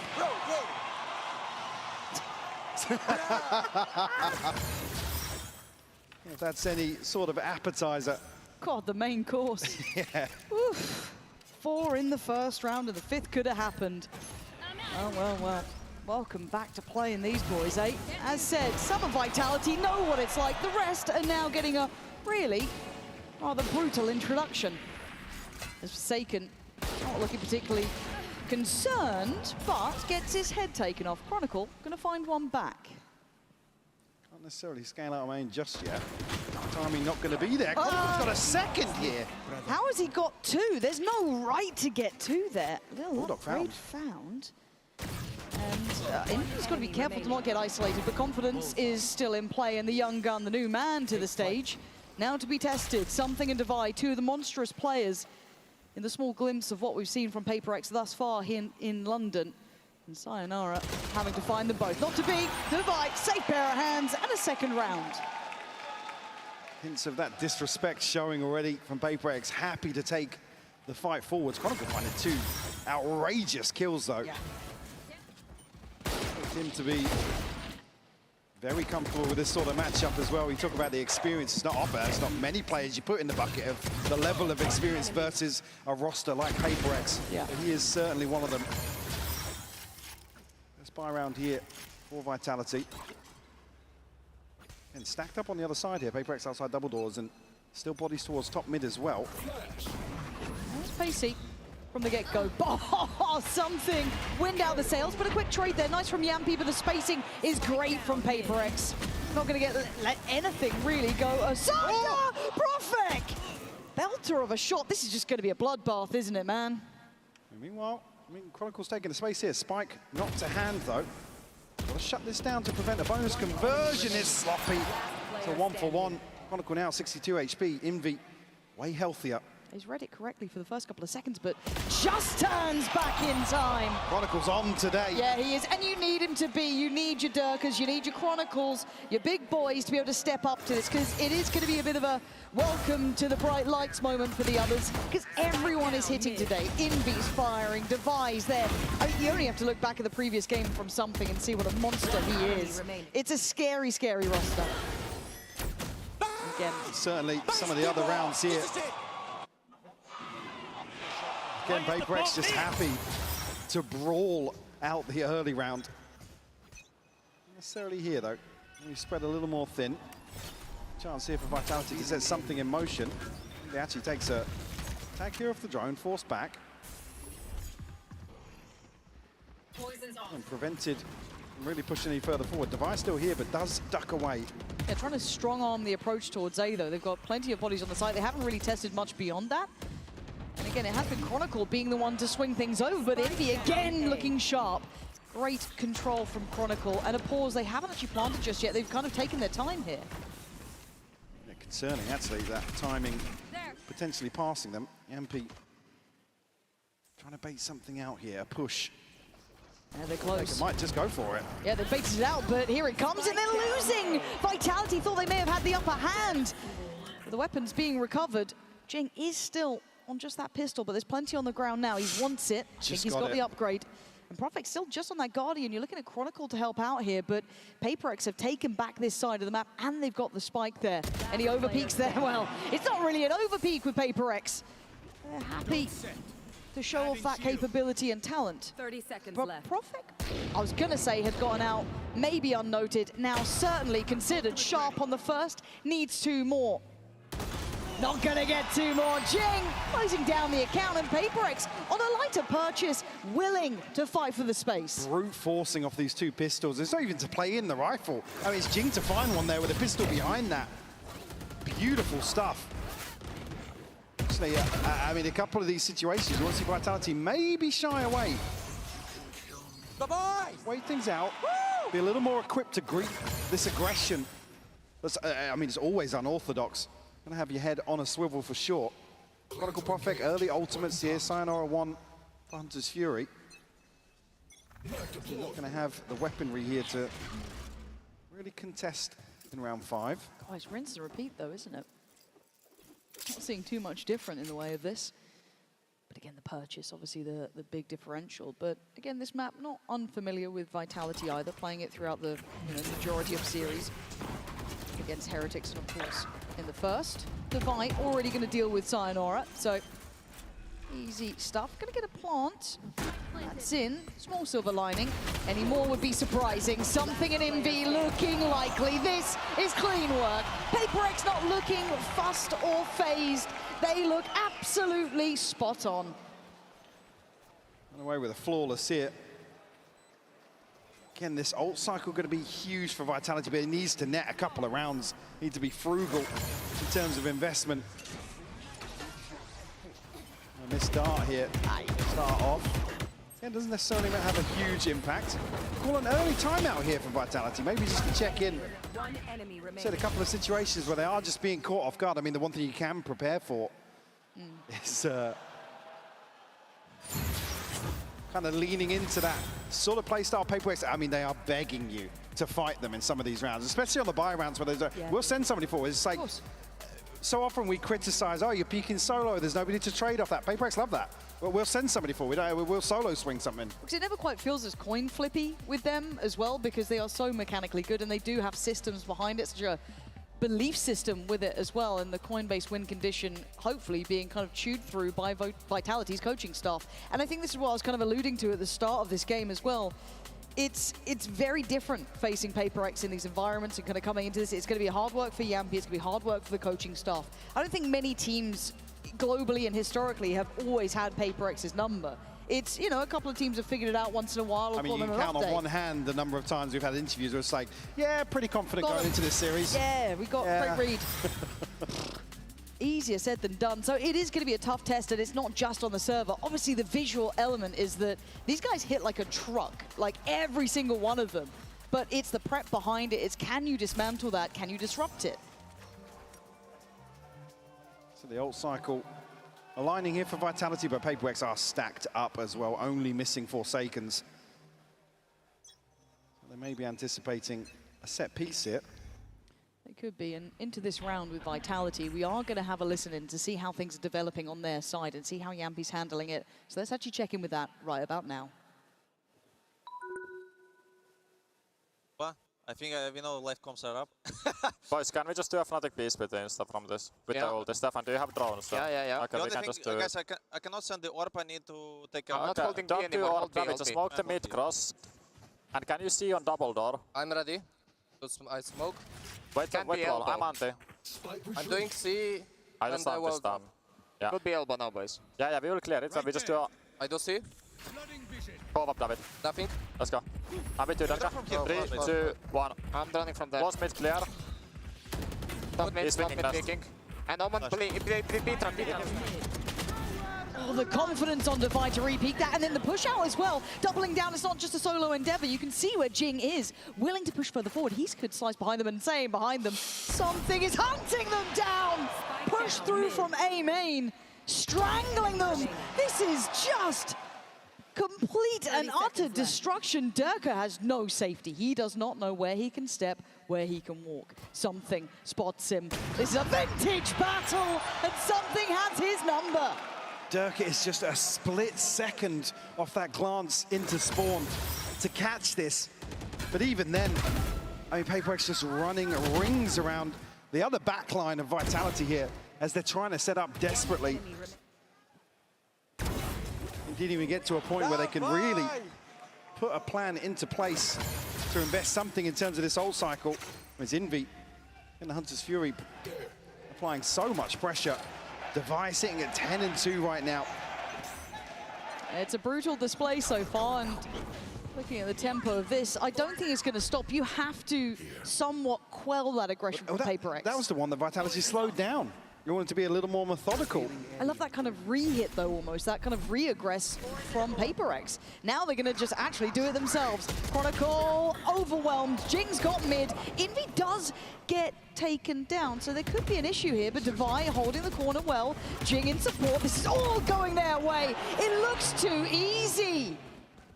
Sayonara and Profek completely out of sorts here. Going to try and get a plant. You're hoping for miracles now. Consider the pit here. I mean, nice skill from Sayonara over the top. They need a round hit. And this is the younger guns here. Sayonara's fallen. It is all on Profek. A 1v3 against this squad would be something to remember, but they want this one back. They want that board kept clean. And I think Forsaken's got the angle. Oh, he's actually fallen, but the trade, instantaneous. It looks so simple with these guys. And something I'm going to start looking at as well for Vitality is, honestly, Durka here. Again, roll your minds back historically, previous teams and previous performances, saying, and quote, lost my confidence. They've been pushing everything and hitting everything. And that still holds true. This guy has had his work cut out and had to deal with this roster time and time again. And he's just not landing today. Yeah. One enemy remaining. But this gamble in mid is insane, by the way. So when the dart gets sent down, somebody shoots it, cool, full send. That's the green light that HyperX need to just execute onto the back line. Again, there's no contingency here to really bail Chronicle out. HyperX just holding no punches whatsoever. He's opening 7 rounds. Looking to pick the pace up a little bit, catches Jing off guard, but Forsaken on the other side, that will go forwards. Tell me there's ever an upswing for Vitality, because it's instantly backed by HyperX. They are so good at always evening things up and then taking the lead. Something in full control until beheaded. Profek trying to keep the boys in this one. The HyperX are on the move already. And you know they're confident, you know they'll swing it, you know they'll take a fight. Durka going to take their life though. Follow-up found! Maybe spoken into existence, but Envy in a 1v2. And they're relatively split, but in complementary positions. So Envy has to try and divide and conquer. And he's managed to find... Oh my God, he's here so early. He is, and he's completely unnoted. Profek. He's gone down, and now the 1v1 Sayonara. Barely stepping on a stage like this. Welcome to the big stages. This is HyperX's home. Just catching Sayonara again, just They're so good, man. So confident to hold this peak. It's heartbreaking to see some of these situations. Again, timeout called. I think Pal's probably hearing things that are out of sorts and wants to check in once more. 7-1 the scoreline. This is the big leagues, though, isn't it, really? Because, like, look, and I think we were kind of talking about this as it is another timeout for Vitality. We've seen them throughout this so far, DRG, Foot, and Team Heretics, and they look pretty good. They look very good, actually, even compared to regional form. I think all of us were like, okay, they've made a step forward. This is the first big boy they're facing, though. Yeah, like I said, there's always a different test day. as well. It's not like a, hey, how well vetted are you versus international teams. You always put HyperX outside of that bracket, right? It's, again, you can go and prepare for, what do? Watch the last VODs and... Hope you got them? Yeah, exactly. You have to have such faith in your ability to execute versus, and you just don't get the opportunities to do so. You can see here, removing Chronicle within the first 15 seconds on the back of a dart being shot. They are willing to just coin flip so many situations, and they're so talented that they're not 50-50 coin flips. They are not 50-50. It's not a roll of the dice. It really isn't. Because you can't say that by this point, right? It's like we've seen this consistently now. It's 70-30. Yeah, there are teams every so often, it's just like, yeah, you know, things have aligned for them. There's a good meta for them, but this approach, their ability to just embrace the chaos is, I mean, it stood the test of time. It has. It truly, truly has, and it's something that I think has won hearts and minds watching this team. The faith behind each of them to stand shoulder to shoulder, and the purchase obviously perfect with HyperX. They're happy where they stand. On the other side, they're trying to scrape together a couple of Guardians, but the tempo's not really relenting. Forsaken, waiting, gets outdone. Instant trade, I tell you. Count the seconds between the kills. It is all HyperX. Every single time. As Vitality are being made to look amateur today with only one round. Spam catch onto Divide there, forced him a little deeper, but Jing still very healthy here. Something now picking up the angle towards the spike being noted earlier as well. So Profek has to be so careful. Again, that paranoia building of somebody else drifting outside of B will slow things down, but plenty of time left on the clock.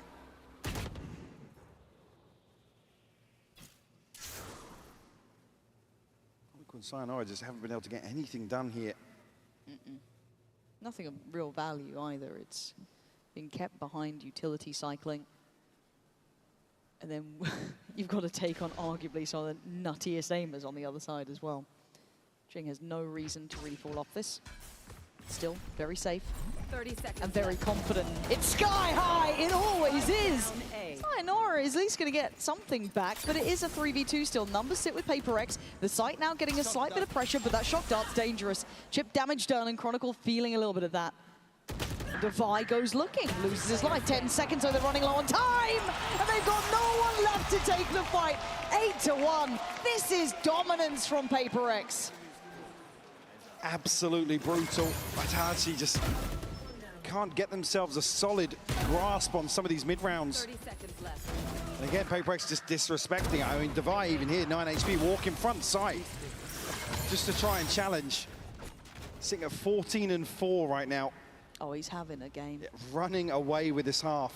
I still think Devi is such a big stage player, and I wouldn't even, seeing the way Vitality are playing, I don't know if I'll put him in it, but he is up to challenge, man. And every time you try and turn up the tempo, every time you try and maybe take a pause for thought, it doesn't matter how you approach the game, they're already pushing everywhere. Something making it hurt. Profek wants to punish, and he's going to catch Forsaken in the heels. At least get answer back, and no instant trade, but Envy is still on this angle. Flash out here could be everything. It's big, and it's got what they needed. Okay, that's a recoverable weapon. Step by step, making an account at least in this round. Jing. See information. No way he's walking this, man. I mean, that's what I mean. Thank God Dirk is actually holding that.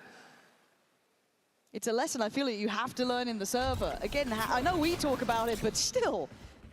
Into the side we go. This is looking like the most likely round, but look who's still alive. The two X-Factor players for me who have been outstanding. Ones that command attention, and for all the right reasons. Devi and something. Spike planted. Devi on site. Sayonara all the way behind this as well. Trying to clear as they go. Here. Sayonara should be the full stop to the round if it gets that dangerous. Yampi's done well to isolate one, and Vitality harness some of the aggression. It took a Mastercard Thrifty to flip it and get a second. Maintaining 4 alive here as well. It's a great catch. Said from Durka, and again, nice little tech there to protect the knife going in. Like this here is just that's outrageous from Jing. Yeah. It's only a second. That's how hard they have to work for one. And again, but I feel like you can limit test when you're sitting at, what was it, 8-1 prior to that round? Why wouldn't you? Go for it. You could always simmer it down a little bit and try to imply the same sort of approach here. Toying with this same utility and knife. It's a lovely idea. It's only been in the server, but still, it's now called in the action. Something on patrol. Durka already up middle though, and Forsaken probably aware of this. Oh, that's a shot from Durka. Starting to figure things out a little. I mean, yeah, getting absolutely spanked in the first few rounds, but now actually on the brink of breaking even, but something. Patience pays off for him. Chronicle will fall now. Durka, another kill. Oh, it's pretty stuff happening here. Seeing the best of them, but can they clear Divide? He doesn't know how close he was. The bait is beautiful. The steps away here. But Envy still caught one back, and they're going to note something. So they know the last 2 players up against the 3 here. Spike is on site. Oh my That's a word, tag, by the way. something's going. He is getting closer. He's feeling this one. Oh no, you can't miss those shots. He gets it back in control eventually, but takes a lot of damage for it, and something left in a 1v3. HP is not perfect. Takes down 1, 2 more targets in towards sight, and Durka's had a round. Just about now breaks even, goes positive after that start of the half. Durka delivering some rounds here for Vitality. Oh, he's been digging these players out of tough angles. Comes to Jing is fantastic. This bait as well out of the pit. Fantastic stuff. Only missing Profex ultimate here. Vitality very well situated for this round 12. Come into the unknown. The judge, no shield for Devi. Hunter's Fury and a TP here for Jing. And something on the prowl once more. Quick rotation in effect here on the back of the drone. I mean, A site wide open right now. Vitality have a window of opportunity.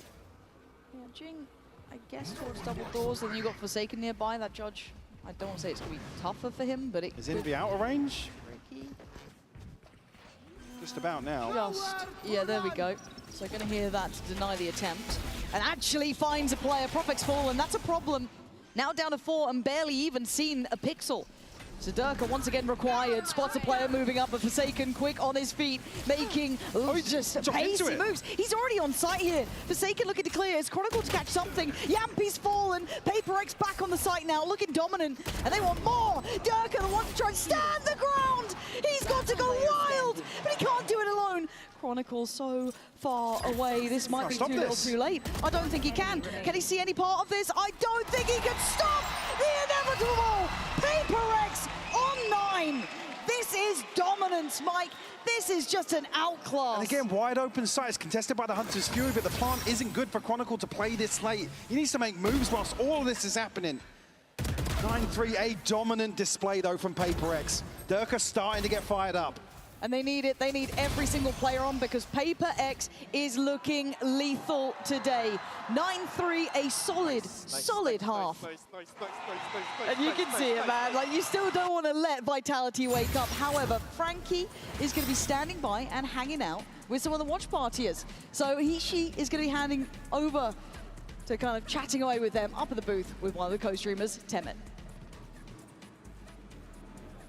I've taken over Temet's stream, everyone, because Temet, you've been a very naughty boy. A couple of days ago, you baited the entire Valorant community. You said you were done playing Neon, but you're not, are you? I'm not done. No, so why did you tease us all? I just wanted to see what people would react and if they actually believed me. I was horrified, but 10 seconds into the video, I realized you'd lied to me, and I was even more horrified. I need to ask you, though, who is the best player of Neon in the world right now? It's Forsaken for sure. It's Forsaken, not you. No, Forsaken. It's Forsaken. And tell me about your love for PRX. Yeah, so I've been a fan for PRX over a year now. I've traveled all over. I went to Korea and watched them. I saw them in Japan, and now I'm here in London. And what was it about PRX that made you fall in love with them? Just the W Gaming. I like running it down. That's my play style, so W Gaming. Have you ever thought about maybe trying to be a pro Neon player yourself? Maybe a little bit. Maybe next year when the circuit opens up more, I could probably have some fun with it. Try it out. And you've actually been in Europe for a couple of weeks now, testing out the European servers. So which is better, North America or London? Yeah, definitely. I think EU server is definitely better and a lot harder than NA ranked. Okay, finally, before I let you get back to your stream, I just want to ask, would you ever cheat on Neon? Never. I'm loyal. I'm loyal to Neon. I'm going to corrupt him. Let's head back to the game. Well, a little bit of corruption up at the desk. Shocking scenes. Doesn't take long playing London servers to get corrupted, No, to be true. fair. Why don't you try and go to It's Paris? it's a massive... Daring Frankfurt. 9-3 though. HyperX put it on a show, man. I think this is just one of those things you get to pretty much learn on the fly, Yeah, right? and it's like one of those... It's almost like you almost revert to damage control. It's like, don't let them style on us, man. Like, that's the worst thing. Here we're starting on Vitality's pick, so that discussion semi out the window already, but... Pretty much. Well, coming into this, though, we are going to have a quick listen-in straight away with the HyperX side during this pistol to see how they handle what Vitality are going to be doing, because Durka is going walkabouts. Defy on the case, very much steadfast in approach, but it's pacey here from HyperX. So let's tune in to see how this sight hit goes. I'm flashing right. Flashing right. Kill. I'm with you, yeah. Nice. Jump on this. Spike down. Nice. One enemy remaining. Can be anywhere. I'm flinching for you. Hey, this one. Timing. Sound. He's sheriff, okay? Planted.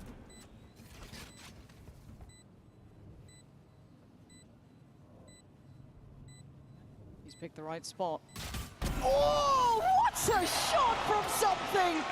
Handing out headshots for free. It's double digits instantly for HyperX. Could be the beginning of the end here for Vitality. I mean, I'm going to see if anybody considers anything to follow up here in round two. And the trades just come through so quickly for HyperX here. Divide finding two crucial kills in transition as well. Unfortunately, something just has so much time and space. And I mean, he's lethal here in London as well. He's absolutely on. Vitality not investing into this one. Only one upgraded pistol, and that's about it. And a stack to try and bank your hopes to. And if you know HyperX, I don't think they really care that much if there's a stack there. That's just actually more targets and more opportunities. They just see old orbs. Literally, that's foul to put it that way, but it actually seems a little bit accurate after this. So simply clearing up as Vitality gonna start feeling the reality of facing this side. But something. Has a look, man. He's still going. He's not gonna back away. Double dips and has a go at it and doesn't get it. The Jing does. How has Durka got that kill? Somehow. But it is 11 on the board here for HyperX. Vitality, I mean, everything rides on this first buy round. They don't have the early progress or enough kills going on. To bank on an ult to follow either. It needs to be clean. Chronicles coming into this without a shield. One enemy remaining. Do or die here already in map one for Vitality. So over towards top mid here might look to get a little aggressive. Like of Durka. Spotted out here, kept in check by Forsaken. Sayonara going forwards though. They want to challenge this. Okay, I mean, I guess you have to back yourself in some of it, but HyperX have been sending them back to spawn every single time. Willing to brawl. Let's see how the coin lands. Forsaken. Look at the damage already done though. Yeah, I'm a bit concerned at Durka at Sayonara already. There's the next piece of contact swing. Great read on position, but great trade. Yampi on the counter swing. He can't handle it on the stun. Forsaken gives him a way out and gets the spike back in hand. Meanwhile, Devi. Oh no. Right behind Profek here. Oh, dearie me, look at the timing on this one. Devi gets to be the bouncer of the A site.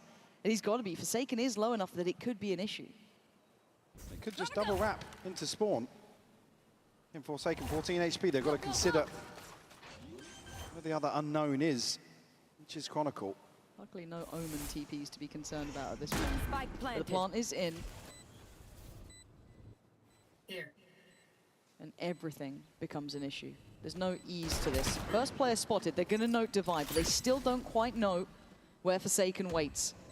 So Divide prepares himself, holds the angle, and takes down Profek. He knows where Chronicle was, and he is absolutely on the money today.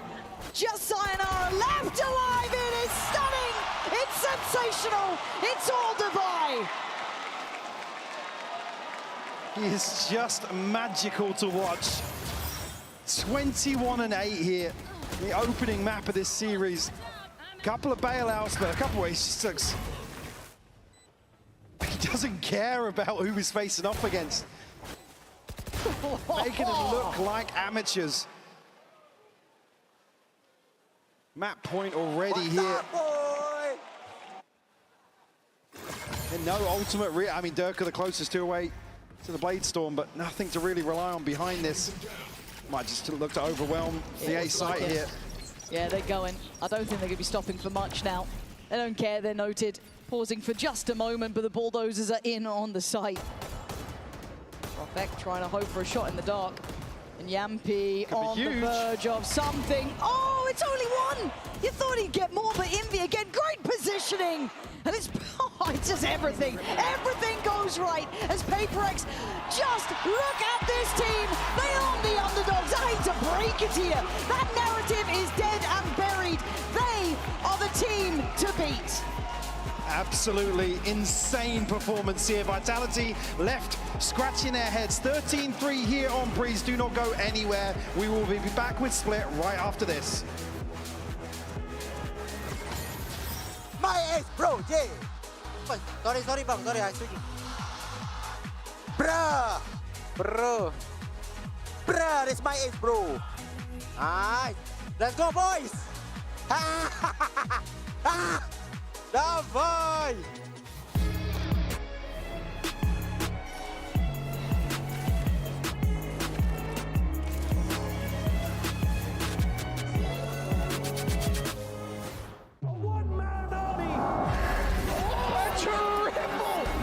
He's hunting down that title!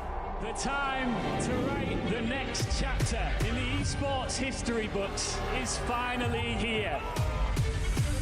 And they fold it in his hands yet again! He steps up to the plate, and he can knock this one out of the park! Now they shall be engraved alongside the greats!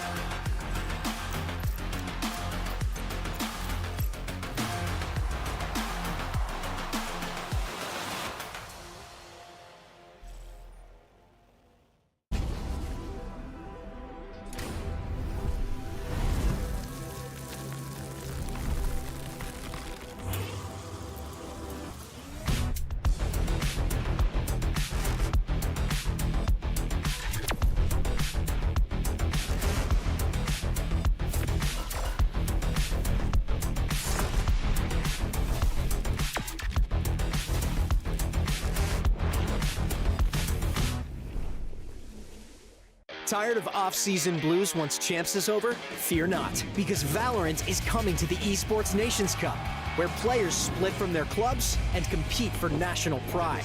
Will EMEA turn every round into a chess match? Is Brazil about to turn every map into ranked? Will Team USA Ego peak every single angle? The final event of the year is not to be missed. Esports Nations Cup 2026. See you in November.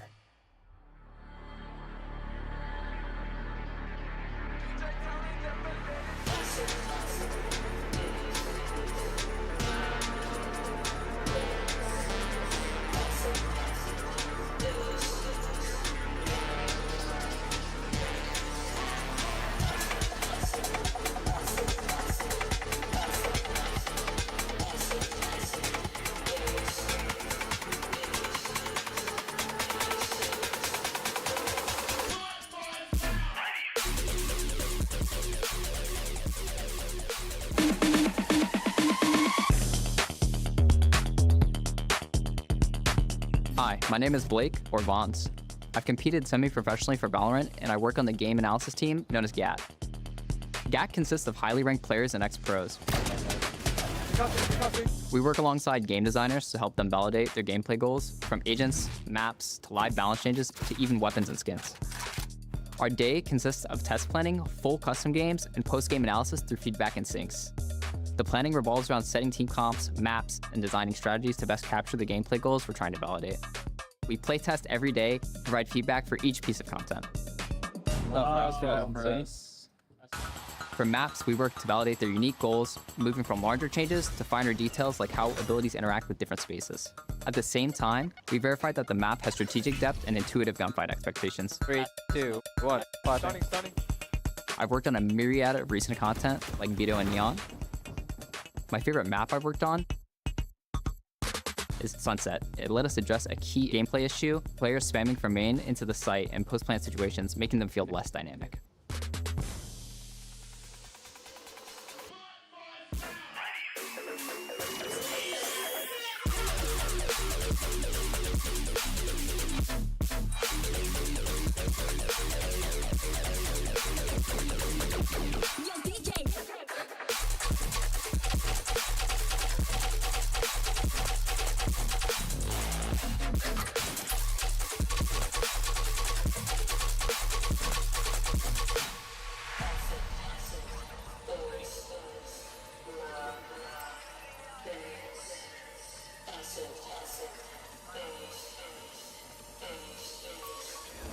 Look into my eyes.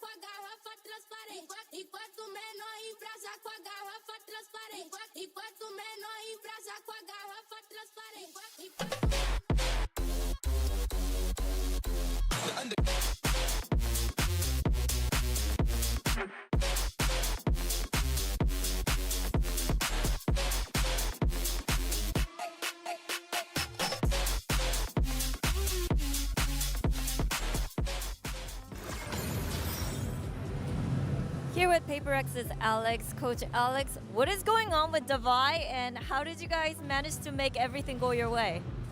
Actually, this is one of the first times he's ever done like all the NT himself. I mean, he put me and Ash out of a business because of a job because yeah, he did everything. You can see that he knew exactly what was going on, so it was quite incredible. Thank you so much. Good luck. And that was Alex with a big smile. I tell you, you love to see Coach Alex smiling. If you're the opponent, you don't want to see that. That much is for certain there. But HyperX, oh boy, managed to pick up a massive win.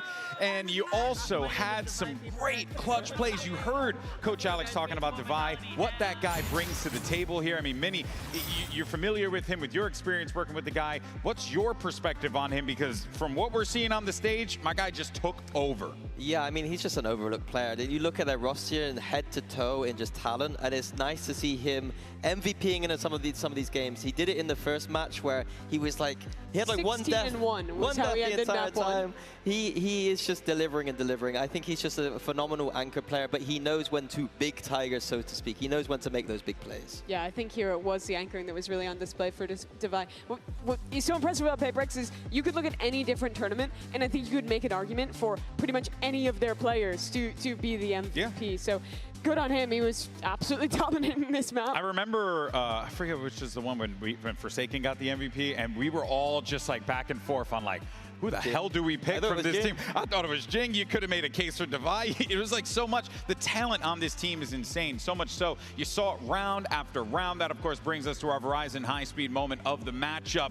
HyperX, it just really, it felt, you know, we make the jokes. They always talk about the train never stopping, but like, it is a thing that they do live up to, man. It's crazy. For sure. I mean, this game started winning the pistol, the bonus, and rolling away after that. But what was really good was how proactive they were once they got the something Op online. He did a really good job of early rounds getting into proactive positions like here in A main and Mini. That freed up the rest of the team to be so active in the rest of the map, fighting Vitality pretty much wherever they wanted. Yeah, absolutely. You get the strong side with what? It's a weak side technically, but strong side because it's something there with an operator. Crazy. Or you're going to running into one of these new strats that they got. It was trap plays every time. OMEN on this map is a little bit uncommon, but the paranoia traps here are working beautifully for them. Literally pick your poison situation. Yeah, it's brutally the way. And this is really reminiscent of the map one they played against Lev as well, where there it wasn't the op holding the extremities, but it was them fighting for space, leaving Sentinel utility, and then setting up trap plays and proactive looks on the other side. They're very good at hiding that weak side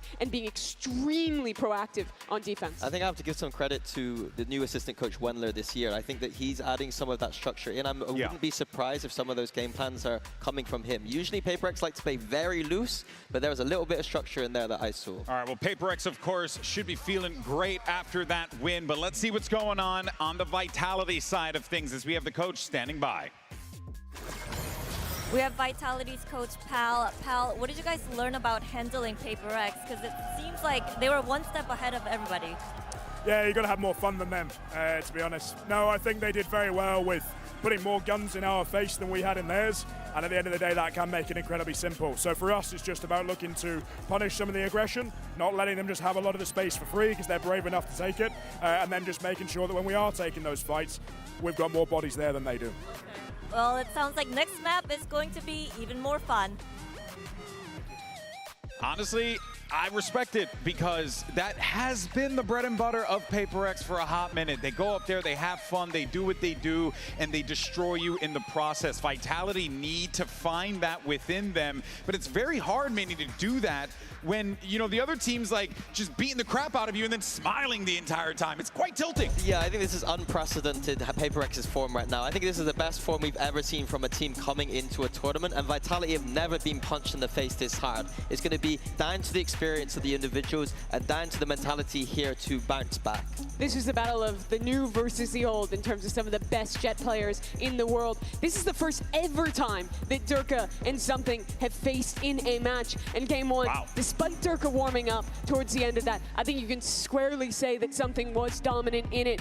You need Durka to keep that form. You need even more from him for Vitality to get back in.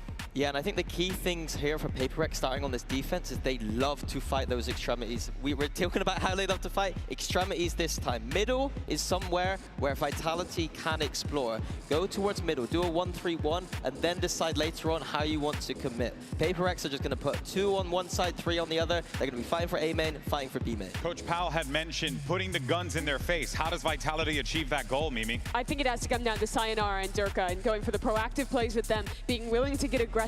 But I also look at the weaker sides of Vitality's play, and that's Swords Chronicle. You're mentioning this aggression on extremities. A lot of the time it's going to be Kron having to receive that. I wasn't super impressed with him in game one, but he's a big game player. He's normally excellent in these kind of positions, and I think that pressure will be squarely on him, but also very comfortable on him in this map. Yeah, I think it's going to be down to him. He's going to be outside that A main. If he sees anything there, immediately tell his teammates to speed up and go. Question on all of our minds is, can we get a map 3? Can Vitality force the issue? Let's find out. Send it over to your casters. Here's Pansy and Hypack for the call yet again.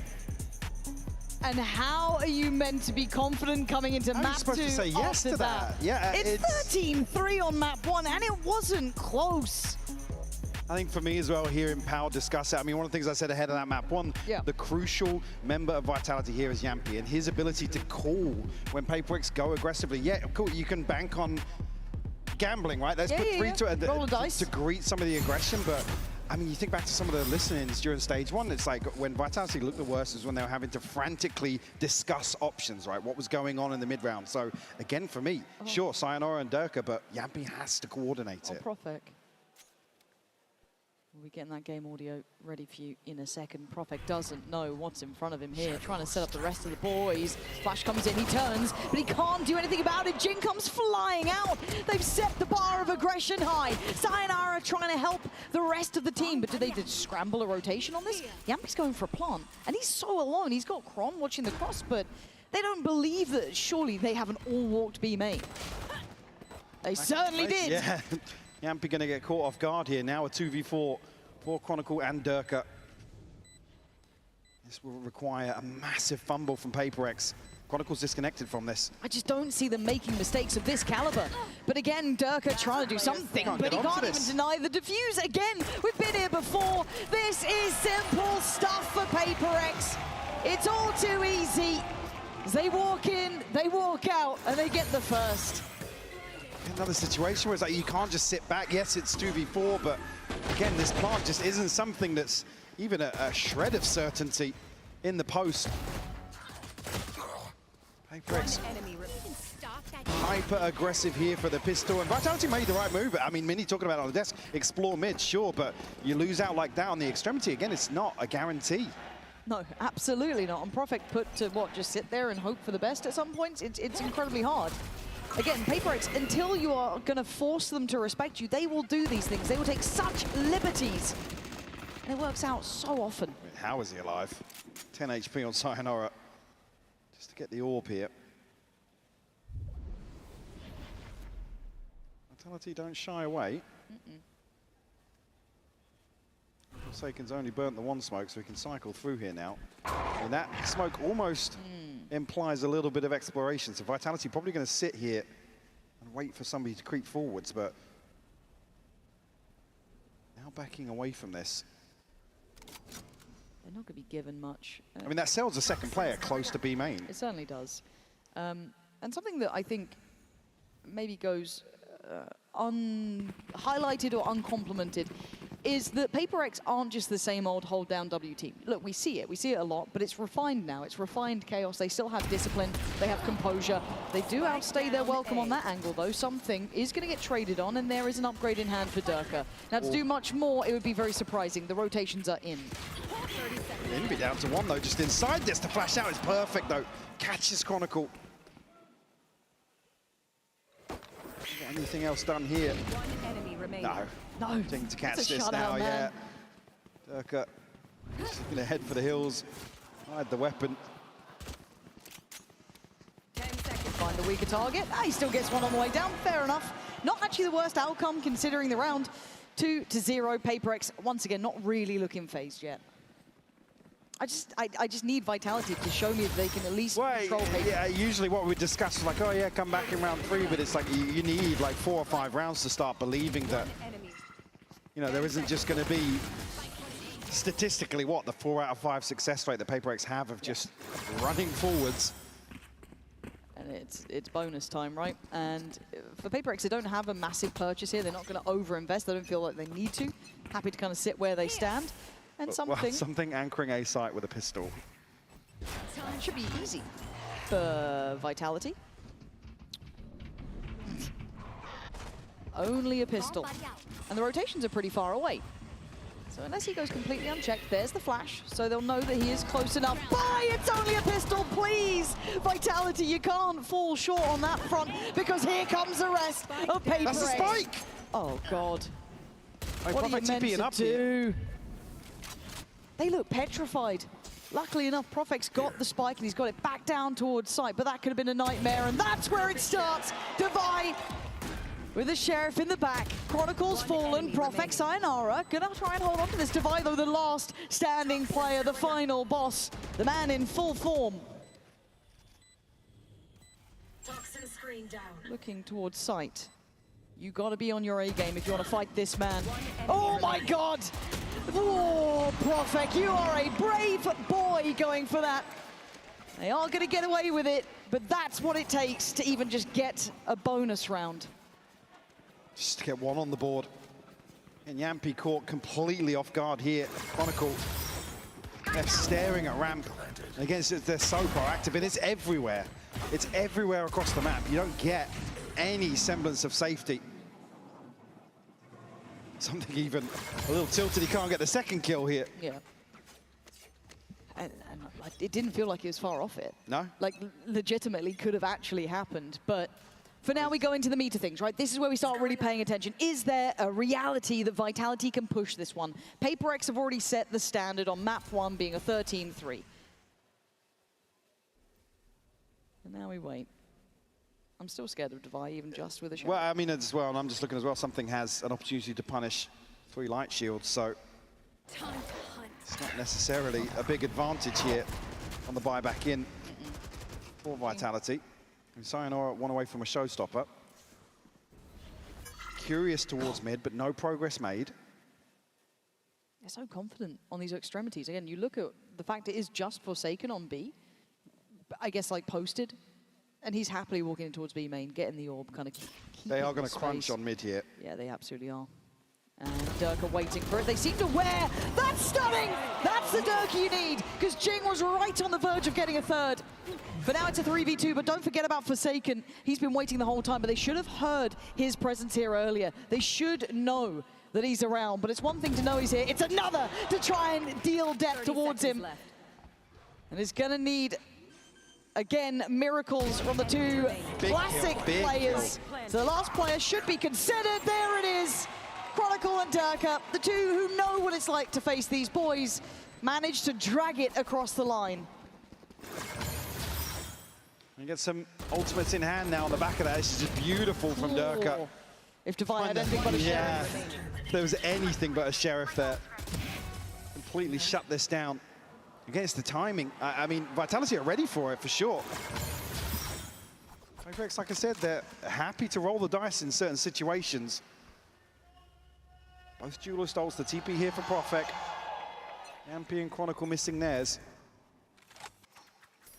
It's Divine Jing to invest here. I mean, Jing does also have a showstopper to consider here. There. You can see already that adjustment in the game plan from Vitality. Very, very deep hold here. Yeah, really different. And a late re-clear in middle. Gonna dog through. Heavily favoring towards Maelstrom, up towards Heaven. And the reaction coming in. Chronicle's now got to be on red alert, got to be on guard. Does get a challenge.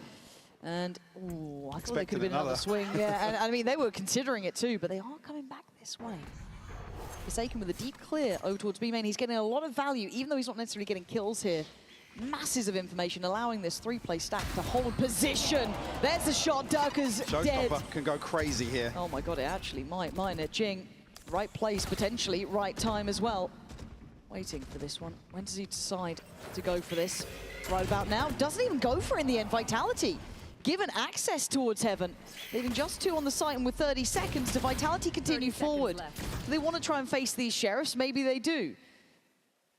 Get a little bit dangerous here. Still a lot of respect shown, but you've got to be careful to not leave it too late. 20 seconds. There's not much room for error, and something's still standing with 2 kills, trying to get his way out of dodge. He can't escape it. So the plant should be coming up, and Forsaken with the Sheriff has to find 3. 10 seconds left. They should be in good post plants. He's got an upgrade. Can he find a way to clear at least one of these players quickly? Don't know if he can. I think he'll get a chance to here. Profek's not holding actively, just shouldering. Okay, so they know his position. Sayonara, what are we doing here? Out in the middle of the open, did you forget who you're facing? Chronicle again, closing out these rounds. A couple of very safe plays from these guys that are keeping this one in check. The only thing that gives you paranoia there is the clock. Again, they don't have the confirmation on something. Luckily, Profek still sends a paranoia in. Not sure if maybe somebody had caught a glimpse. Down A. But again, it's Envy just a puff of the chest here to almost play him in. Come out of that with ton of ultimates, an operator in hand for something. And I feel more importantly, in this timeout, it is a HyperX called timeout, it at least feels like you're doing something right. And Vitality can check absolutely. into it. Yeah, in terms of the mental game, it's like, hey guys, yeah, we've made them sweat a little bit now. Yeah, and you've got to make them look mortal in some way, right? Because after, as I said, map 1 and the run up to this point, their form has been sky high. I can't not sing their praises, but it just feels like they haven't really had a challenge yet here, if I'm completely honest with you. It's been quite simple for them. So at this point, because what was it? Against Lev was 13-1 at one point. And there was a 13-10 in there. Remember. There was a 13-10, so credit to Lev for that. But still, this is the level of dominance they're bringing. This is an incredibly high level. So for Vitality to push a bit, this is a good indicator. Now, we know the coaching staff, though, for HyperX is solid. They can come up with options, they can come up with plans, and they have plenty of ults to play with, and they have a good buy coming into this round. So on the other side of things, we still have the ults we discussed previously for Vitality.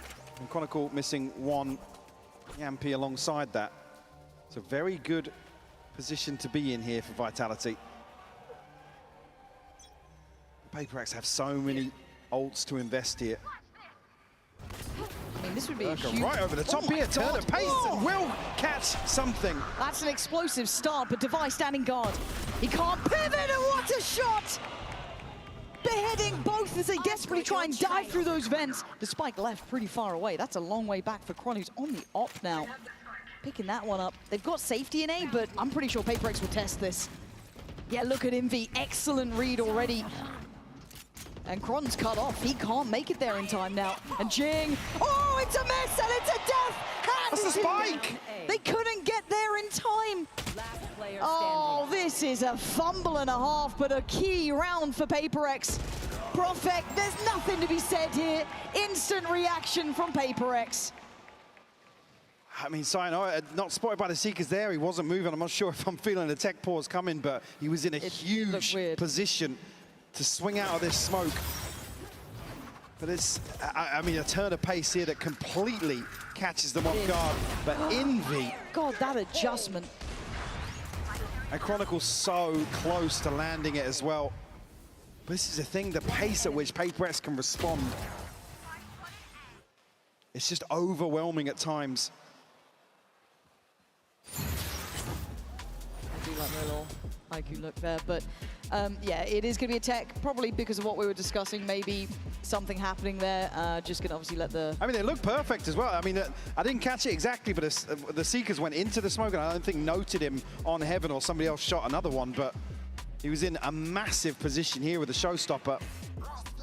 It's true. I guess look, I don't envy League Ops and the admins in this one, or the refs, really, because, again, it feels like Envy's impact was probably enough to swing the round, but probably, is it good enough? You know, which way do we call the ruling on that? Again, not my job, thankfully. But a great reaction from HyperX overall. I like what we were seeing there. Beyond that, though, does it feel that Vitality released on the pulse in your mind in this match? Yeah, definitely. I mean, again, it's the right decision, right? You're typically coming out of a timeout, it's like, oh, we anticipate a little bit of aggression. Durka just going forwards here, taking the initiative is a good sign, right? The fact that they're still willing to make a play like that. Again, you find the opening win, and then for Envy to find two off the ropes is just, it shuts it down so quickly. It really does, and then it's really hard to, you know, bank on It's the number of instances you can get into. Yeah, you can get into that situation and then say, cool. Is it really sustainable? It never is versus HyperX. No, and again, they're one of the teams that, no matter the odds, they command our attention, sort of things. Again, in previous events, we've always said, never tell me the odds with these boys, because they can seem to go outside of that possibility, and I think you can see there is a little bit of work happening with Sayonara. So I think it was what we were discussing. So once we get an update, obviously we'll let you guys at home know. Thank you for your patience alongside us. And for HyperX, is there any concerns here in your mind? Because I think, to me, the lens, and again, forgive me for those at home potentially if they're getting a little frustrated, because it is being, at least in my mind, looked under the lens of, has Vitality even got what it takes to challenge HyperX? So I know there's a lot of talk about HyperX being these underdogs and, you know, the princes I mean, without a crown, but I come back to the same believe discussion, that. which is HyperX is just always a different test, and it's form dependent, but I think many even said this is like the best they probably looked, which is just another wild statement to make about a team like HyperX. So this actually takes nothing away from Vitality in my eyes. It's just tough. I mean, call a spade a spade. Power was very open and honest. It's like, yeah, I mean, they battered us. Yeah. They just had more people in the right place, and they won 90% of their gunfights. And honestly, like I said, you can go back and watch as many VODs as you like, and you can cook up certain strats and set pieces, but set pieces do not work against HyperX when they just want to throw 4 out B main. Yeah, like, has that given you any look? Now, just while we take a second here, the admins are reviewing the round. Just pause for a moment. Mike, is there any other team? We're talking bigger picture now, because we are obviously in a tech pause. From what you've seen so far, is anyone in the same class as HyperX? No. I'm with you. It's as simple as that. No. Because I think we've always had a bit of like a 2-horse race-ish. But I haven't seen it here in London yet. You and me both. I thought EDG could have been in that conversation and maybe leaning that way a little, but HyperX just pound for pound right now are scary. They are hitting their stride. So, as said, while the admins are reviewing this, we are actually going to hear what Envy had to say about his Masters London debut in this HyperX player moment. Hello, I'm Envy from HyperX. So we went against Leviathan. I think the match went very well for us. I thought it would have been closer because they started off really hot in the Swift stage. We managed to play like ourselves and how we usually play. I think Leviathan is a very good team. I feel like they're just lacking a lot of experience compared to PaperX. Blinded up the Paranoia going through. Hunter's Fury out, however, gets 2 tags. Both duelists lit up, and Alsano taken down. Devi holding the door. Finds himself a third, and Spike Scene just going to be spammed down through the smoke. Envy not losing track of him.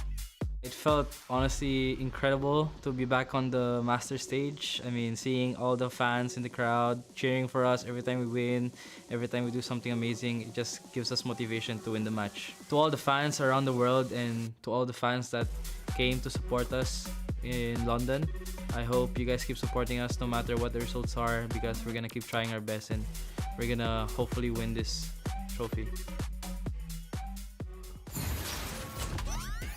Look, I've obviously been scrolling a little bit while we wait for this to be sorted out. I've been, you know, having a little look at Reddit on the socials. Can't help myself. And I was kind of thinking of like MVP form. Do you think Devi's up in that? Because to me, Devi right now is hitting MVP level form. Yeah, I think he has at a number of events. I mean, we obviously always take a vote at the end.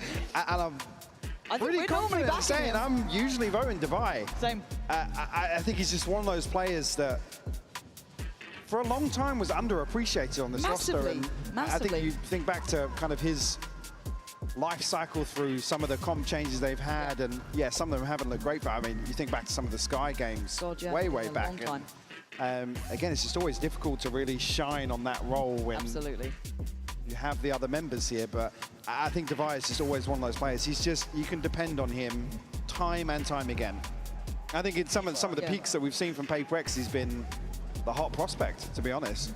Which isn't the one you go to when you look at these. I mean, even recency, right? Yeah, you look at how solid Envy's been. And certainly you think back to the previous event, I mean, just an absolutely sensational player, which with the sentiment coming in would have been fairly underrated. Yeah, and it's quite interesting to see a team who's stuck together in relative form, right? They've had some roster changes here and there, but you could argue the core's been around for some time now, right? There's been that established core to them.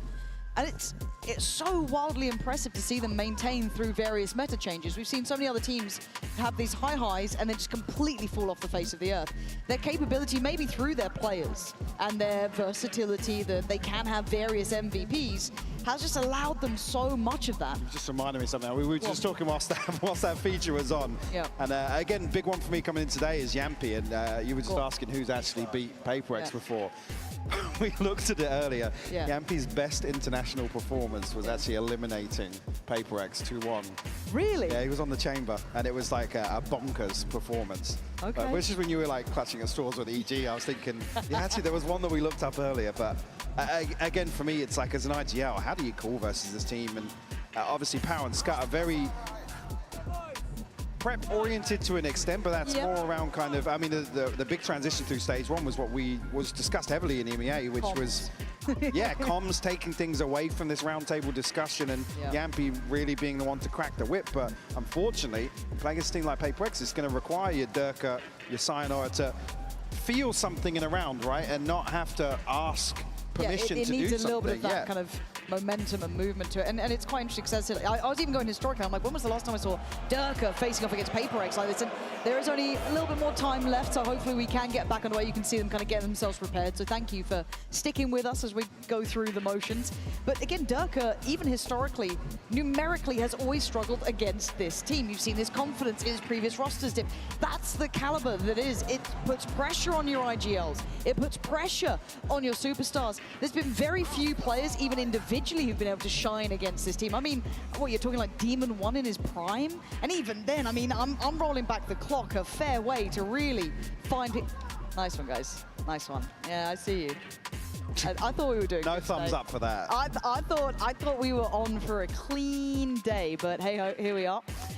3-3 though, if you are just tuning in. So Vitality getting as many rounds as they did in map 1 here already. I'd say, yeah, you haven't missed much just yet, Yeah, and I think we are just getting those ready checks, so we should be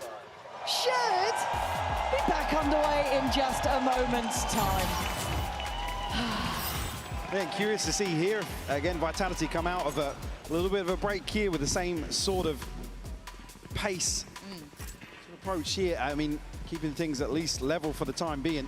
String of rounds found. They still have ultimates to play with Seekers, Showstopper, and a Pit. And HyperX, you can see it was a massive investment previously. I was quite interested if they're going to identify that Forsaken had been on a bit of an island. Now, I don't know whether this is indicative of that or if it's just a simple call because they're in a lighter purchase trying to make it work. Keep your eyes on the pressure coming in, though. It's going to be hot in this round. Sayonara on the case, though, fights forward, takes away Forsaken. Durka with a 1-2 punch. Hold on. Vitality coming in fired up. So 5v3 now. Device and now Sayonara, though. Of course he has. He'll find him one. Something with the scope. Envy shut down, though. Okay, Divine something, the two scary prospects getting herded. That's 4 alive from Vitality. I'm a little impressed. Because you normally don't walk away with this without being bloodied and broken and bruised at that point, but actually a relatively clean round. And I was complimenting the liberties that Forsaken was taking over towards B main. I'm curious if this was identified during maybe some of those early rounds, because I think Profek was on the other side at some point. Yeah, and this is one of those few examples where it's like now HyperX actually do have to respect something, right? Yes. I mean, if they're just going to hit B site again, but the concern being is how good does the adaptation look for HyperX and how well equipped are Vitality. Again, look towards Chronicle in these sort of rounds. There's information gathering potentially on the other side of the map. If there is a response here from HyperX, I mean, Sayonara, great decision making from him. I don't think it takes a lot of being able to call up your own number, right? It's something that's quite hard against a team like this. I mean, it's mostly quite hard against any team left at this point in the tournament as well, but it does take a lot of self-confidence to be able to activate and push forward in this, because you feel like if it goes wrong, I'll look silly. But at this point, we see an adjustment quickly. It's almost like they've forgotten the lesson that they had before. You already see the adjustment from HyperX. They put something over towards B just in case, maybe feeling that's enough. But a 3-play stack and Jing just going to deny an easy springboard for Sayonara. So Devi's interest peaking, of course he is. Why wouldn't he? And he doesn't even get punished, not a point of damage done on him. Clearance through Heaven looks good though. Oh, just drawn away here, Durka will punish. Timing felt, whoa, are they forgetting about Durka in Heaven? Did they think they had more cover there? Or someone was watching it? That feels like a mistake. A rare one at that, and a freeze from Vitality. I mean, they're desperately looking for Jing. Can't find him just yet. Well, now they know. He's found them. And there's Forsaken, the 1-2 punch. HyperX starting to chip away at what Vitality had. This freeze didn't really work, and the problem is that something is the ever-present slow creeping death. Yampi, quick to business, gonna take away Jing. Forsaken not shying away from this either, even though something isn't quite here yet. He's trying to posture up a touch, and the penny has not dropped yet that something could be behind. Actually, a little bit of misinformation here off that flash because it catches in Heaven. 30 seconds left. So they're almost expecting that rotation to come through that way. Now Profek holding towards main.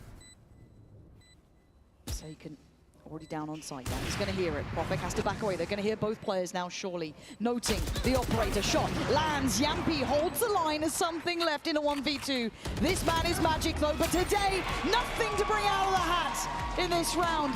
5 for Vitality, and well recovered after that momental freeze. Great composure on display. Vitality able to convert this round and force another HyperX timeout as well. Wow. We talked about the mental game as well.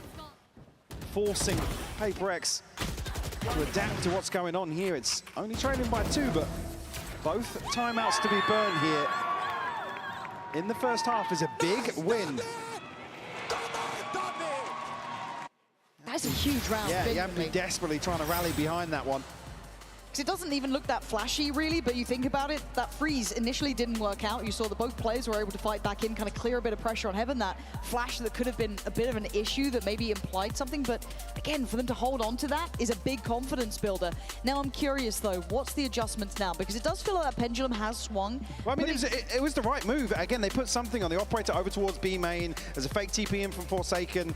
Yeah, cool, we'll greet them as 3, right, on A site, but it's one of those situations where Vitality actually, I mean, whether or not that is kind of some crucial mid-rounding or somebody overstepping the mark ever so slightly, the fact that Jing gets away with another kill there, you think it's going to come apart of the seams for Vitality, but it's that crucial moment. Again, Devi, unfortunately, overstepping the wall ever so slightly. Like you said, forgot about Durka altogether. Okay. It's a step-by-step game now, though. You're never out of the woods. Never. And it's going to take a lot of confidence building to start feeling like Vitality have a chance in this. This is still HyperX's map choice, but they burned both of those timeouts. Makes it feel like you're doing something right. Speaking of, back on patrol, on ramp, and heavy emphasis, heavy stack in middle. Devi is ahead of this by a long way. Yampy looking vulnerable, but gets a gun out in time. Forsaken next to challenge, turns around, sprays there, but Vitality stand. Yampy dampens all of that aggression in middle. They went for a wild play, that's fair enough. It was a round that they invested Sheriffs in on. But something tasked with a heavy burden now. Well, he's got the info. And he's got the knives. If it was anyone else, this would be filth. he's heard them. 4 kills. He'd need to equal his current kills in this round. Vitality taking all the space towards spawn as well.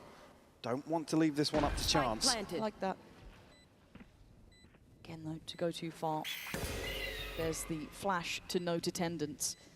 Something on the corner. Now gets one, can't get a second. Good spacing and nullifying the threat in what should have been quite a comfortable round. Yeah, great call from Yampy here. Again, to just hold on. Make sure they're here to greet this aggression as we discussed. Great turn, actually. Timing almost passing him by. Chance see on the back of the flash again, I think. Almost expecting this to be popped a little shorter, but it goes all the way into vents.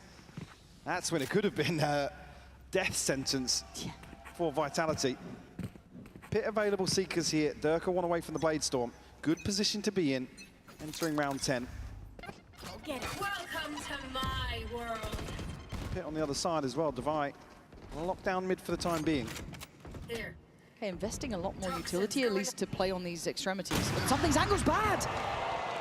Cut off by the wall there, just in between a rock and a hard place, and he's actually caught this time by Kron with an operator. Cover going out. So you can get a feel the pressure. Feel what? The pressure? Pressure's for tires, Michael. Forsaken.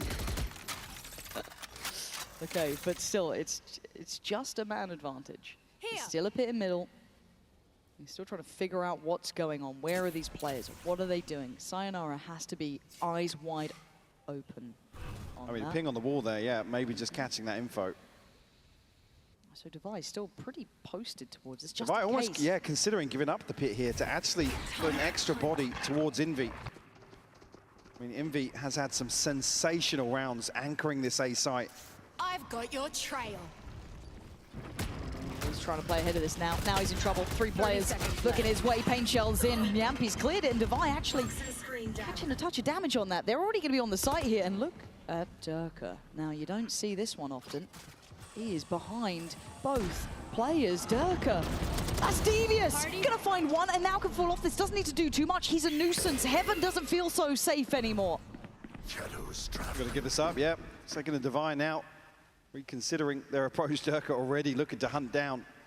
Rightfully so. Got a bit of a cushion here in terms of the economy. I'm quite impressed. Quietly impressed. Like very impressed.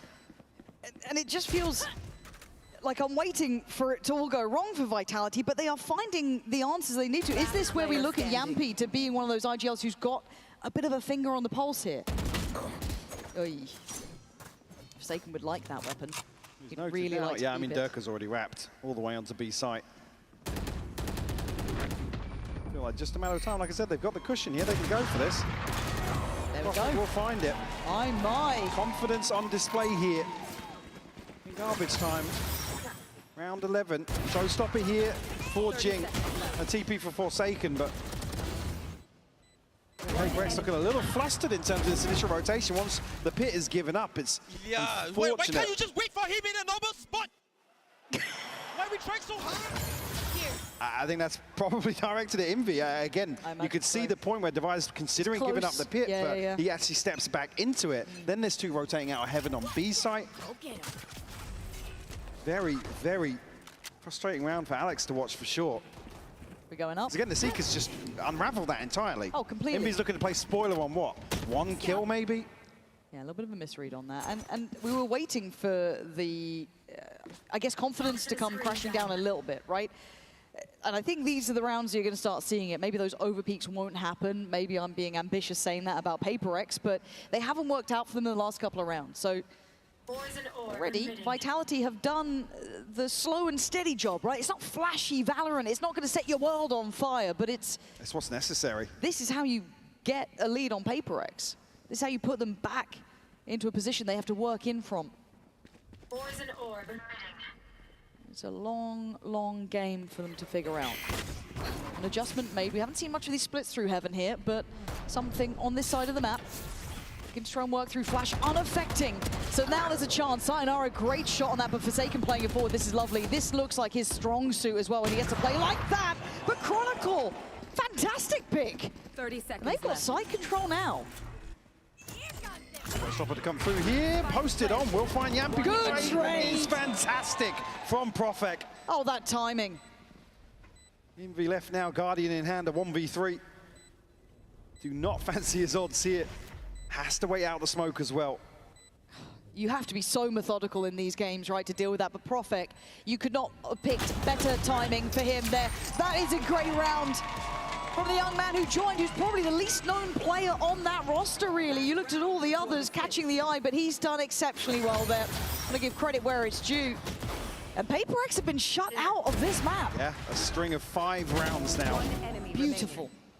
From Vitality. And still decent position to be in here. I've missed this. I've missed it. Because when HyperX win, like, yes, he'll do it sometimes, but this is, I mean, he's still tilted with the winning. Yeah, of course. But now you get the extra sauce on top. Chronicle and Dirk are reading this perfectly as well. Plenty of opportunities to punish here in terms of the finances. No misdirection here with the TP. Again, it's just quick check. Vitality don't do anything in the meantime, so don't necessarily capitalize off that pressure. Oh, it's testing the patience as well, isn't it? You look how deep Vitality are holding. They are so aware that HyperX would love to get involved, love to get that first pick, but they've had to start respecting it. Jing and Forsaken somewhat chomping at the bit towards B main, but as long as Vitality don't leave that clock too late, they should still be fine. One of the few situations you're asking for somebody from HyperX to just do something, give you a round. You need an X factor, right? We had it in droves on map 1. I mean, they're getting outclassed in these slower burn rounds. We hadn't really seen Vitality depend on this too much, regionally at least. So again, seeing that they have this as a gear shift, quite interesting, but 30 seconds now. Okay, this is a 3-play stack on B. This is not the 2 from before. B main is firmly still in HyperX's control. The site will not feel safe just yet. Something's got Chronicle, that's backline broken. B main's theirs, and now Vitality are surrounded. Composure on display from HyperX, but Devi, individual, but still gets his fight. It's down to Durka and Yampi. Oh my word, he's gone for it again, but this time gets punished. Yampi in a 1v3. This would be simply legendary. He's got one. There's no trade. What's gone on here? Jing's got him dead to rights, though. Just about maintaining a scoreline here. To get a 4th here, HyperX an honest shot of things as Vitality dominated this first half, Lauren. And needing a couple of these individuals from HyperX to start delivering here to try and piece together a comeback.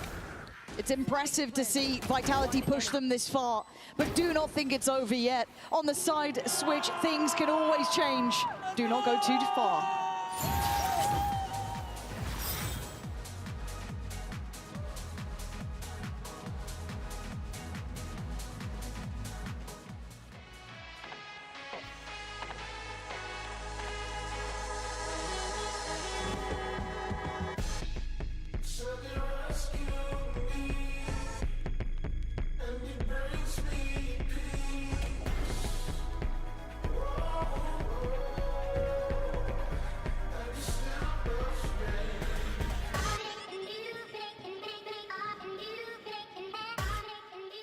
Jen here with Vitality's Durka. Durka, what would be the key for you guys to take control of the series today? Have more fun and shoot also better, yeah. Okay. Outfun HyperX? Yes.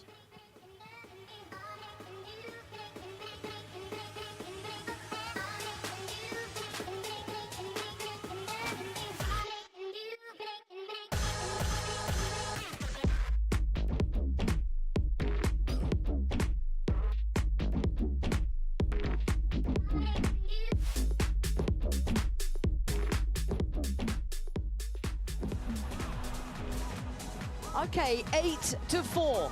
Vitality in the lead after what was a disastrous first map, and their pick as well. Putting it in context though, they had the right approach to HyperX. But things can change pretty quickly with this team. Again, always an opportunity for HyperX to really dictate the tempo. Now coming onto the attacking side, I mean, Vitality have to display some confidence here to kick things off in the second half. Like I said, they were being outclassed in terms of some of these slower rounds on display from Yampi and the rest of Vitality. Durka delivering here, top of the board for them. And they get a really, really good display considering the bigger picture for Vitality. Yes, newer names, inexperienced names on the international stage. Holding their nerve, playing their part. Michael, have you seen the minimap? Yes. Everyone, attention to the top left of your screen, please. This might be a bloodbath from the word go. In about 2 seconds, we find out. All of HyperX here. Oh my word, Durka beheading for free. Forsaken's fallen. And now he's up for more. Has to back away, Divine, something right back to it. This is now going to be difficult for Vitality, having to slip back a little bit deeper. You can see them trying to stabilize, but Yampi digs in further, handled by something, and they don't stop. Durka will find another here, something will fall. See him in Chronicle left, Chronicle creeping through mid now. Spike still to hand. Durka, you don't want to see him overstep the mark here. Divine with a challenge here. Big tag, Durka down to 49 now. He's so quick to it, he's feeling a bit confident about this, it looks like, with his timing. Going for the safe plant, fair shout. Chronicle's now getting closer, but look at the wrap as well, potentially. Does Divine go heaven on Big confirmation though, the Chronicle's not coming back. He's out! Durka! He'd already slipped. I thought he was still a bit more towards heaven, but Divine's position is a little bit naughty. But, oh, the fadeaway! Finishing with a flourish, Durka! That is a terrifying looking man right now. What a pistol round from Durka. The one to open the account and close. Like I said, Divine makes all the right moves here. Oh, fantastic shot to close. I can't play under pressure, but I can play over. Well, that's concerning. That's very concerning, yes. I didn't even hear the second half of that. No, I think the first sentence enough. Maybe we just, he's just joking. It's just that. Well, I mean, Dirk said we need to have more fun than HyperX. He might be right now, to be fair. The fun haver for Vitality. Go on then. Forward once more. In between the wickets there. We'll get a second opportunity here though, because HyperX are going forwards towards the smoke. All the time. They're already out on main. Durka, you got to be really careful. So do you, Profek. You can see them flying into their faces. Profek's about to get swarmed. Down he goes. Sharp shot from Durka, though. Sayonara makes over there in time. Divine be the danger man again, though. That's a lot to ask for. But Forsaken's there right with you. 2v2. He's in a lot of trouble, man. He gets cleared. Nice try from Forsaken. It's all on Divine. 22 HP. And now, we said he might be an MVP in the making. This one might do a little something for that. Two players sitting relatively pretty. Look at the fear he commands. Yeah. Look at the respect this man commands with 22 HP and a sheriff. They're pausing. The lower that clock gets, the more concerned I get. I'm worried about the angle onto Sayonara. Worried how isolated both are from each other. 30 seconds left. He's done enough to this point. Slowly constrict towards the site. Getting closer now. Can he find one for free? The penny just dropping there. That's difficult. As now they can create a nice crossfire. Time is going to be the factor in the end. Sayonara there, perfectly positioned in the end. Nice diligence just to check back in time. Double digits found here for Vitality. And Durka already one away from a Blade Storm. Big opener for him.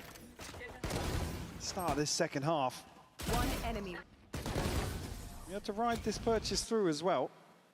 I mean, there's nothing for Durka to punish in terms of the shields on the other side. Already forcing what I would call an adjustment here for HyperX at least. And there's no timeouts, right, for HyperX here? No. This is Gotta play this out. So HyperX, show me what you got. I've been eyeing you up as the favorites by a country mile. And here you've looked solemn, quiet, well outdone, and I'm not used to that. And look at Sayonara taking liberties. And that judge could do some work. Depending on who it is and when it comes, because there is a pinch here from Vents. Oh, the timing.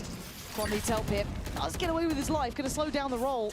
Maybe make it a little bit harder to scale towards site safely. Profec's prowling. He's still behind here. They might have an idea that someone's on site, but they're trying to work this out together. Trying to navigate it at the right time. You can see the device looking, and he's got him. It's Jing in the end to find Profec. 4v4 here still. A really tense side of the map. It's free for Sayonara. Starting on the follow-up as well. Devi and Jing trying to deny the 11th round. Plants in play. And away we go. Already off to the races. Durka leads the pack. Jing trying to just do damage. Go wild! It's got to be an ace. And if anyone could do it, it would be this man. But with 20 HP. And now a little lower than before. It's going to have to be... Surely not going to trust them! It's got it! Never tell me the odds with this team! Jing, absolutely legendary!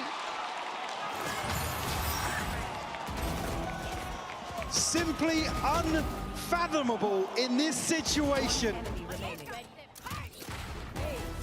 That is one of the most insane rounds you will ever see. The mid-air headshot to catch the second is just insanity. Did you forget who that man is? I wouldn't blame you. It's been a quiet map, but man, you remember now. Now, can they keep their composure? Yes. Vitality strike back hard, cut to the core, leaving just 3 standing, but Jing is one of them. Durka running away with the space as well. Gonna hear this, something, knife out. Gets caught as well. HyperX still struggling to piece together the puzzle here. A 2v5 now. And that's ahead of the minute mark as well. Gonna wait for an overstep here, somebody to get curious on the side of Vitality. And I was gonna say, after a round like that, you need a mental check-in. Yeah. Huge bonus to effectively win those opening engagements now. To stabilize, calm themselves. Yeah, discipline here from Vitality. Nobody wants to give anything away. Yeah, did you not learn your lesson from last round? Gotta be buttoned up here. And it is just going to be a pure freeze. No 30 seconds That's left. about as much movement as you're going to get right now. Yes, yeah. Yeah, he's just smiling, waiting this one out. It's got to be a feel-good moment for him. Even after having to recover from a Jing round like that, they've done what was needed. Gun here. 10 seconds left. And they'll come out of this Bladestorm. Yep. Just looking to keep those rifles, I guess. Yeah, not too far away from Seekers or Showstopper as well. On the other side, I mean, it's something Divine Forsaken the closest. Need I mention the Showstopper being invested? Okay. Extension of play from obviously what Jing did, but Vitality right back to business. The buy is abysmal. So here, obviously something, I mean, you'd need 2 to be able to offset that slightly. And so Devi going to be on a Sheriff. He might just all in towards A here. Sayonara and Yampi. Okay. Dirk is on the other side of the map, so at least they're not going to be going towards him if you're going to try and avoid the headhunter as it stands. They know anything early. There it is. It's simplistic in approach. It's direct from HyperX. Quick rotation as well, so Chronicle is here. Yampi dealt with. Jing just flying above. Site secured.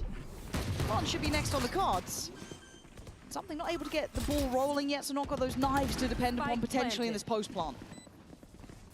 Vitality need to be clean on the way back in here, though. It's tough to Paper break X stacked through. up. Oh, that's nice, though. That'll certainly help out. Trying to play back towards elbow like it was yours all day. Darker goes right back in. It is looking like it's 12 for Vitality. Paper X. Getting shut down here on Split.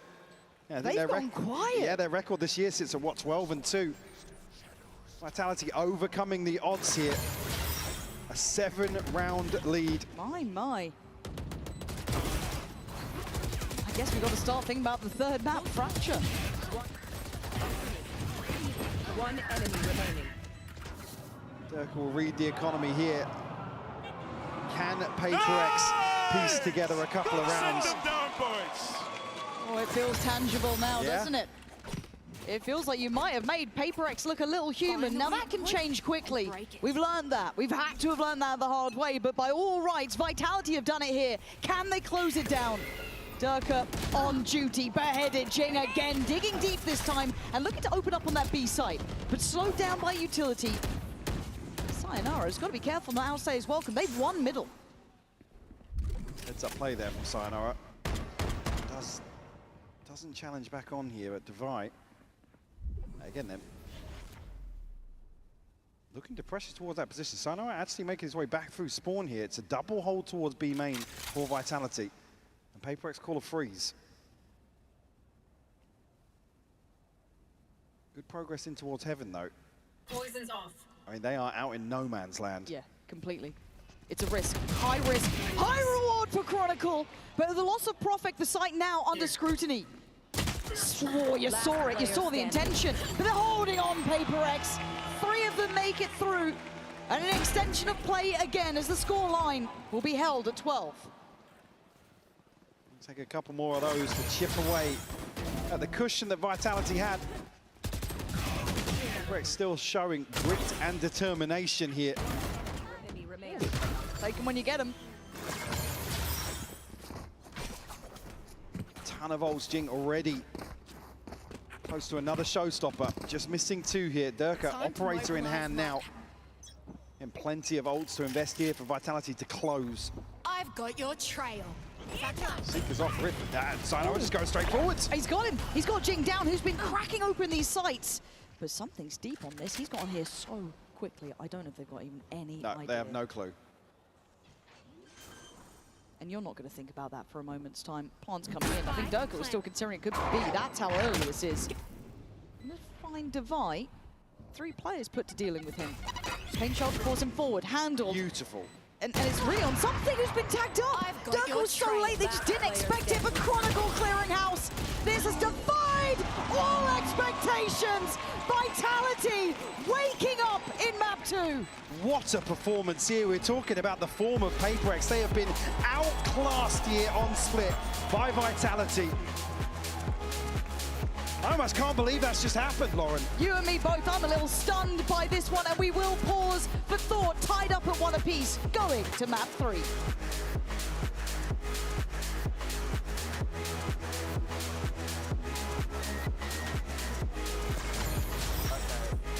I can't play under pressure, but I can play Bohemian Rhapsody.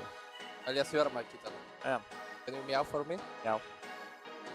You remember last year? No, I want to forget, man. David was meowing Harry Potter. Meow, meow, meow, meow, meow, meow, meow. Meow, meow, meow, meow. Meow, meow, meow, meow, meow, meow, meow, meow, meow, meow.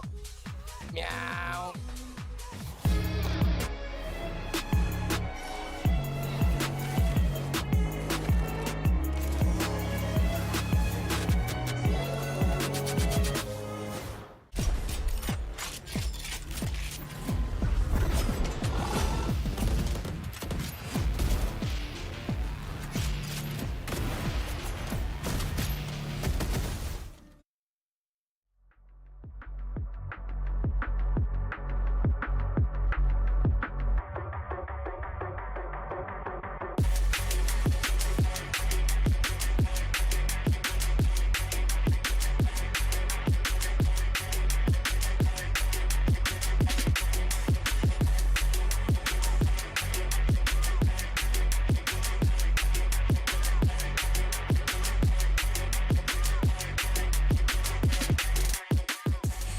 here with something of HyperX. Something? Who would be the X Factor from Vitality? I think it's gonna be Profik, and I'm gonna explain you why. The guy have a lot of experience since 2020, 21, I think. He played with Boster also. He won 2 international trophies in a row, so he's actually an insane player. Okay, so you did your research. You know what is important. Know thy enemy.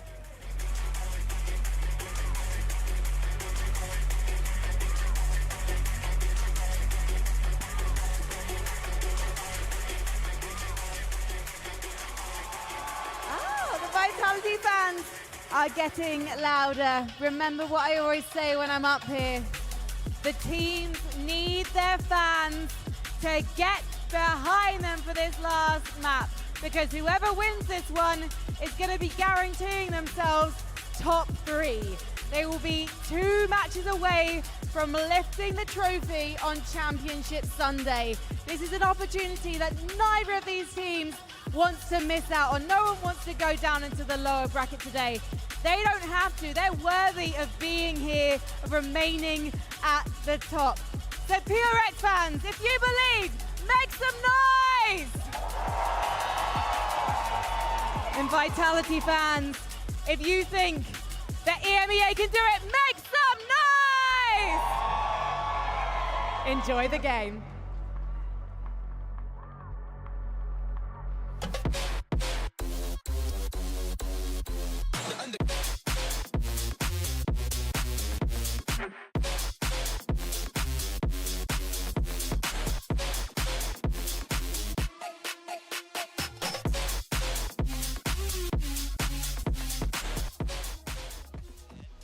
EMEA, you're starting to believe in your boys because they managed to pick up a massive dub to force map 3, genuinely after looking not that great in map 1. So for Vitality, a massive, massive moment as you see Yampi going around telling the boys good job. And now the real challenge begins here, Mimi, because we're going into map 3.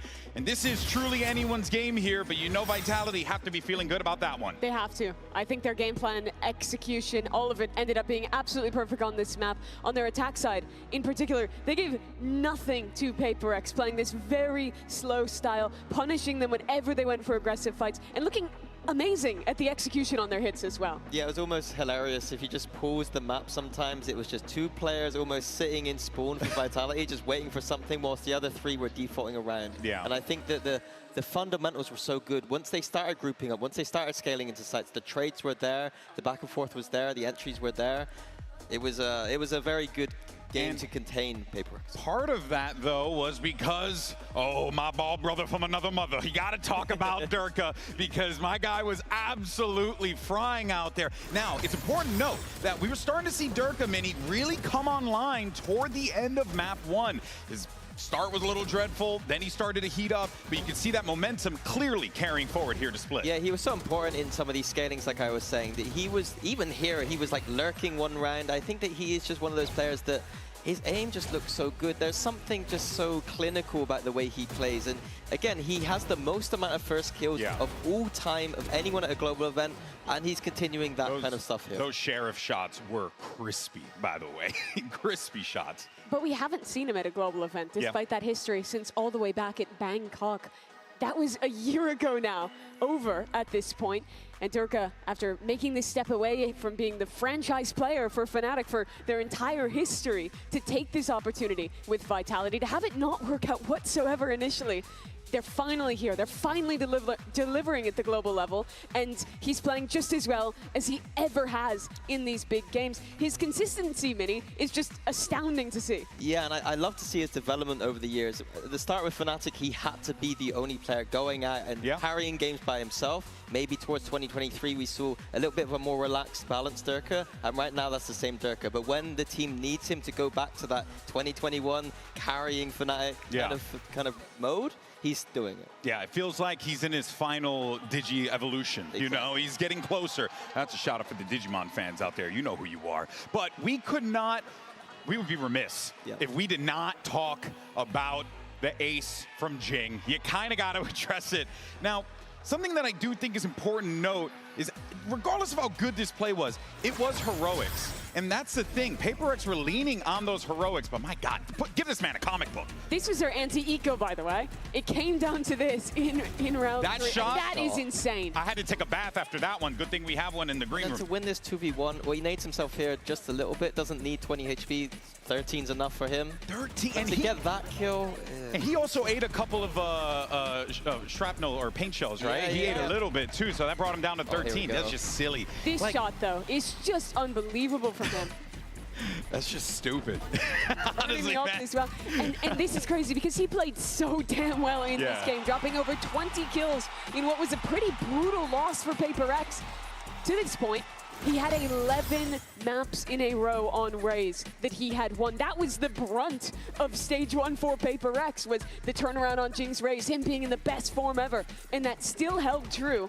But they were dismantled regardless on this map. Yeah, the joke I had before the event was that you just need to ban the Raze maps from PaperX. But unfortunately, there's too many in this pool. And another one is going to be that Fracture where Jing undoubtedly is going to be on that Raze once again. Hey, man, you know, if you want to beat a man, you got to beat the man, right? You got to beat the man on his map, on his agent. That's how you got to do it against PaperX. You got to give them no quarter because they will give you no quarter. But let's set the tone here for Fracture because we're going into map 3. This is it. Pressure's on. Mini, we saw Vitality play a little bit of Fracture earlier on, but was it enough to give you confidence that they could pull off the victory? Well, they played against a Foot who were pushing them a lot, and they did a lot of containing, playing very passive, and they were able to absorb that pressure. Obviously, PaperX are a different beast. I think the narrative for me here is, are PaperX going to run the same composition? Running a fadeless, skyless composition, no drones, with just the breach. I hope to see a comp switch here. And there is a little bit of a comp switch. Very strange. No double duelist, a breach and a sky together. Yeah, I think the breach can be quite telegraphed. We've seen a ton of teams move away from him this patch. He's been one of the lowest win rate agents, but PaperX is stuck to their guns. It does play well to their style of liking to go for a lot of defensive aggression. They have great tools to set Jing up. But something on the Brimstone, having to swap him over there with the move away from the double duelist as well, is always an interesting one. As Vitality on the other side go back into this Phoenix and this Raze comp that they've already shown once this event. Yeah, I'm glad to see the Sky coming out for PaperX. I'm not the biggest fan of Breach. I think it's going to be Vitality that's going to need to bait out that stun and not get trapped. I say it all the time. Yeah. If you could just bait out that stun, 60 seconds, there's nothing left in the round for that Breach to do. Feels easier said than done, though, you know, especially against PaperX, if they have the hot hand to kick things off. Absolutely. PaperX walked into this event with the discussion surrounding them sounding like a coronation. This was the most favored team. People were saying the team that should absolutely dominate and win this trophy. But now they're facing up against some of the best players on a super team that has finally put it together and made it to a late stage in a global event. This is where PaperX have to prove why they're favorites, prove why they're expected to lift a trophy. Yeah, folks, this is it. It all boils down to this. Top 3 is on the line. PaperX have an opportunity to push forward, but can Vitality shock the world? Let's go ahead and send it back over to your casters. Here's Pansy and Hypuck one last time. Which way do you think this one now goes? We've seen the best of both sides. Map 1 was an absolute masterclass from PaperX. They looked untouchable. And then Split, Durka rolled back the years and then some, looking better than ever. But map 3, I feel like we're a little in the dark now between these two. Yeah, I think we're almost in limbo, to be honest. This is one of those ones where, unfortunately, on one side, we are asking Vitality to prove once again, why are you the super team to watch? And for PaperX, comp change here could really, really throw that off balance for Vitality. But do you like the comp? Yeah, I mean, certainly here, this is one of the few situations you could talk about, the application of Breach and all-inning some of these set pieces early on. It does suit them to an extent. And it's how well Vitality can really mitigate that risk. Well, so far. Very quick rotation here, actually, on both sides. I mean, PaperX have taken the space over to the north. And it feels like an exchange, right? The safety of the site and the plant, but then you get the 4-5 for the retake. So it's not the end of the world. When you look at the utility almost here, Profect being part of that conversation, and Forsaken close.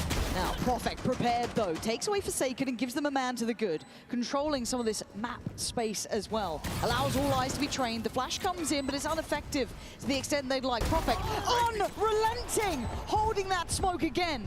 Heaven's his. To get away here as well, something will catch him, but can't pin him down just yet. Invi will swing out, find one. Something will respond as well. 1v2 now. Oh, it's a great start from Vitality. We know that the pistol rounds didn't sit well with them during their regular run up to this, their qualifying up to this, but that is a key one for them to pick up to try and maybe carry on from map 2. A huge opportunity, yeah, early on to take control here. HyperX already looking very proactive. Oh, massively so. It's ultimately what you want to see to make this breach work, particularly on the defense. Spike not committed either way just yet. Vitality well equipped to deal with anything. Yeah, HyperX going for that south side crunch this time. So an early tester on Durka, but he's not really fancying it. Going to fall away, and you've got to be careful. He does have a Vandal. Here. So if he gets overwhelmed, that could fall into their hands quite nicely. Did have the help from Profek, so they know what's happening now. But there is still a man on the B side. Divine going to be over here. And they are now just a race against time. Divine plucks the head off the shoulders of Durka. Profek could have missed the first, and suddenly that tempo and pace is looking lethal. Vitality bulldozer site itself though. Sayonara with the spray, trying to slow them down. Keeps up security, burning on the roasting HyperX on the retreat. As something, it's a classic and not much else, maybe able to get more than just a pistol upgrade. Okay, Sayonara is low. And you can see Sayonara's the one to go looking for the Vandal. Yeah. He's found it. Just probably not how he wanted. Die for the ult as well, to be honest. Good shout. He's getting a couple of kills here. Something can find further damage, but maybe... Quite the prized possession. I was going to say, considering actually taking the zip across, but we'll just hold on to it for the time being. Big round from Sayonara. You can see actually even coming out of the pistol, no progress towards the ult at all. It's a massive tool for Vitality to have available now for round 3. Durka sitting comfortably 2200, Sayonara 2100, so yep. Gonna be well rounded here with 3 left standing. Again, if you're looking at silver lining, nice to be able to get at least the rifle away or one of the rifles invested. So you're not going to make it out unscathed against HyperX, especially at the pace they were coming back in on. They were hunting Durka down. They had a singular mindset. Another very good indicator, though, is how quickly they look to flood through Arcade, overwhelm Divine after finding that initial. You guys are kidding, man. Where is my... Why don't they do this? That's a right up there. That's a yellow. I don't know what they've done wrong, but it's already on the yellow card for sure. Now, let's look at the bonus, though. Again, there was that costly effect of losing out on the Vandal, so they are going to be working with 2 pistols in play, a Guardian as well, but they do have the Phantoms in hand with Durka and Sayonara. Ults there, too, going to be used early on. Tries to at least secure a pathway up through sand. We've got to hold on to the back line here. Something not noted just yet, but the swing out, guarded by Profek. Chronicle now. Baiting. Yeah. Yeah, trying to let Sayonara in on that, but the flash is actually pretty good, but it just gets turned. HyperX very on cue with that. Now, I mean, Profek get the upgrade here. A good feel out towards the spawn as well, but he doesn't actually check deep enough here. The clearance is good, though. Durka's going swinging. Gets shut down, though. Now just Yampi. Nice try, but still that pack of players hunting on the southern side, so valuable. I thought if the timing was a little bit better in the synergy between Kron and maybe Sayonara, you could have had a bit more there. If they find Divide there, they have a real chance to dig their heels in. But he's done really well to play safe. Chronicle just overwhelmed here. A pistol in hand, there's not really much he can do about that. HyperX respond here, will find their first. Lovely. And Jing, great progress towards the showstopper. Everybody else about halfway, something not too far away. But nothing available for Vitality after Sayonara's investment. Just keep my eye on Kron and him getting a shield. He did bait me earlier. Yep.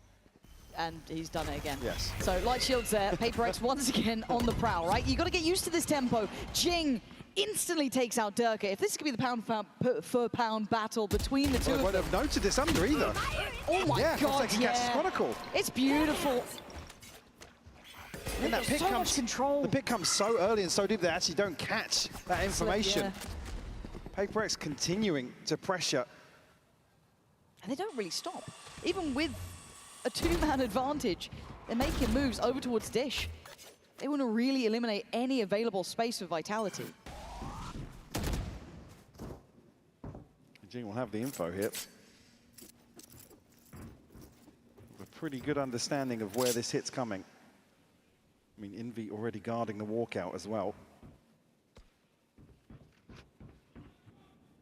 And this is not a pleasant cross to try and make. You know, ambitious at the best of times, but right now, HyperX are just exuding confidence, exerting control. Profek, not going to go down without a fight. 30 seconds This left. would need a great deal more to become a reality. And I think he knows those options are pretty minimal with 20 seconds remaining. Something already looking for this with a judge, so wants an upgrade if you can get it.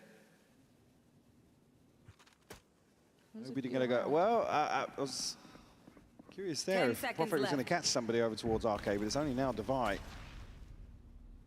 He's already got an alarm bot down here to guard. Looking like the upgrade's going to be there. Yeah, he's got it. So happy enough for something. He get himself on the Phantom. And again, you look at how HyperX are going. They've really, again, kind of established how they want to approach this map. That is in play now. It's confident, it's aggressive, it's taking a lot of space. Argue now. Oh, it's a beautiful shot from Jing.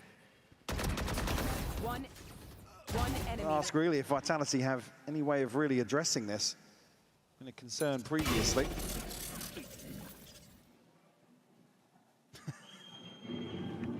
Imposter molido.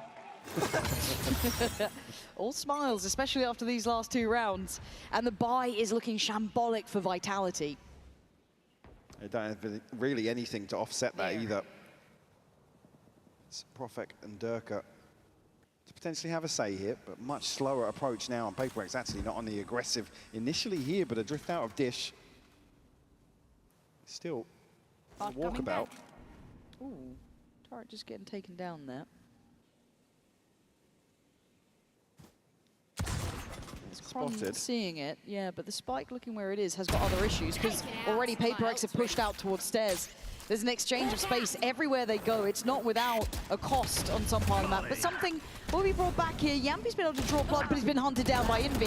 Filling the void instantly, and Profek under pressure. HyperX, there's the team we're waiting to see.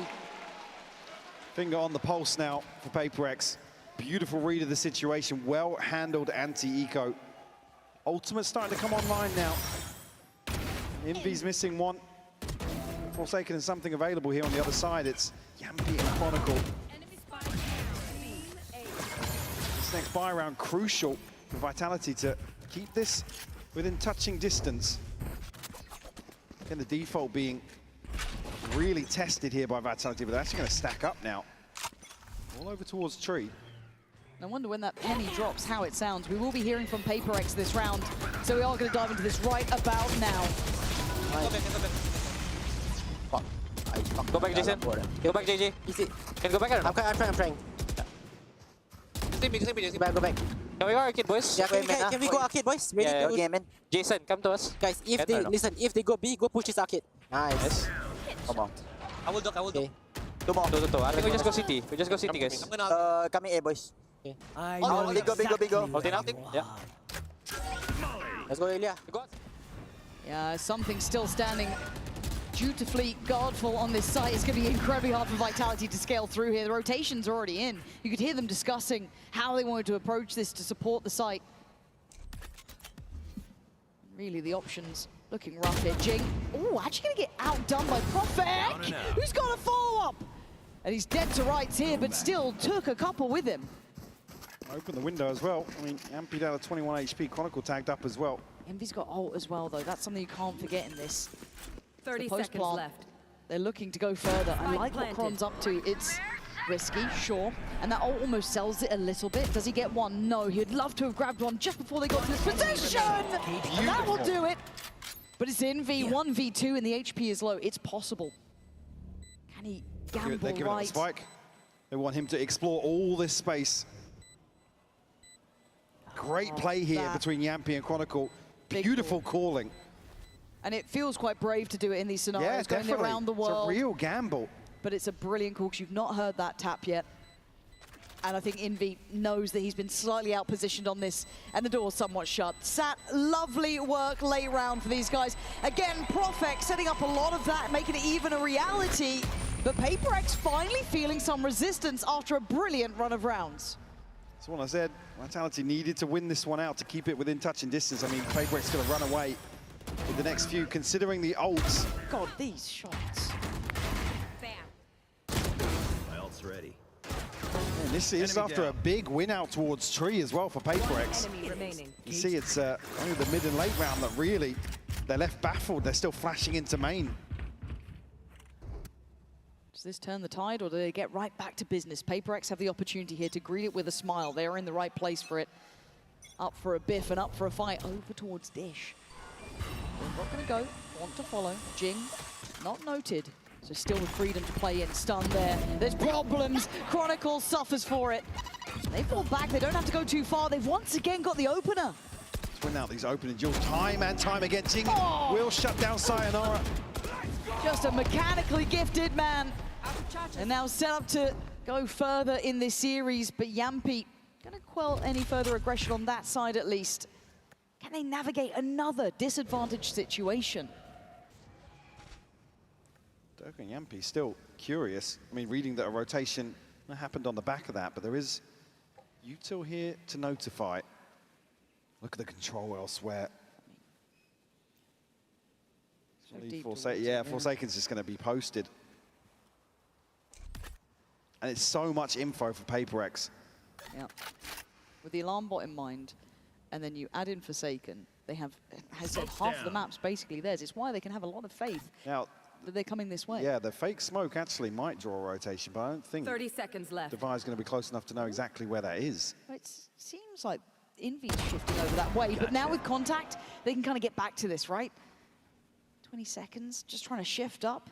Hoping to catch him unawares. I don't think you're going to get that sort of gift here. Something sharp.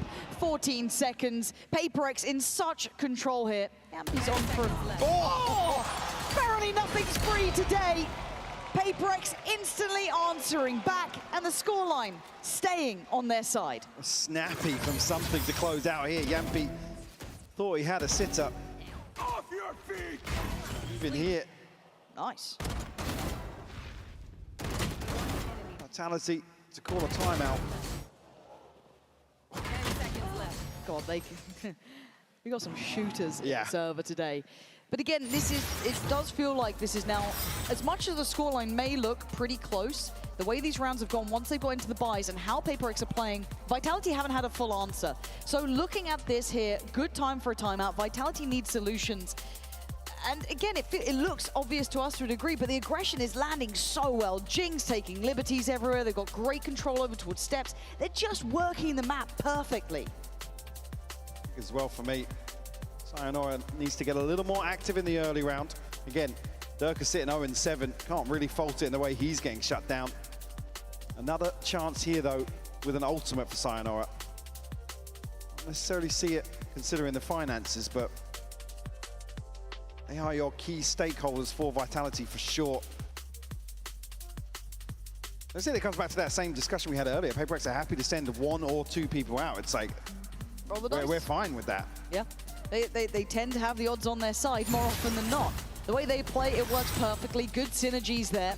And as you said, the fact that Durka's not really gone off the starting blocks, and I don't even want to call it his fault, really. You've been seeing the shots. You've seen it yourself. He is dead in a heartbeat. So you have to look at the others to maybe find a bit of space for him to play into. And you have to be so diligent from the word go. Let's look where that intention is from HyperX here. An early show of force towards stairs. Quick clear of the utility, but arcade where the majority of Vitality reside. Already though, the drift out of A main. HyperX going to look to go on the hunt here. Something will catch Sayonara. Want to remove so free. For free, yeah. It's so free for these guys. And they aren't overly sticking towards site. Look how They've given quickly up they're moving. just amount of space because they want to play safe because they've got these 3 on the hunt. Again, the rhythm that HyperX are getting in, Mike, is just perfect. Plant will come through here. It certainly doesn't feel like a safe post. Alarm bot out.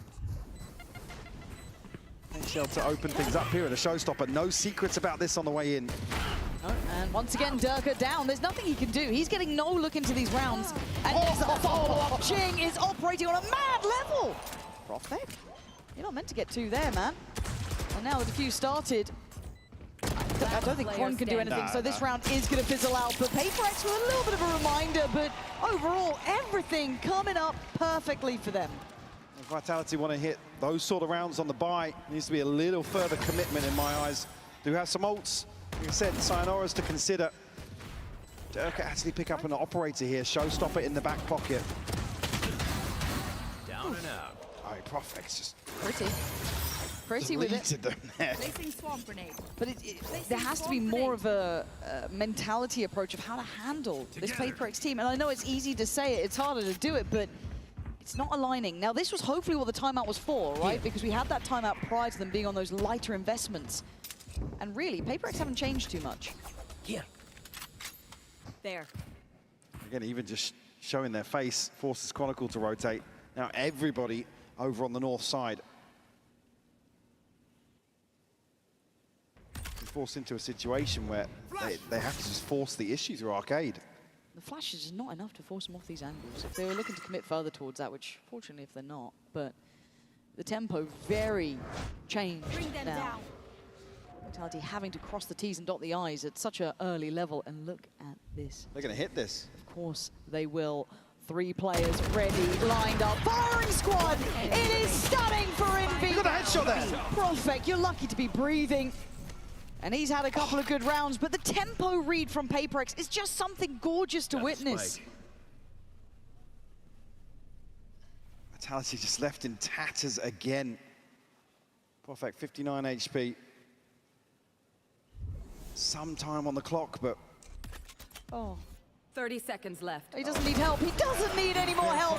Envy's good, even when they got guns out. It's 3. And again, Mike, that re-hit, that timing on it. I mean, and it's right, you even see here the question around the breach. This is still 20 seconds left on the second stun to come through.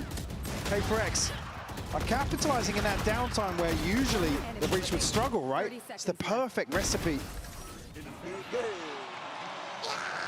Well drilled, they're committing early off the utility in every single round.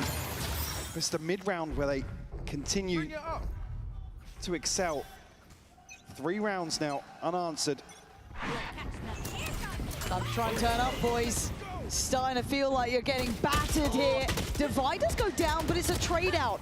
Profek on the follow-up, good spacing, and it's simplistic in its stance and approach. You gotta be careful with something, though. Still around. Could just hear Yampy approaching towards site.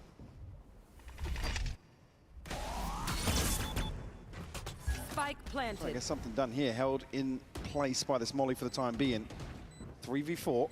Lovely positioning to pressure Profek as well. One of the players who has utility that could make this post plant very, very comfortable. He's going to actually invest it down on this side, reading the majority here, which he's not wrong with, but it just forces something forward. They've cleared it, and now Vitality are boxed in on the site. It's Kron to bail him out slightly, overtaking towards that CT space, giving a little bit of a cubby for Sayonara to play from. You've got to give this one up. I think they've got a way back in here. Sayonara going to come forwards. Checkmate. Okay. Oh! Not okay! Not okay! No time left. It's fine, but it's not fine at the same time. Clutch. It's a swift reminder, isn't it? Lose an extra couple of rifles here that come in very handy. I don't think it's going to have too much of an effect here. Maybe some gaps. I mean, I'm already seeing Yampy settle for a Guardian. Light shields are plenty. HyperX still doing damage in a situation they had no right to be in. Nah, they're so scary. You just don't get to miss a bullet. You just don't.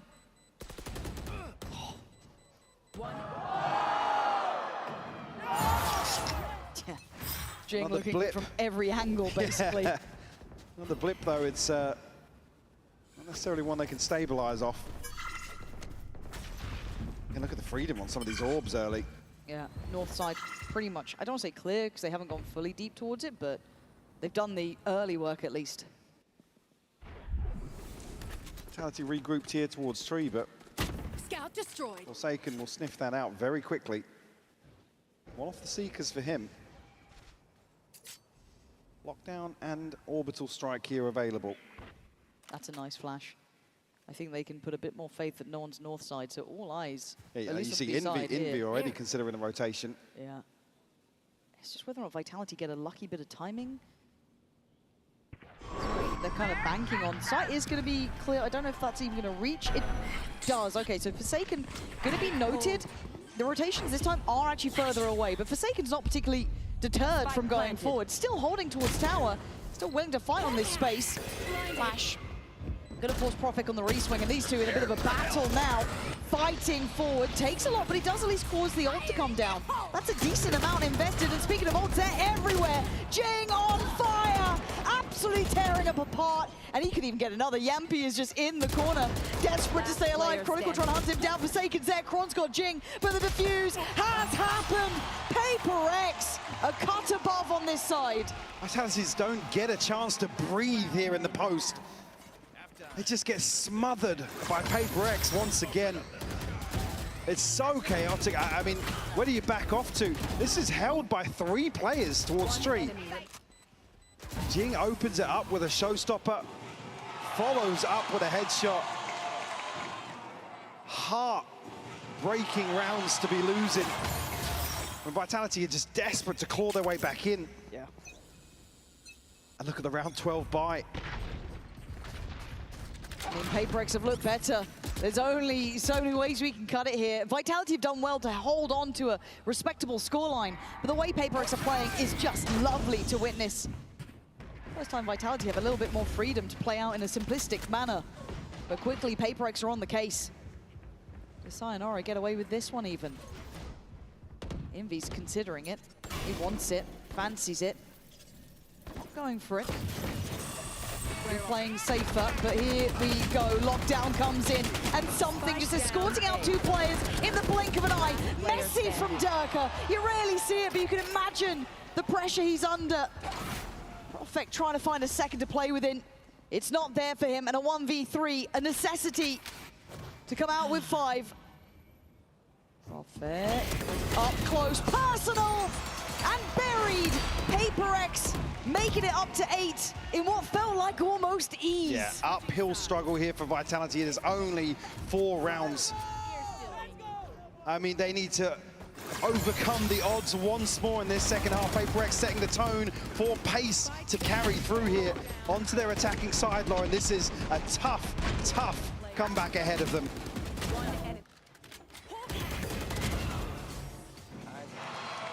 Take 7.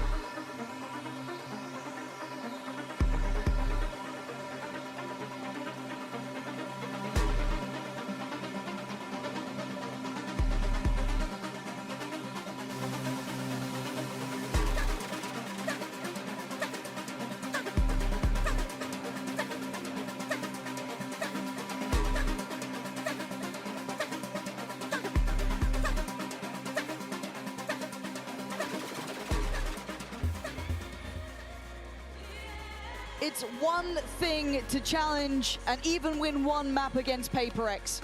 It's another to win a series.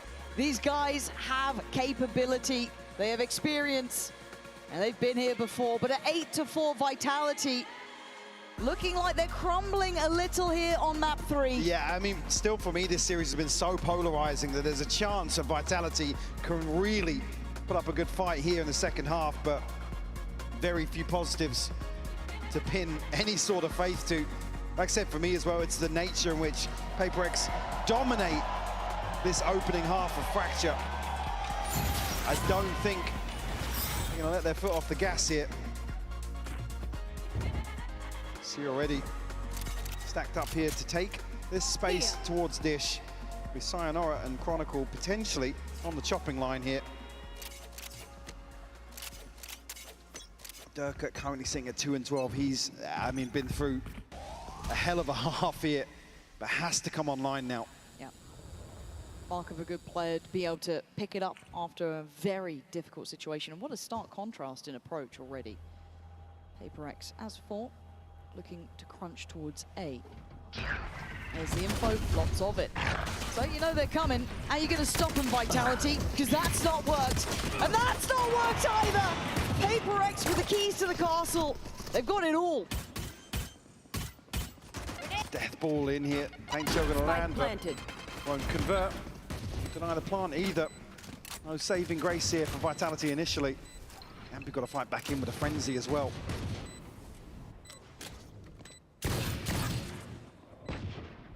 Don't expect anybody to be swinging out here from HyperX. This one's comfy. All but wrapped up already. Yeah, it feels buttoned up. And they're even refighting just to ensure it. Perfect! A valiant attempt, but from start to end, HyperX just perfect in approach. None of my stuff has gone wrong. About the worst it could possibly go for Kron and Sayonara.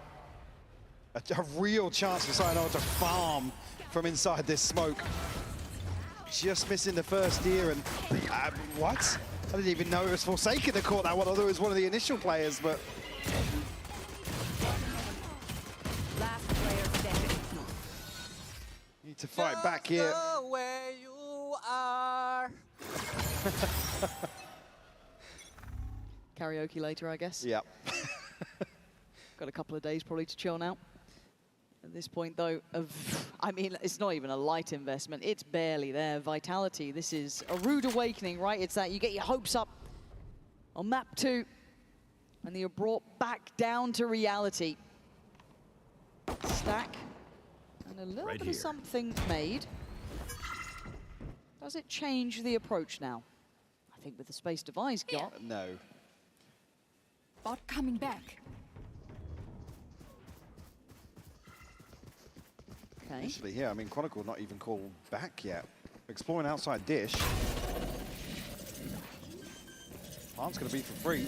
No resistance here. Spike planted. Durka has got the upgrade, though. Oh, the timing. 2 kills. All he's sat on so far. Make it 3, perhaps 4. Okay, overall big round for the man. As they've got to find Forsaken and something, though. The last 2 players with some real power to them. And the weaponry there, but Durka finally finding his footing. But something could break some hearts here. Not on the spike yet. Not able to get to business. Still got a molly, but 4 bullets. They'd have to be pretty much 1 for every single player, and I think he knows he won't be able to get back to this as the defuse comes in. Vitality. All right, it's a thrifty. Got to do more than that. That'd be the catalyst for Durka. Finds around here, flipping around 2. Vitality, a lifeline delivered for them. Again, HyperX, this was totally free in terms of the plant. It's one of those refights that didn't play out in their favor. A couple more of those, and I might be paying attention. Now, this one, you'd imagine they'd really need to convert. We will be listening with Vitality. Their comms was something that kept our attention during that regular run up to this point. I wonder how that sounds now, because PRX, it doesn't matter the buy, they are always going to be a problem. Maybe. Can be out. Out maybe. Yeah, I'll drop down. That's 2. Yes, one more. Good play, man. Door, 1 HP.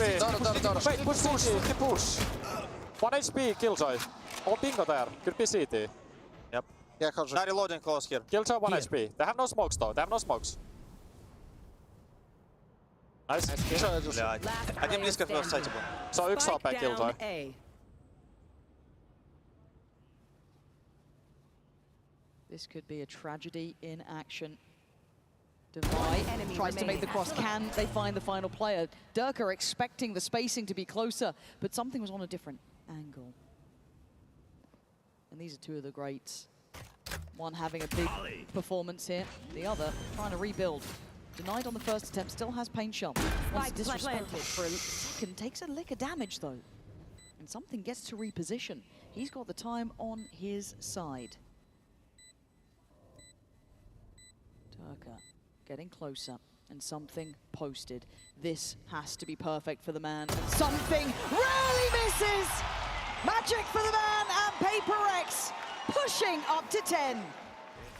Another for the heartbreaker tally here.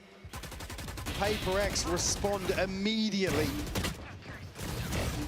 And it's just, you can hear as well just how caught off guard they are in the comms. So confused, baffled by what's going on. I'm here, guys. I'm here. Guys, what about me? Nice or not, guys? Nice And or you not, gotta nice or not? chalk that one up as a tilter. A timeout to follow that immediately. Maybe just want to catch their breath, honestly. Yeah, because it's one of those rounds that feels like it could have been a ladder building moment for them to get the scoreline feeling a bit better. But I don't think they need reminders of what HyperX can do regardless of the bye. But if anything, it should be a stark recollection of what we've seen when HyperX are at their strength. So timeout for Vitality, and they've got to problem solve quickly. It feels like they're trying to get Durka online here, but it's not necessarily as much as you'd need. And on the other side, just about everyone is on point. See Durka considering the operator here. It's not necessarily an answer here in terms of the pacing. Coinbase win condition for Vitality, certainly going to be pinned around that. Again, the buy up in the air. Obviously will be a force to come through, but it's Chronicle and Yampi left scraping together what they've got. Profek, Durka, decent progress already towards this first ult cycle. On the other side, it's Forsaken with the Seekers. Divide just two off a lockdown. Beacon here. How influential the Killjoy ult can be on the attacking side. So Chronicle and Profek are going to be ones to bear the brunt of this here. You kind of know it's coming, right? Can you stop it? Yes, apparently. What? How the hell did Profek and Kron? How is Kron still controlling this corner? Fully blind though, finally falls, but they made something out of it. Divine Forsaken left in the challenge and Just caught off guard and spawn again. Thought he was on for something, and actually the Seeker's providing full information on where these two final players are. Playing with confidence and diligence, HyperX in full control. Mistakes being made by Vitality and players making mistakes that you don't expect to be seeing. Fumbling in that. Cycle the operator away as well. Good shout. Yampi's only on a Sheriff. My ult is... Get the ult here. Yampi actually missing an upgrade. Could be crucial. They've split for this. Try and maybe indicate both playing back through the side. A shallow Prowler to try Look at the and coverage though. Horn, not even gonna get it. Okay, gonna find Divide, but it's gonna be the fight there towards Forsaken. And Sayonara, are you just hoping they're not re-peeking? I guess you are. Okay. Tap on the spike, no reaction. They've already repositioned. Sayonara is really hoping they're gonna swing this like normal. They're out and about. Sayonara 1v1. You've got time against you though. Very little left. Divide getting closer. All good. Gotta make this happen right about now. Divide denies it again, and HyperX making Vitality look lost. Another situation again. It's the information being relayed. Maybe not quick enough, maybe just missed in the comms, but HyperX flipping this round on its head. You know he's gutted on that one too. One enemy. If it wasn't tilted before, that's the one that does it. Last player Knows he's been outdone.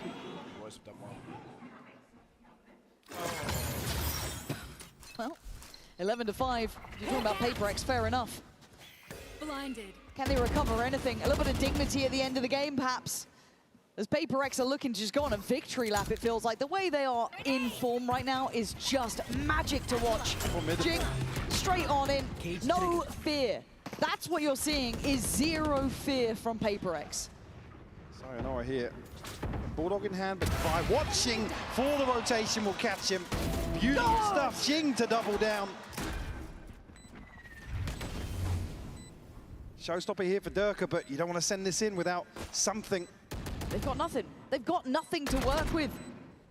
No gateway in, no confidence, no one standing. Durka, you can back away maybe. That's the best you're going to get. Maybe catch someone on the way out, and that's all it'll be. HyperX just a cut above the rest here. 12-5, full domination. Ults will be here for Vitality. Durka considering an operator, but again, you want to see him go forwards. Unfortunately, in terms of the timing, in terms of the expectation in some of these rounds, I don't think the understanding is there for them to really feel confident about that. And only missing Yampies. The other side, everything but the Seekers for HyperX to convert here, close out the series. Oh, Ult's gone. Gonna find one, but Jing's hot on your heels. Run if you can. I don't know if you're gonna be able to hide. Profek does find Jing. Durka finds nothing, however, on the other side. Divide, trying to get closer. He's found room to work.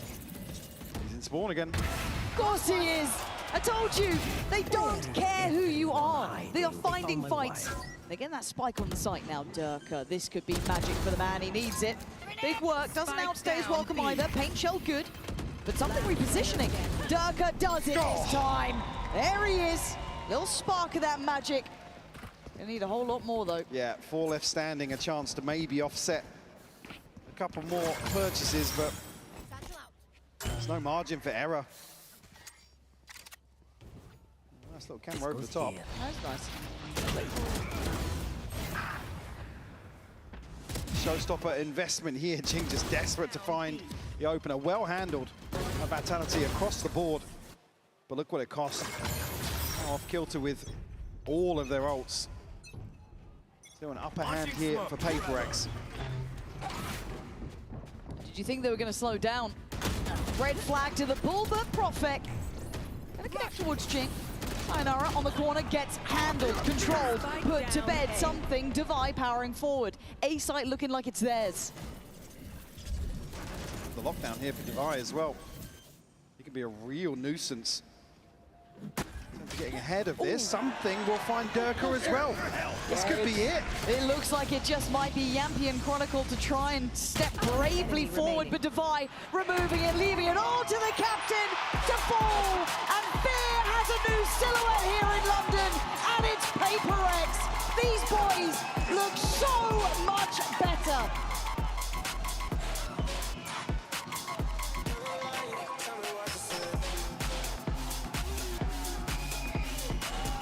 It's a fair shout to say usually could chalk things up as an easy loss to HyperX, but Vitality here, the resurgence in map 2 certainly a positive. Unfortunately, lacking a little bit here in the decider in my eyes. I mean, Profek having a standout performance here individually, but hands down. Yeah, I mean, Durka and Sayonara, they're the ones that really you need to deliver here on this fracture in terms of the approach from HyperX. And I feel like it's one of those things you only learn how to deal with HyperX by playing against them in these environments, and it's never easy. Yeah. That's it. It's why they are so damn good, and still the team to beat here in my mind. Yes, Split looked out of sorts, but beyond that, it was exceptionally clean. Really was. Vitality. Again, you can come away from this series and say you have a lot to work on, or chalk it up to what do we do differently next time. And certainly for me, Split, a display to remember from them. HyperX on top today and locking champions here with this victory. Massive for them, bigger picture, obviously. Champions now in the sights for them, and hell, they've got a couple more games to play here too. However, you want to hear from the players, so let's send it to Frankie down on the stage, who's standing by with Envy for the Verizon post-match interview. All right then, let me find my target. Envy, the newest member of HyperX. I'm gonna grab him right now. There's so many fans who want to meet him, but Envy, I'd love to chat to you if that's okay. How are you feeling? I feel really good. Yeah, you've got to feel good. top 3. You made it to top 2 in Santiago. How would you compare the form of HyperX right now to that last event? I think we're a lot more prepared. We've warmed up. I think in Santiago we were just warming up as a team, and now I think we found our form and our identity as a team. So we're gonna keep going forward with this. I mean, you went so forward, pressing W on Breeze, 13-3, an incredible map. With Split, Vitality decided on their attack side to hold back. Why do you think you weren't able to get the better of them there? I think in Split, we kind of just like didn't play as a team. We were like also not playing our own game. We were a bit hesitant. We were making a lot of like not really good decisions. And coming into Fracture, we kind of just had like a goldfish memory, and we just like reset and played our own game like we usually do. I've heard about this goldfish memory that you guys like to employ. I just want to ask you another question though, because Wendler, your assistant coach, is just over there. What kind of structure has he been bringing into the team? Because I think we're seeing a lot of it on stage here. I think Wendler brings a lot, like his anti-strats, all of the prep against enemy teams. He's been doing really well with the anti-stratting, and also like guiding us with like teamwork and all the fundamentals. So it's very nice. All right, Invi, you played very nice today. No more goldfish memory though, because I think you can see yourself raising the trophy on that stage. Thank you so much. Congratulations. Go meet the fans. And for you guys, we'll see you back at this stage tomorrow.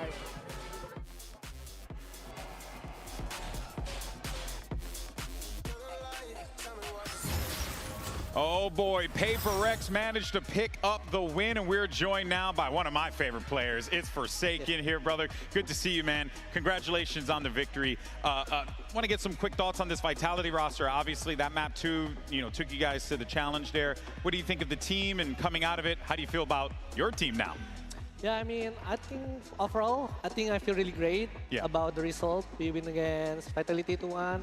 But I'm not really happy about the second map because I think we should have won, but our energy, everything is just went wrong. Was that what it is? Was it just like a feeling issue, or was it something in the server? I think more like our energy, I would say, like it's not like same like first map. Yeah. So I think, So you just need the crowd to cheer more. Yeah, I need the crowd to cheer more for us, You guys hear that? You got to cheer more for Forsaken and the boys in HyperX. Come on, guys. There you go. Step it up. Step it up. Que bueno. Now, of course, though, I mean, you're making top 3. A lot of people have come into this tournament kind of coronating you guys as the heavy favorites. Do you feel that as well, or you just don't really care? For me, I don't really care. I just want to enjoy playing with my team, my boys. Yeah, that's fair. Do you think this is the best form that you guys have been in? I would say right now, I'm confident say I think we're in the best form right now, yeah. So you're winning the trophy? Hopefully, Yeah. Where do you see the potential setbacks probably emerging, right? Because you talked about the mood and the atmosphere and the feeling in that game not really being where you wanted to in map 2. So how do you ensure that you guys don't get into that rut again, especially as the competition gets even harder from here on out? Yeah, I mean, for us, we realize because we play like a lot of in international. Yeah. For us, if we're like didn't really think about it, like didn't really think about trophy, we just play like from the bottom, like we play like from lower bracket.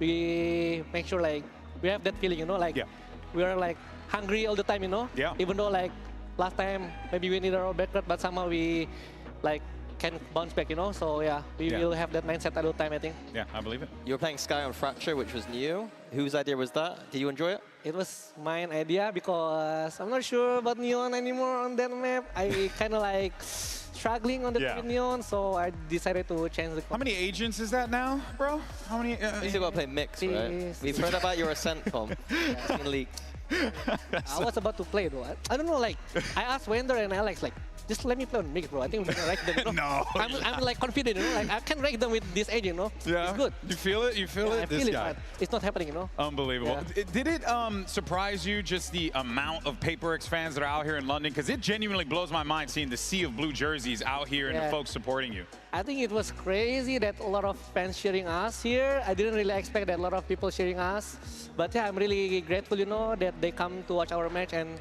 have fun. Yeah. That's awesome, brother. Hey, a lot to cheer for. You guys are easily cheerable team, and congratulations on the win again as well. Let's take a look, though, at the bracket, see where we are, because we've got 6 squads, and tomorrow we're unfortunately going to lose 2 more. So your matches are going to be first up, is important to note. Your first match will be XLG versus Leviathan, and then Vitality goes up against Foot in a regional battle. Oh, man, that's going to be a rough one. Forsaken, give us some predictions, my man. Who do you think's winning match 1 and 2?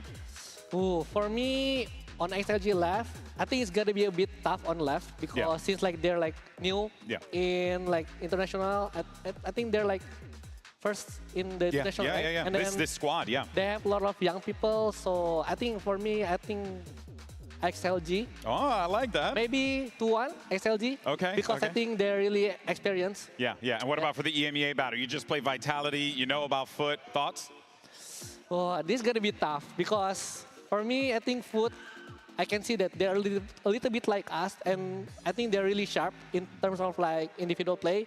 Especially Zeus and Sop, I think they really shine. But for me, I think it's more like experience more. I think will win the game. So I think Vitality loaded with it. What about EDG HyperX? Oh, it's gonna be insane match, I would say, because EDG, you know, have Kang.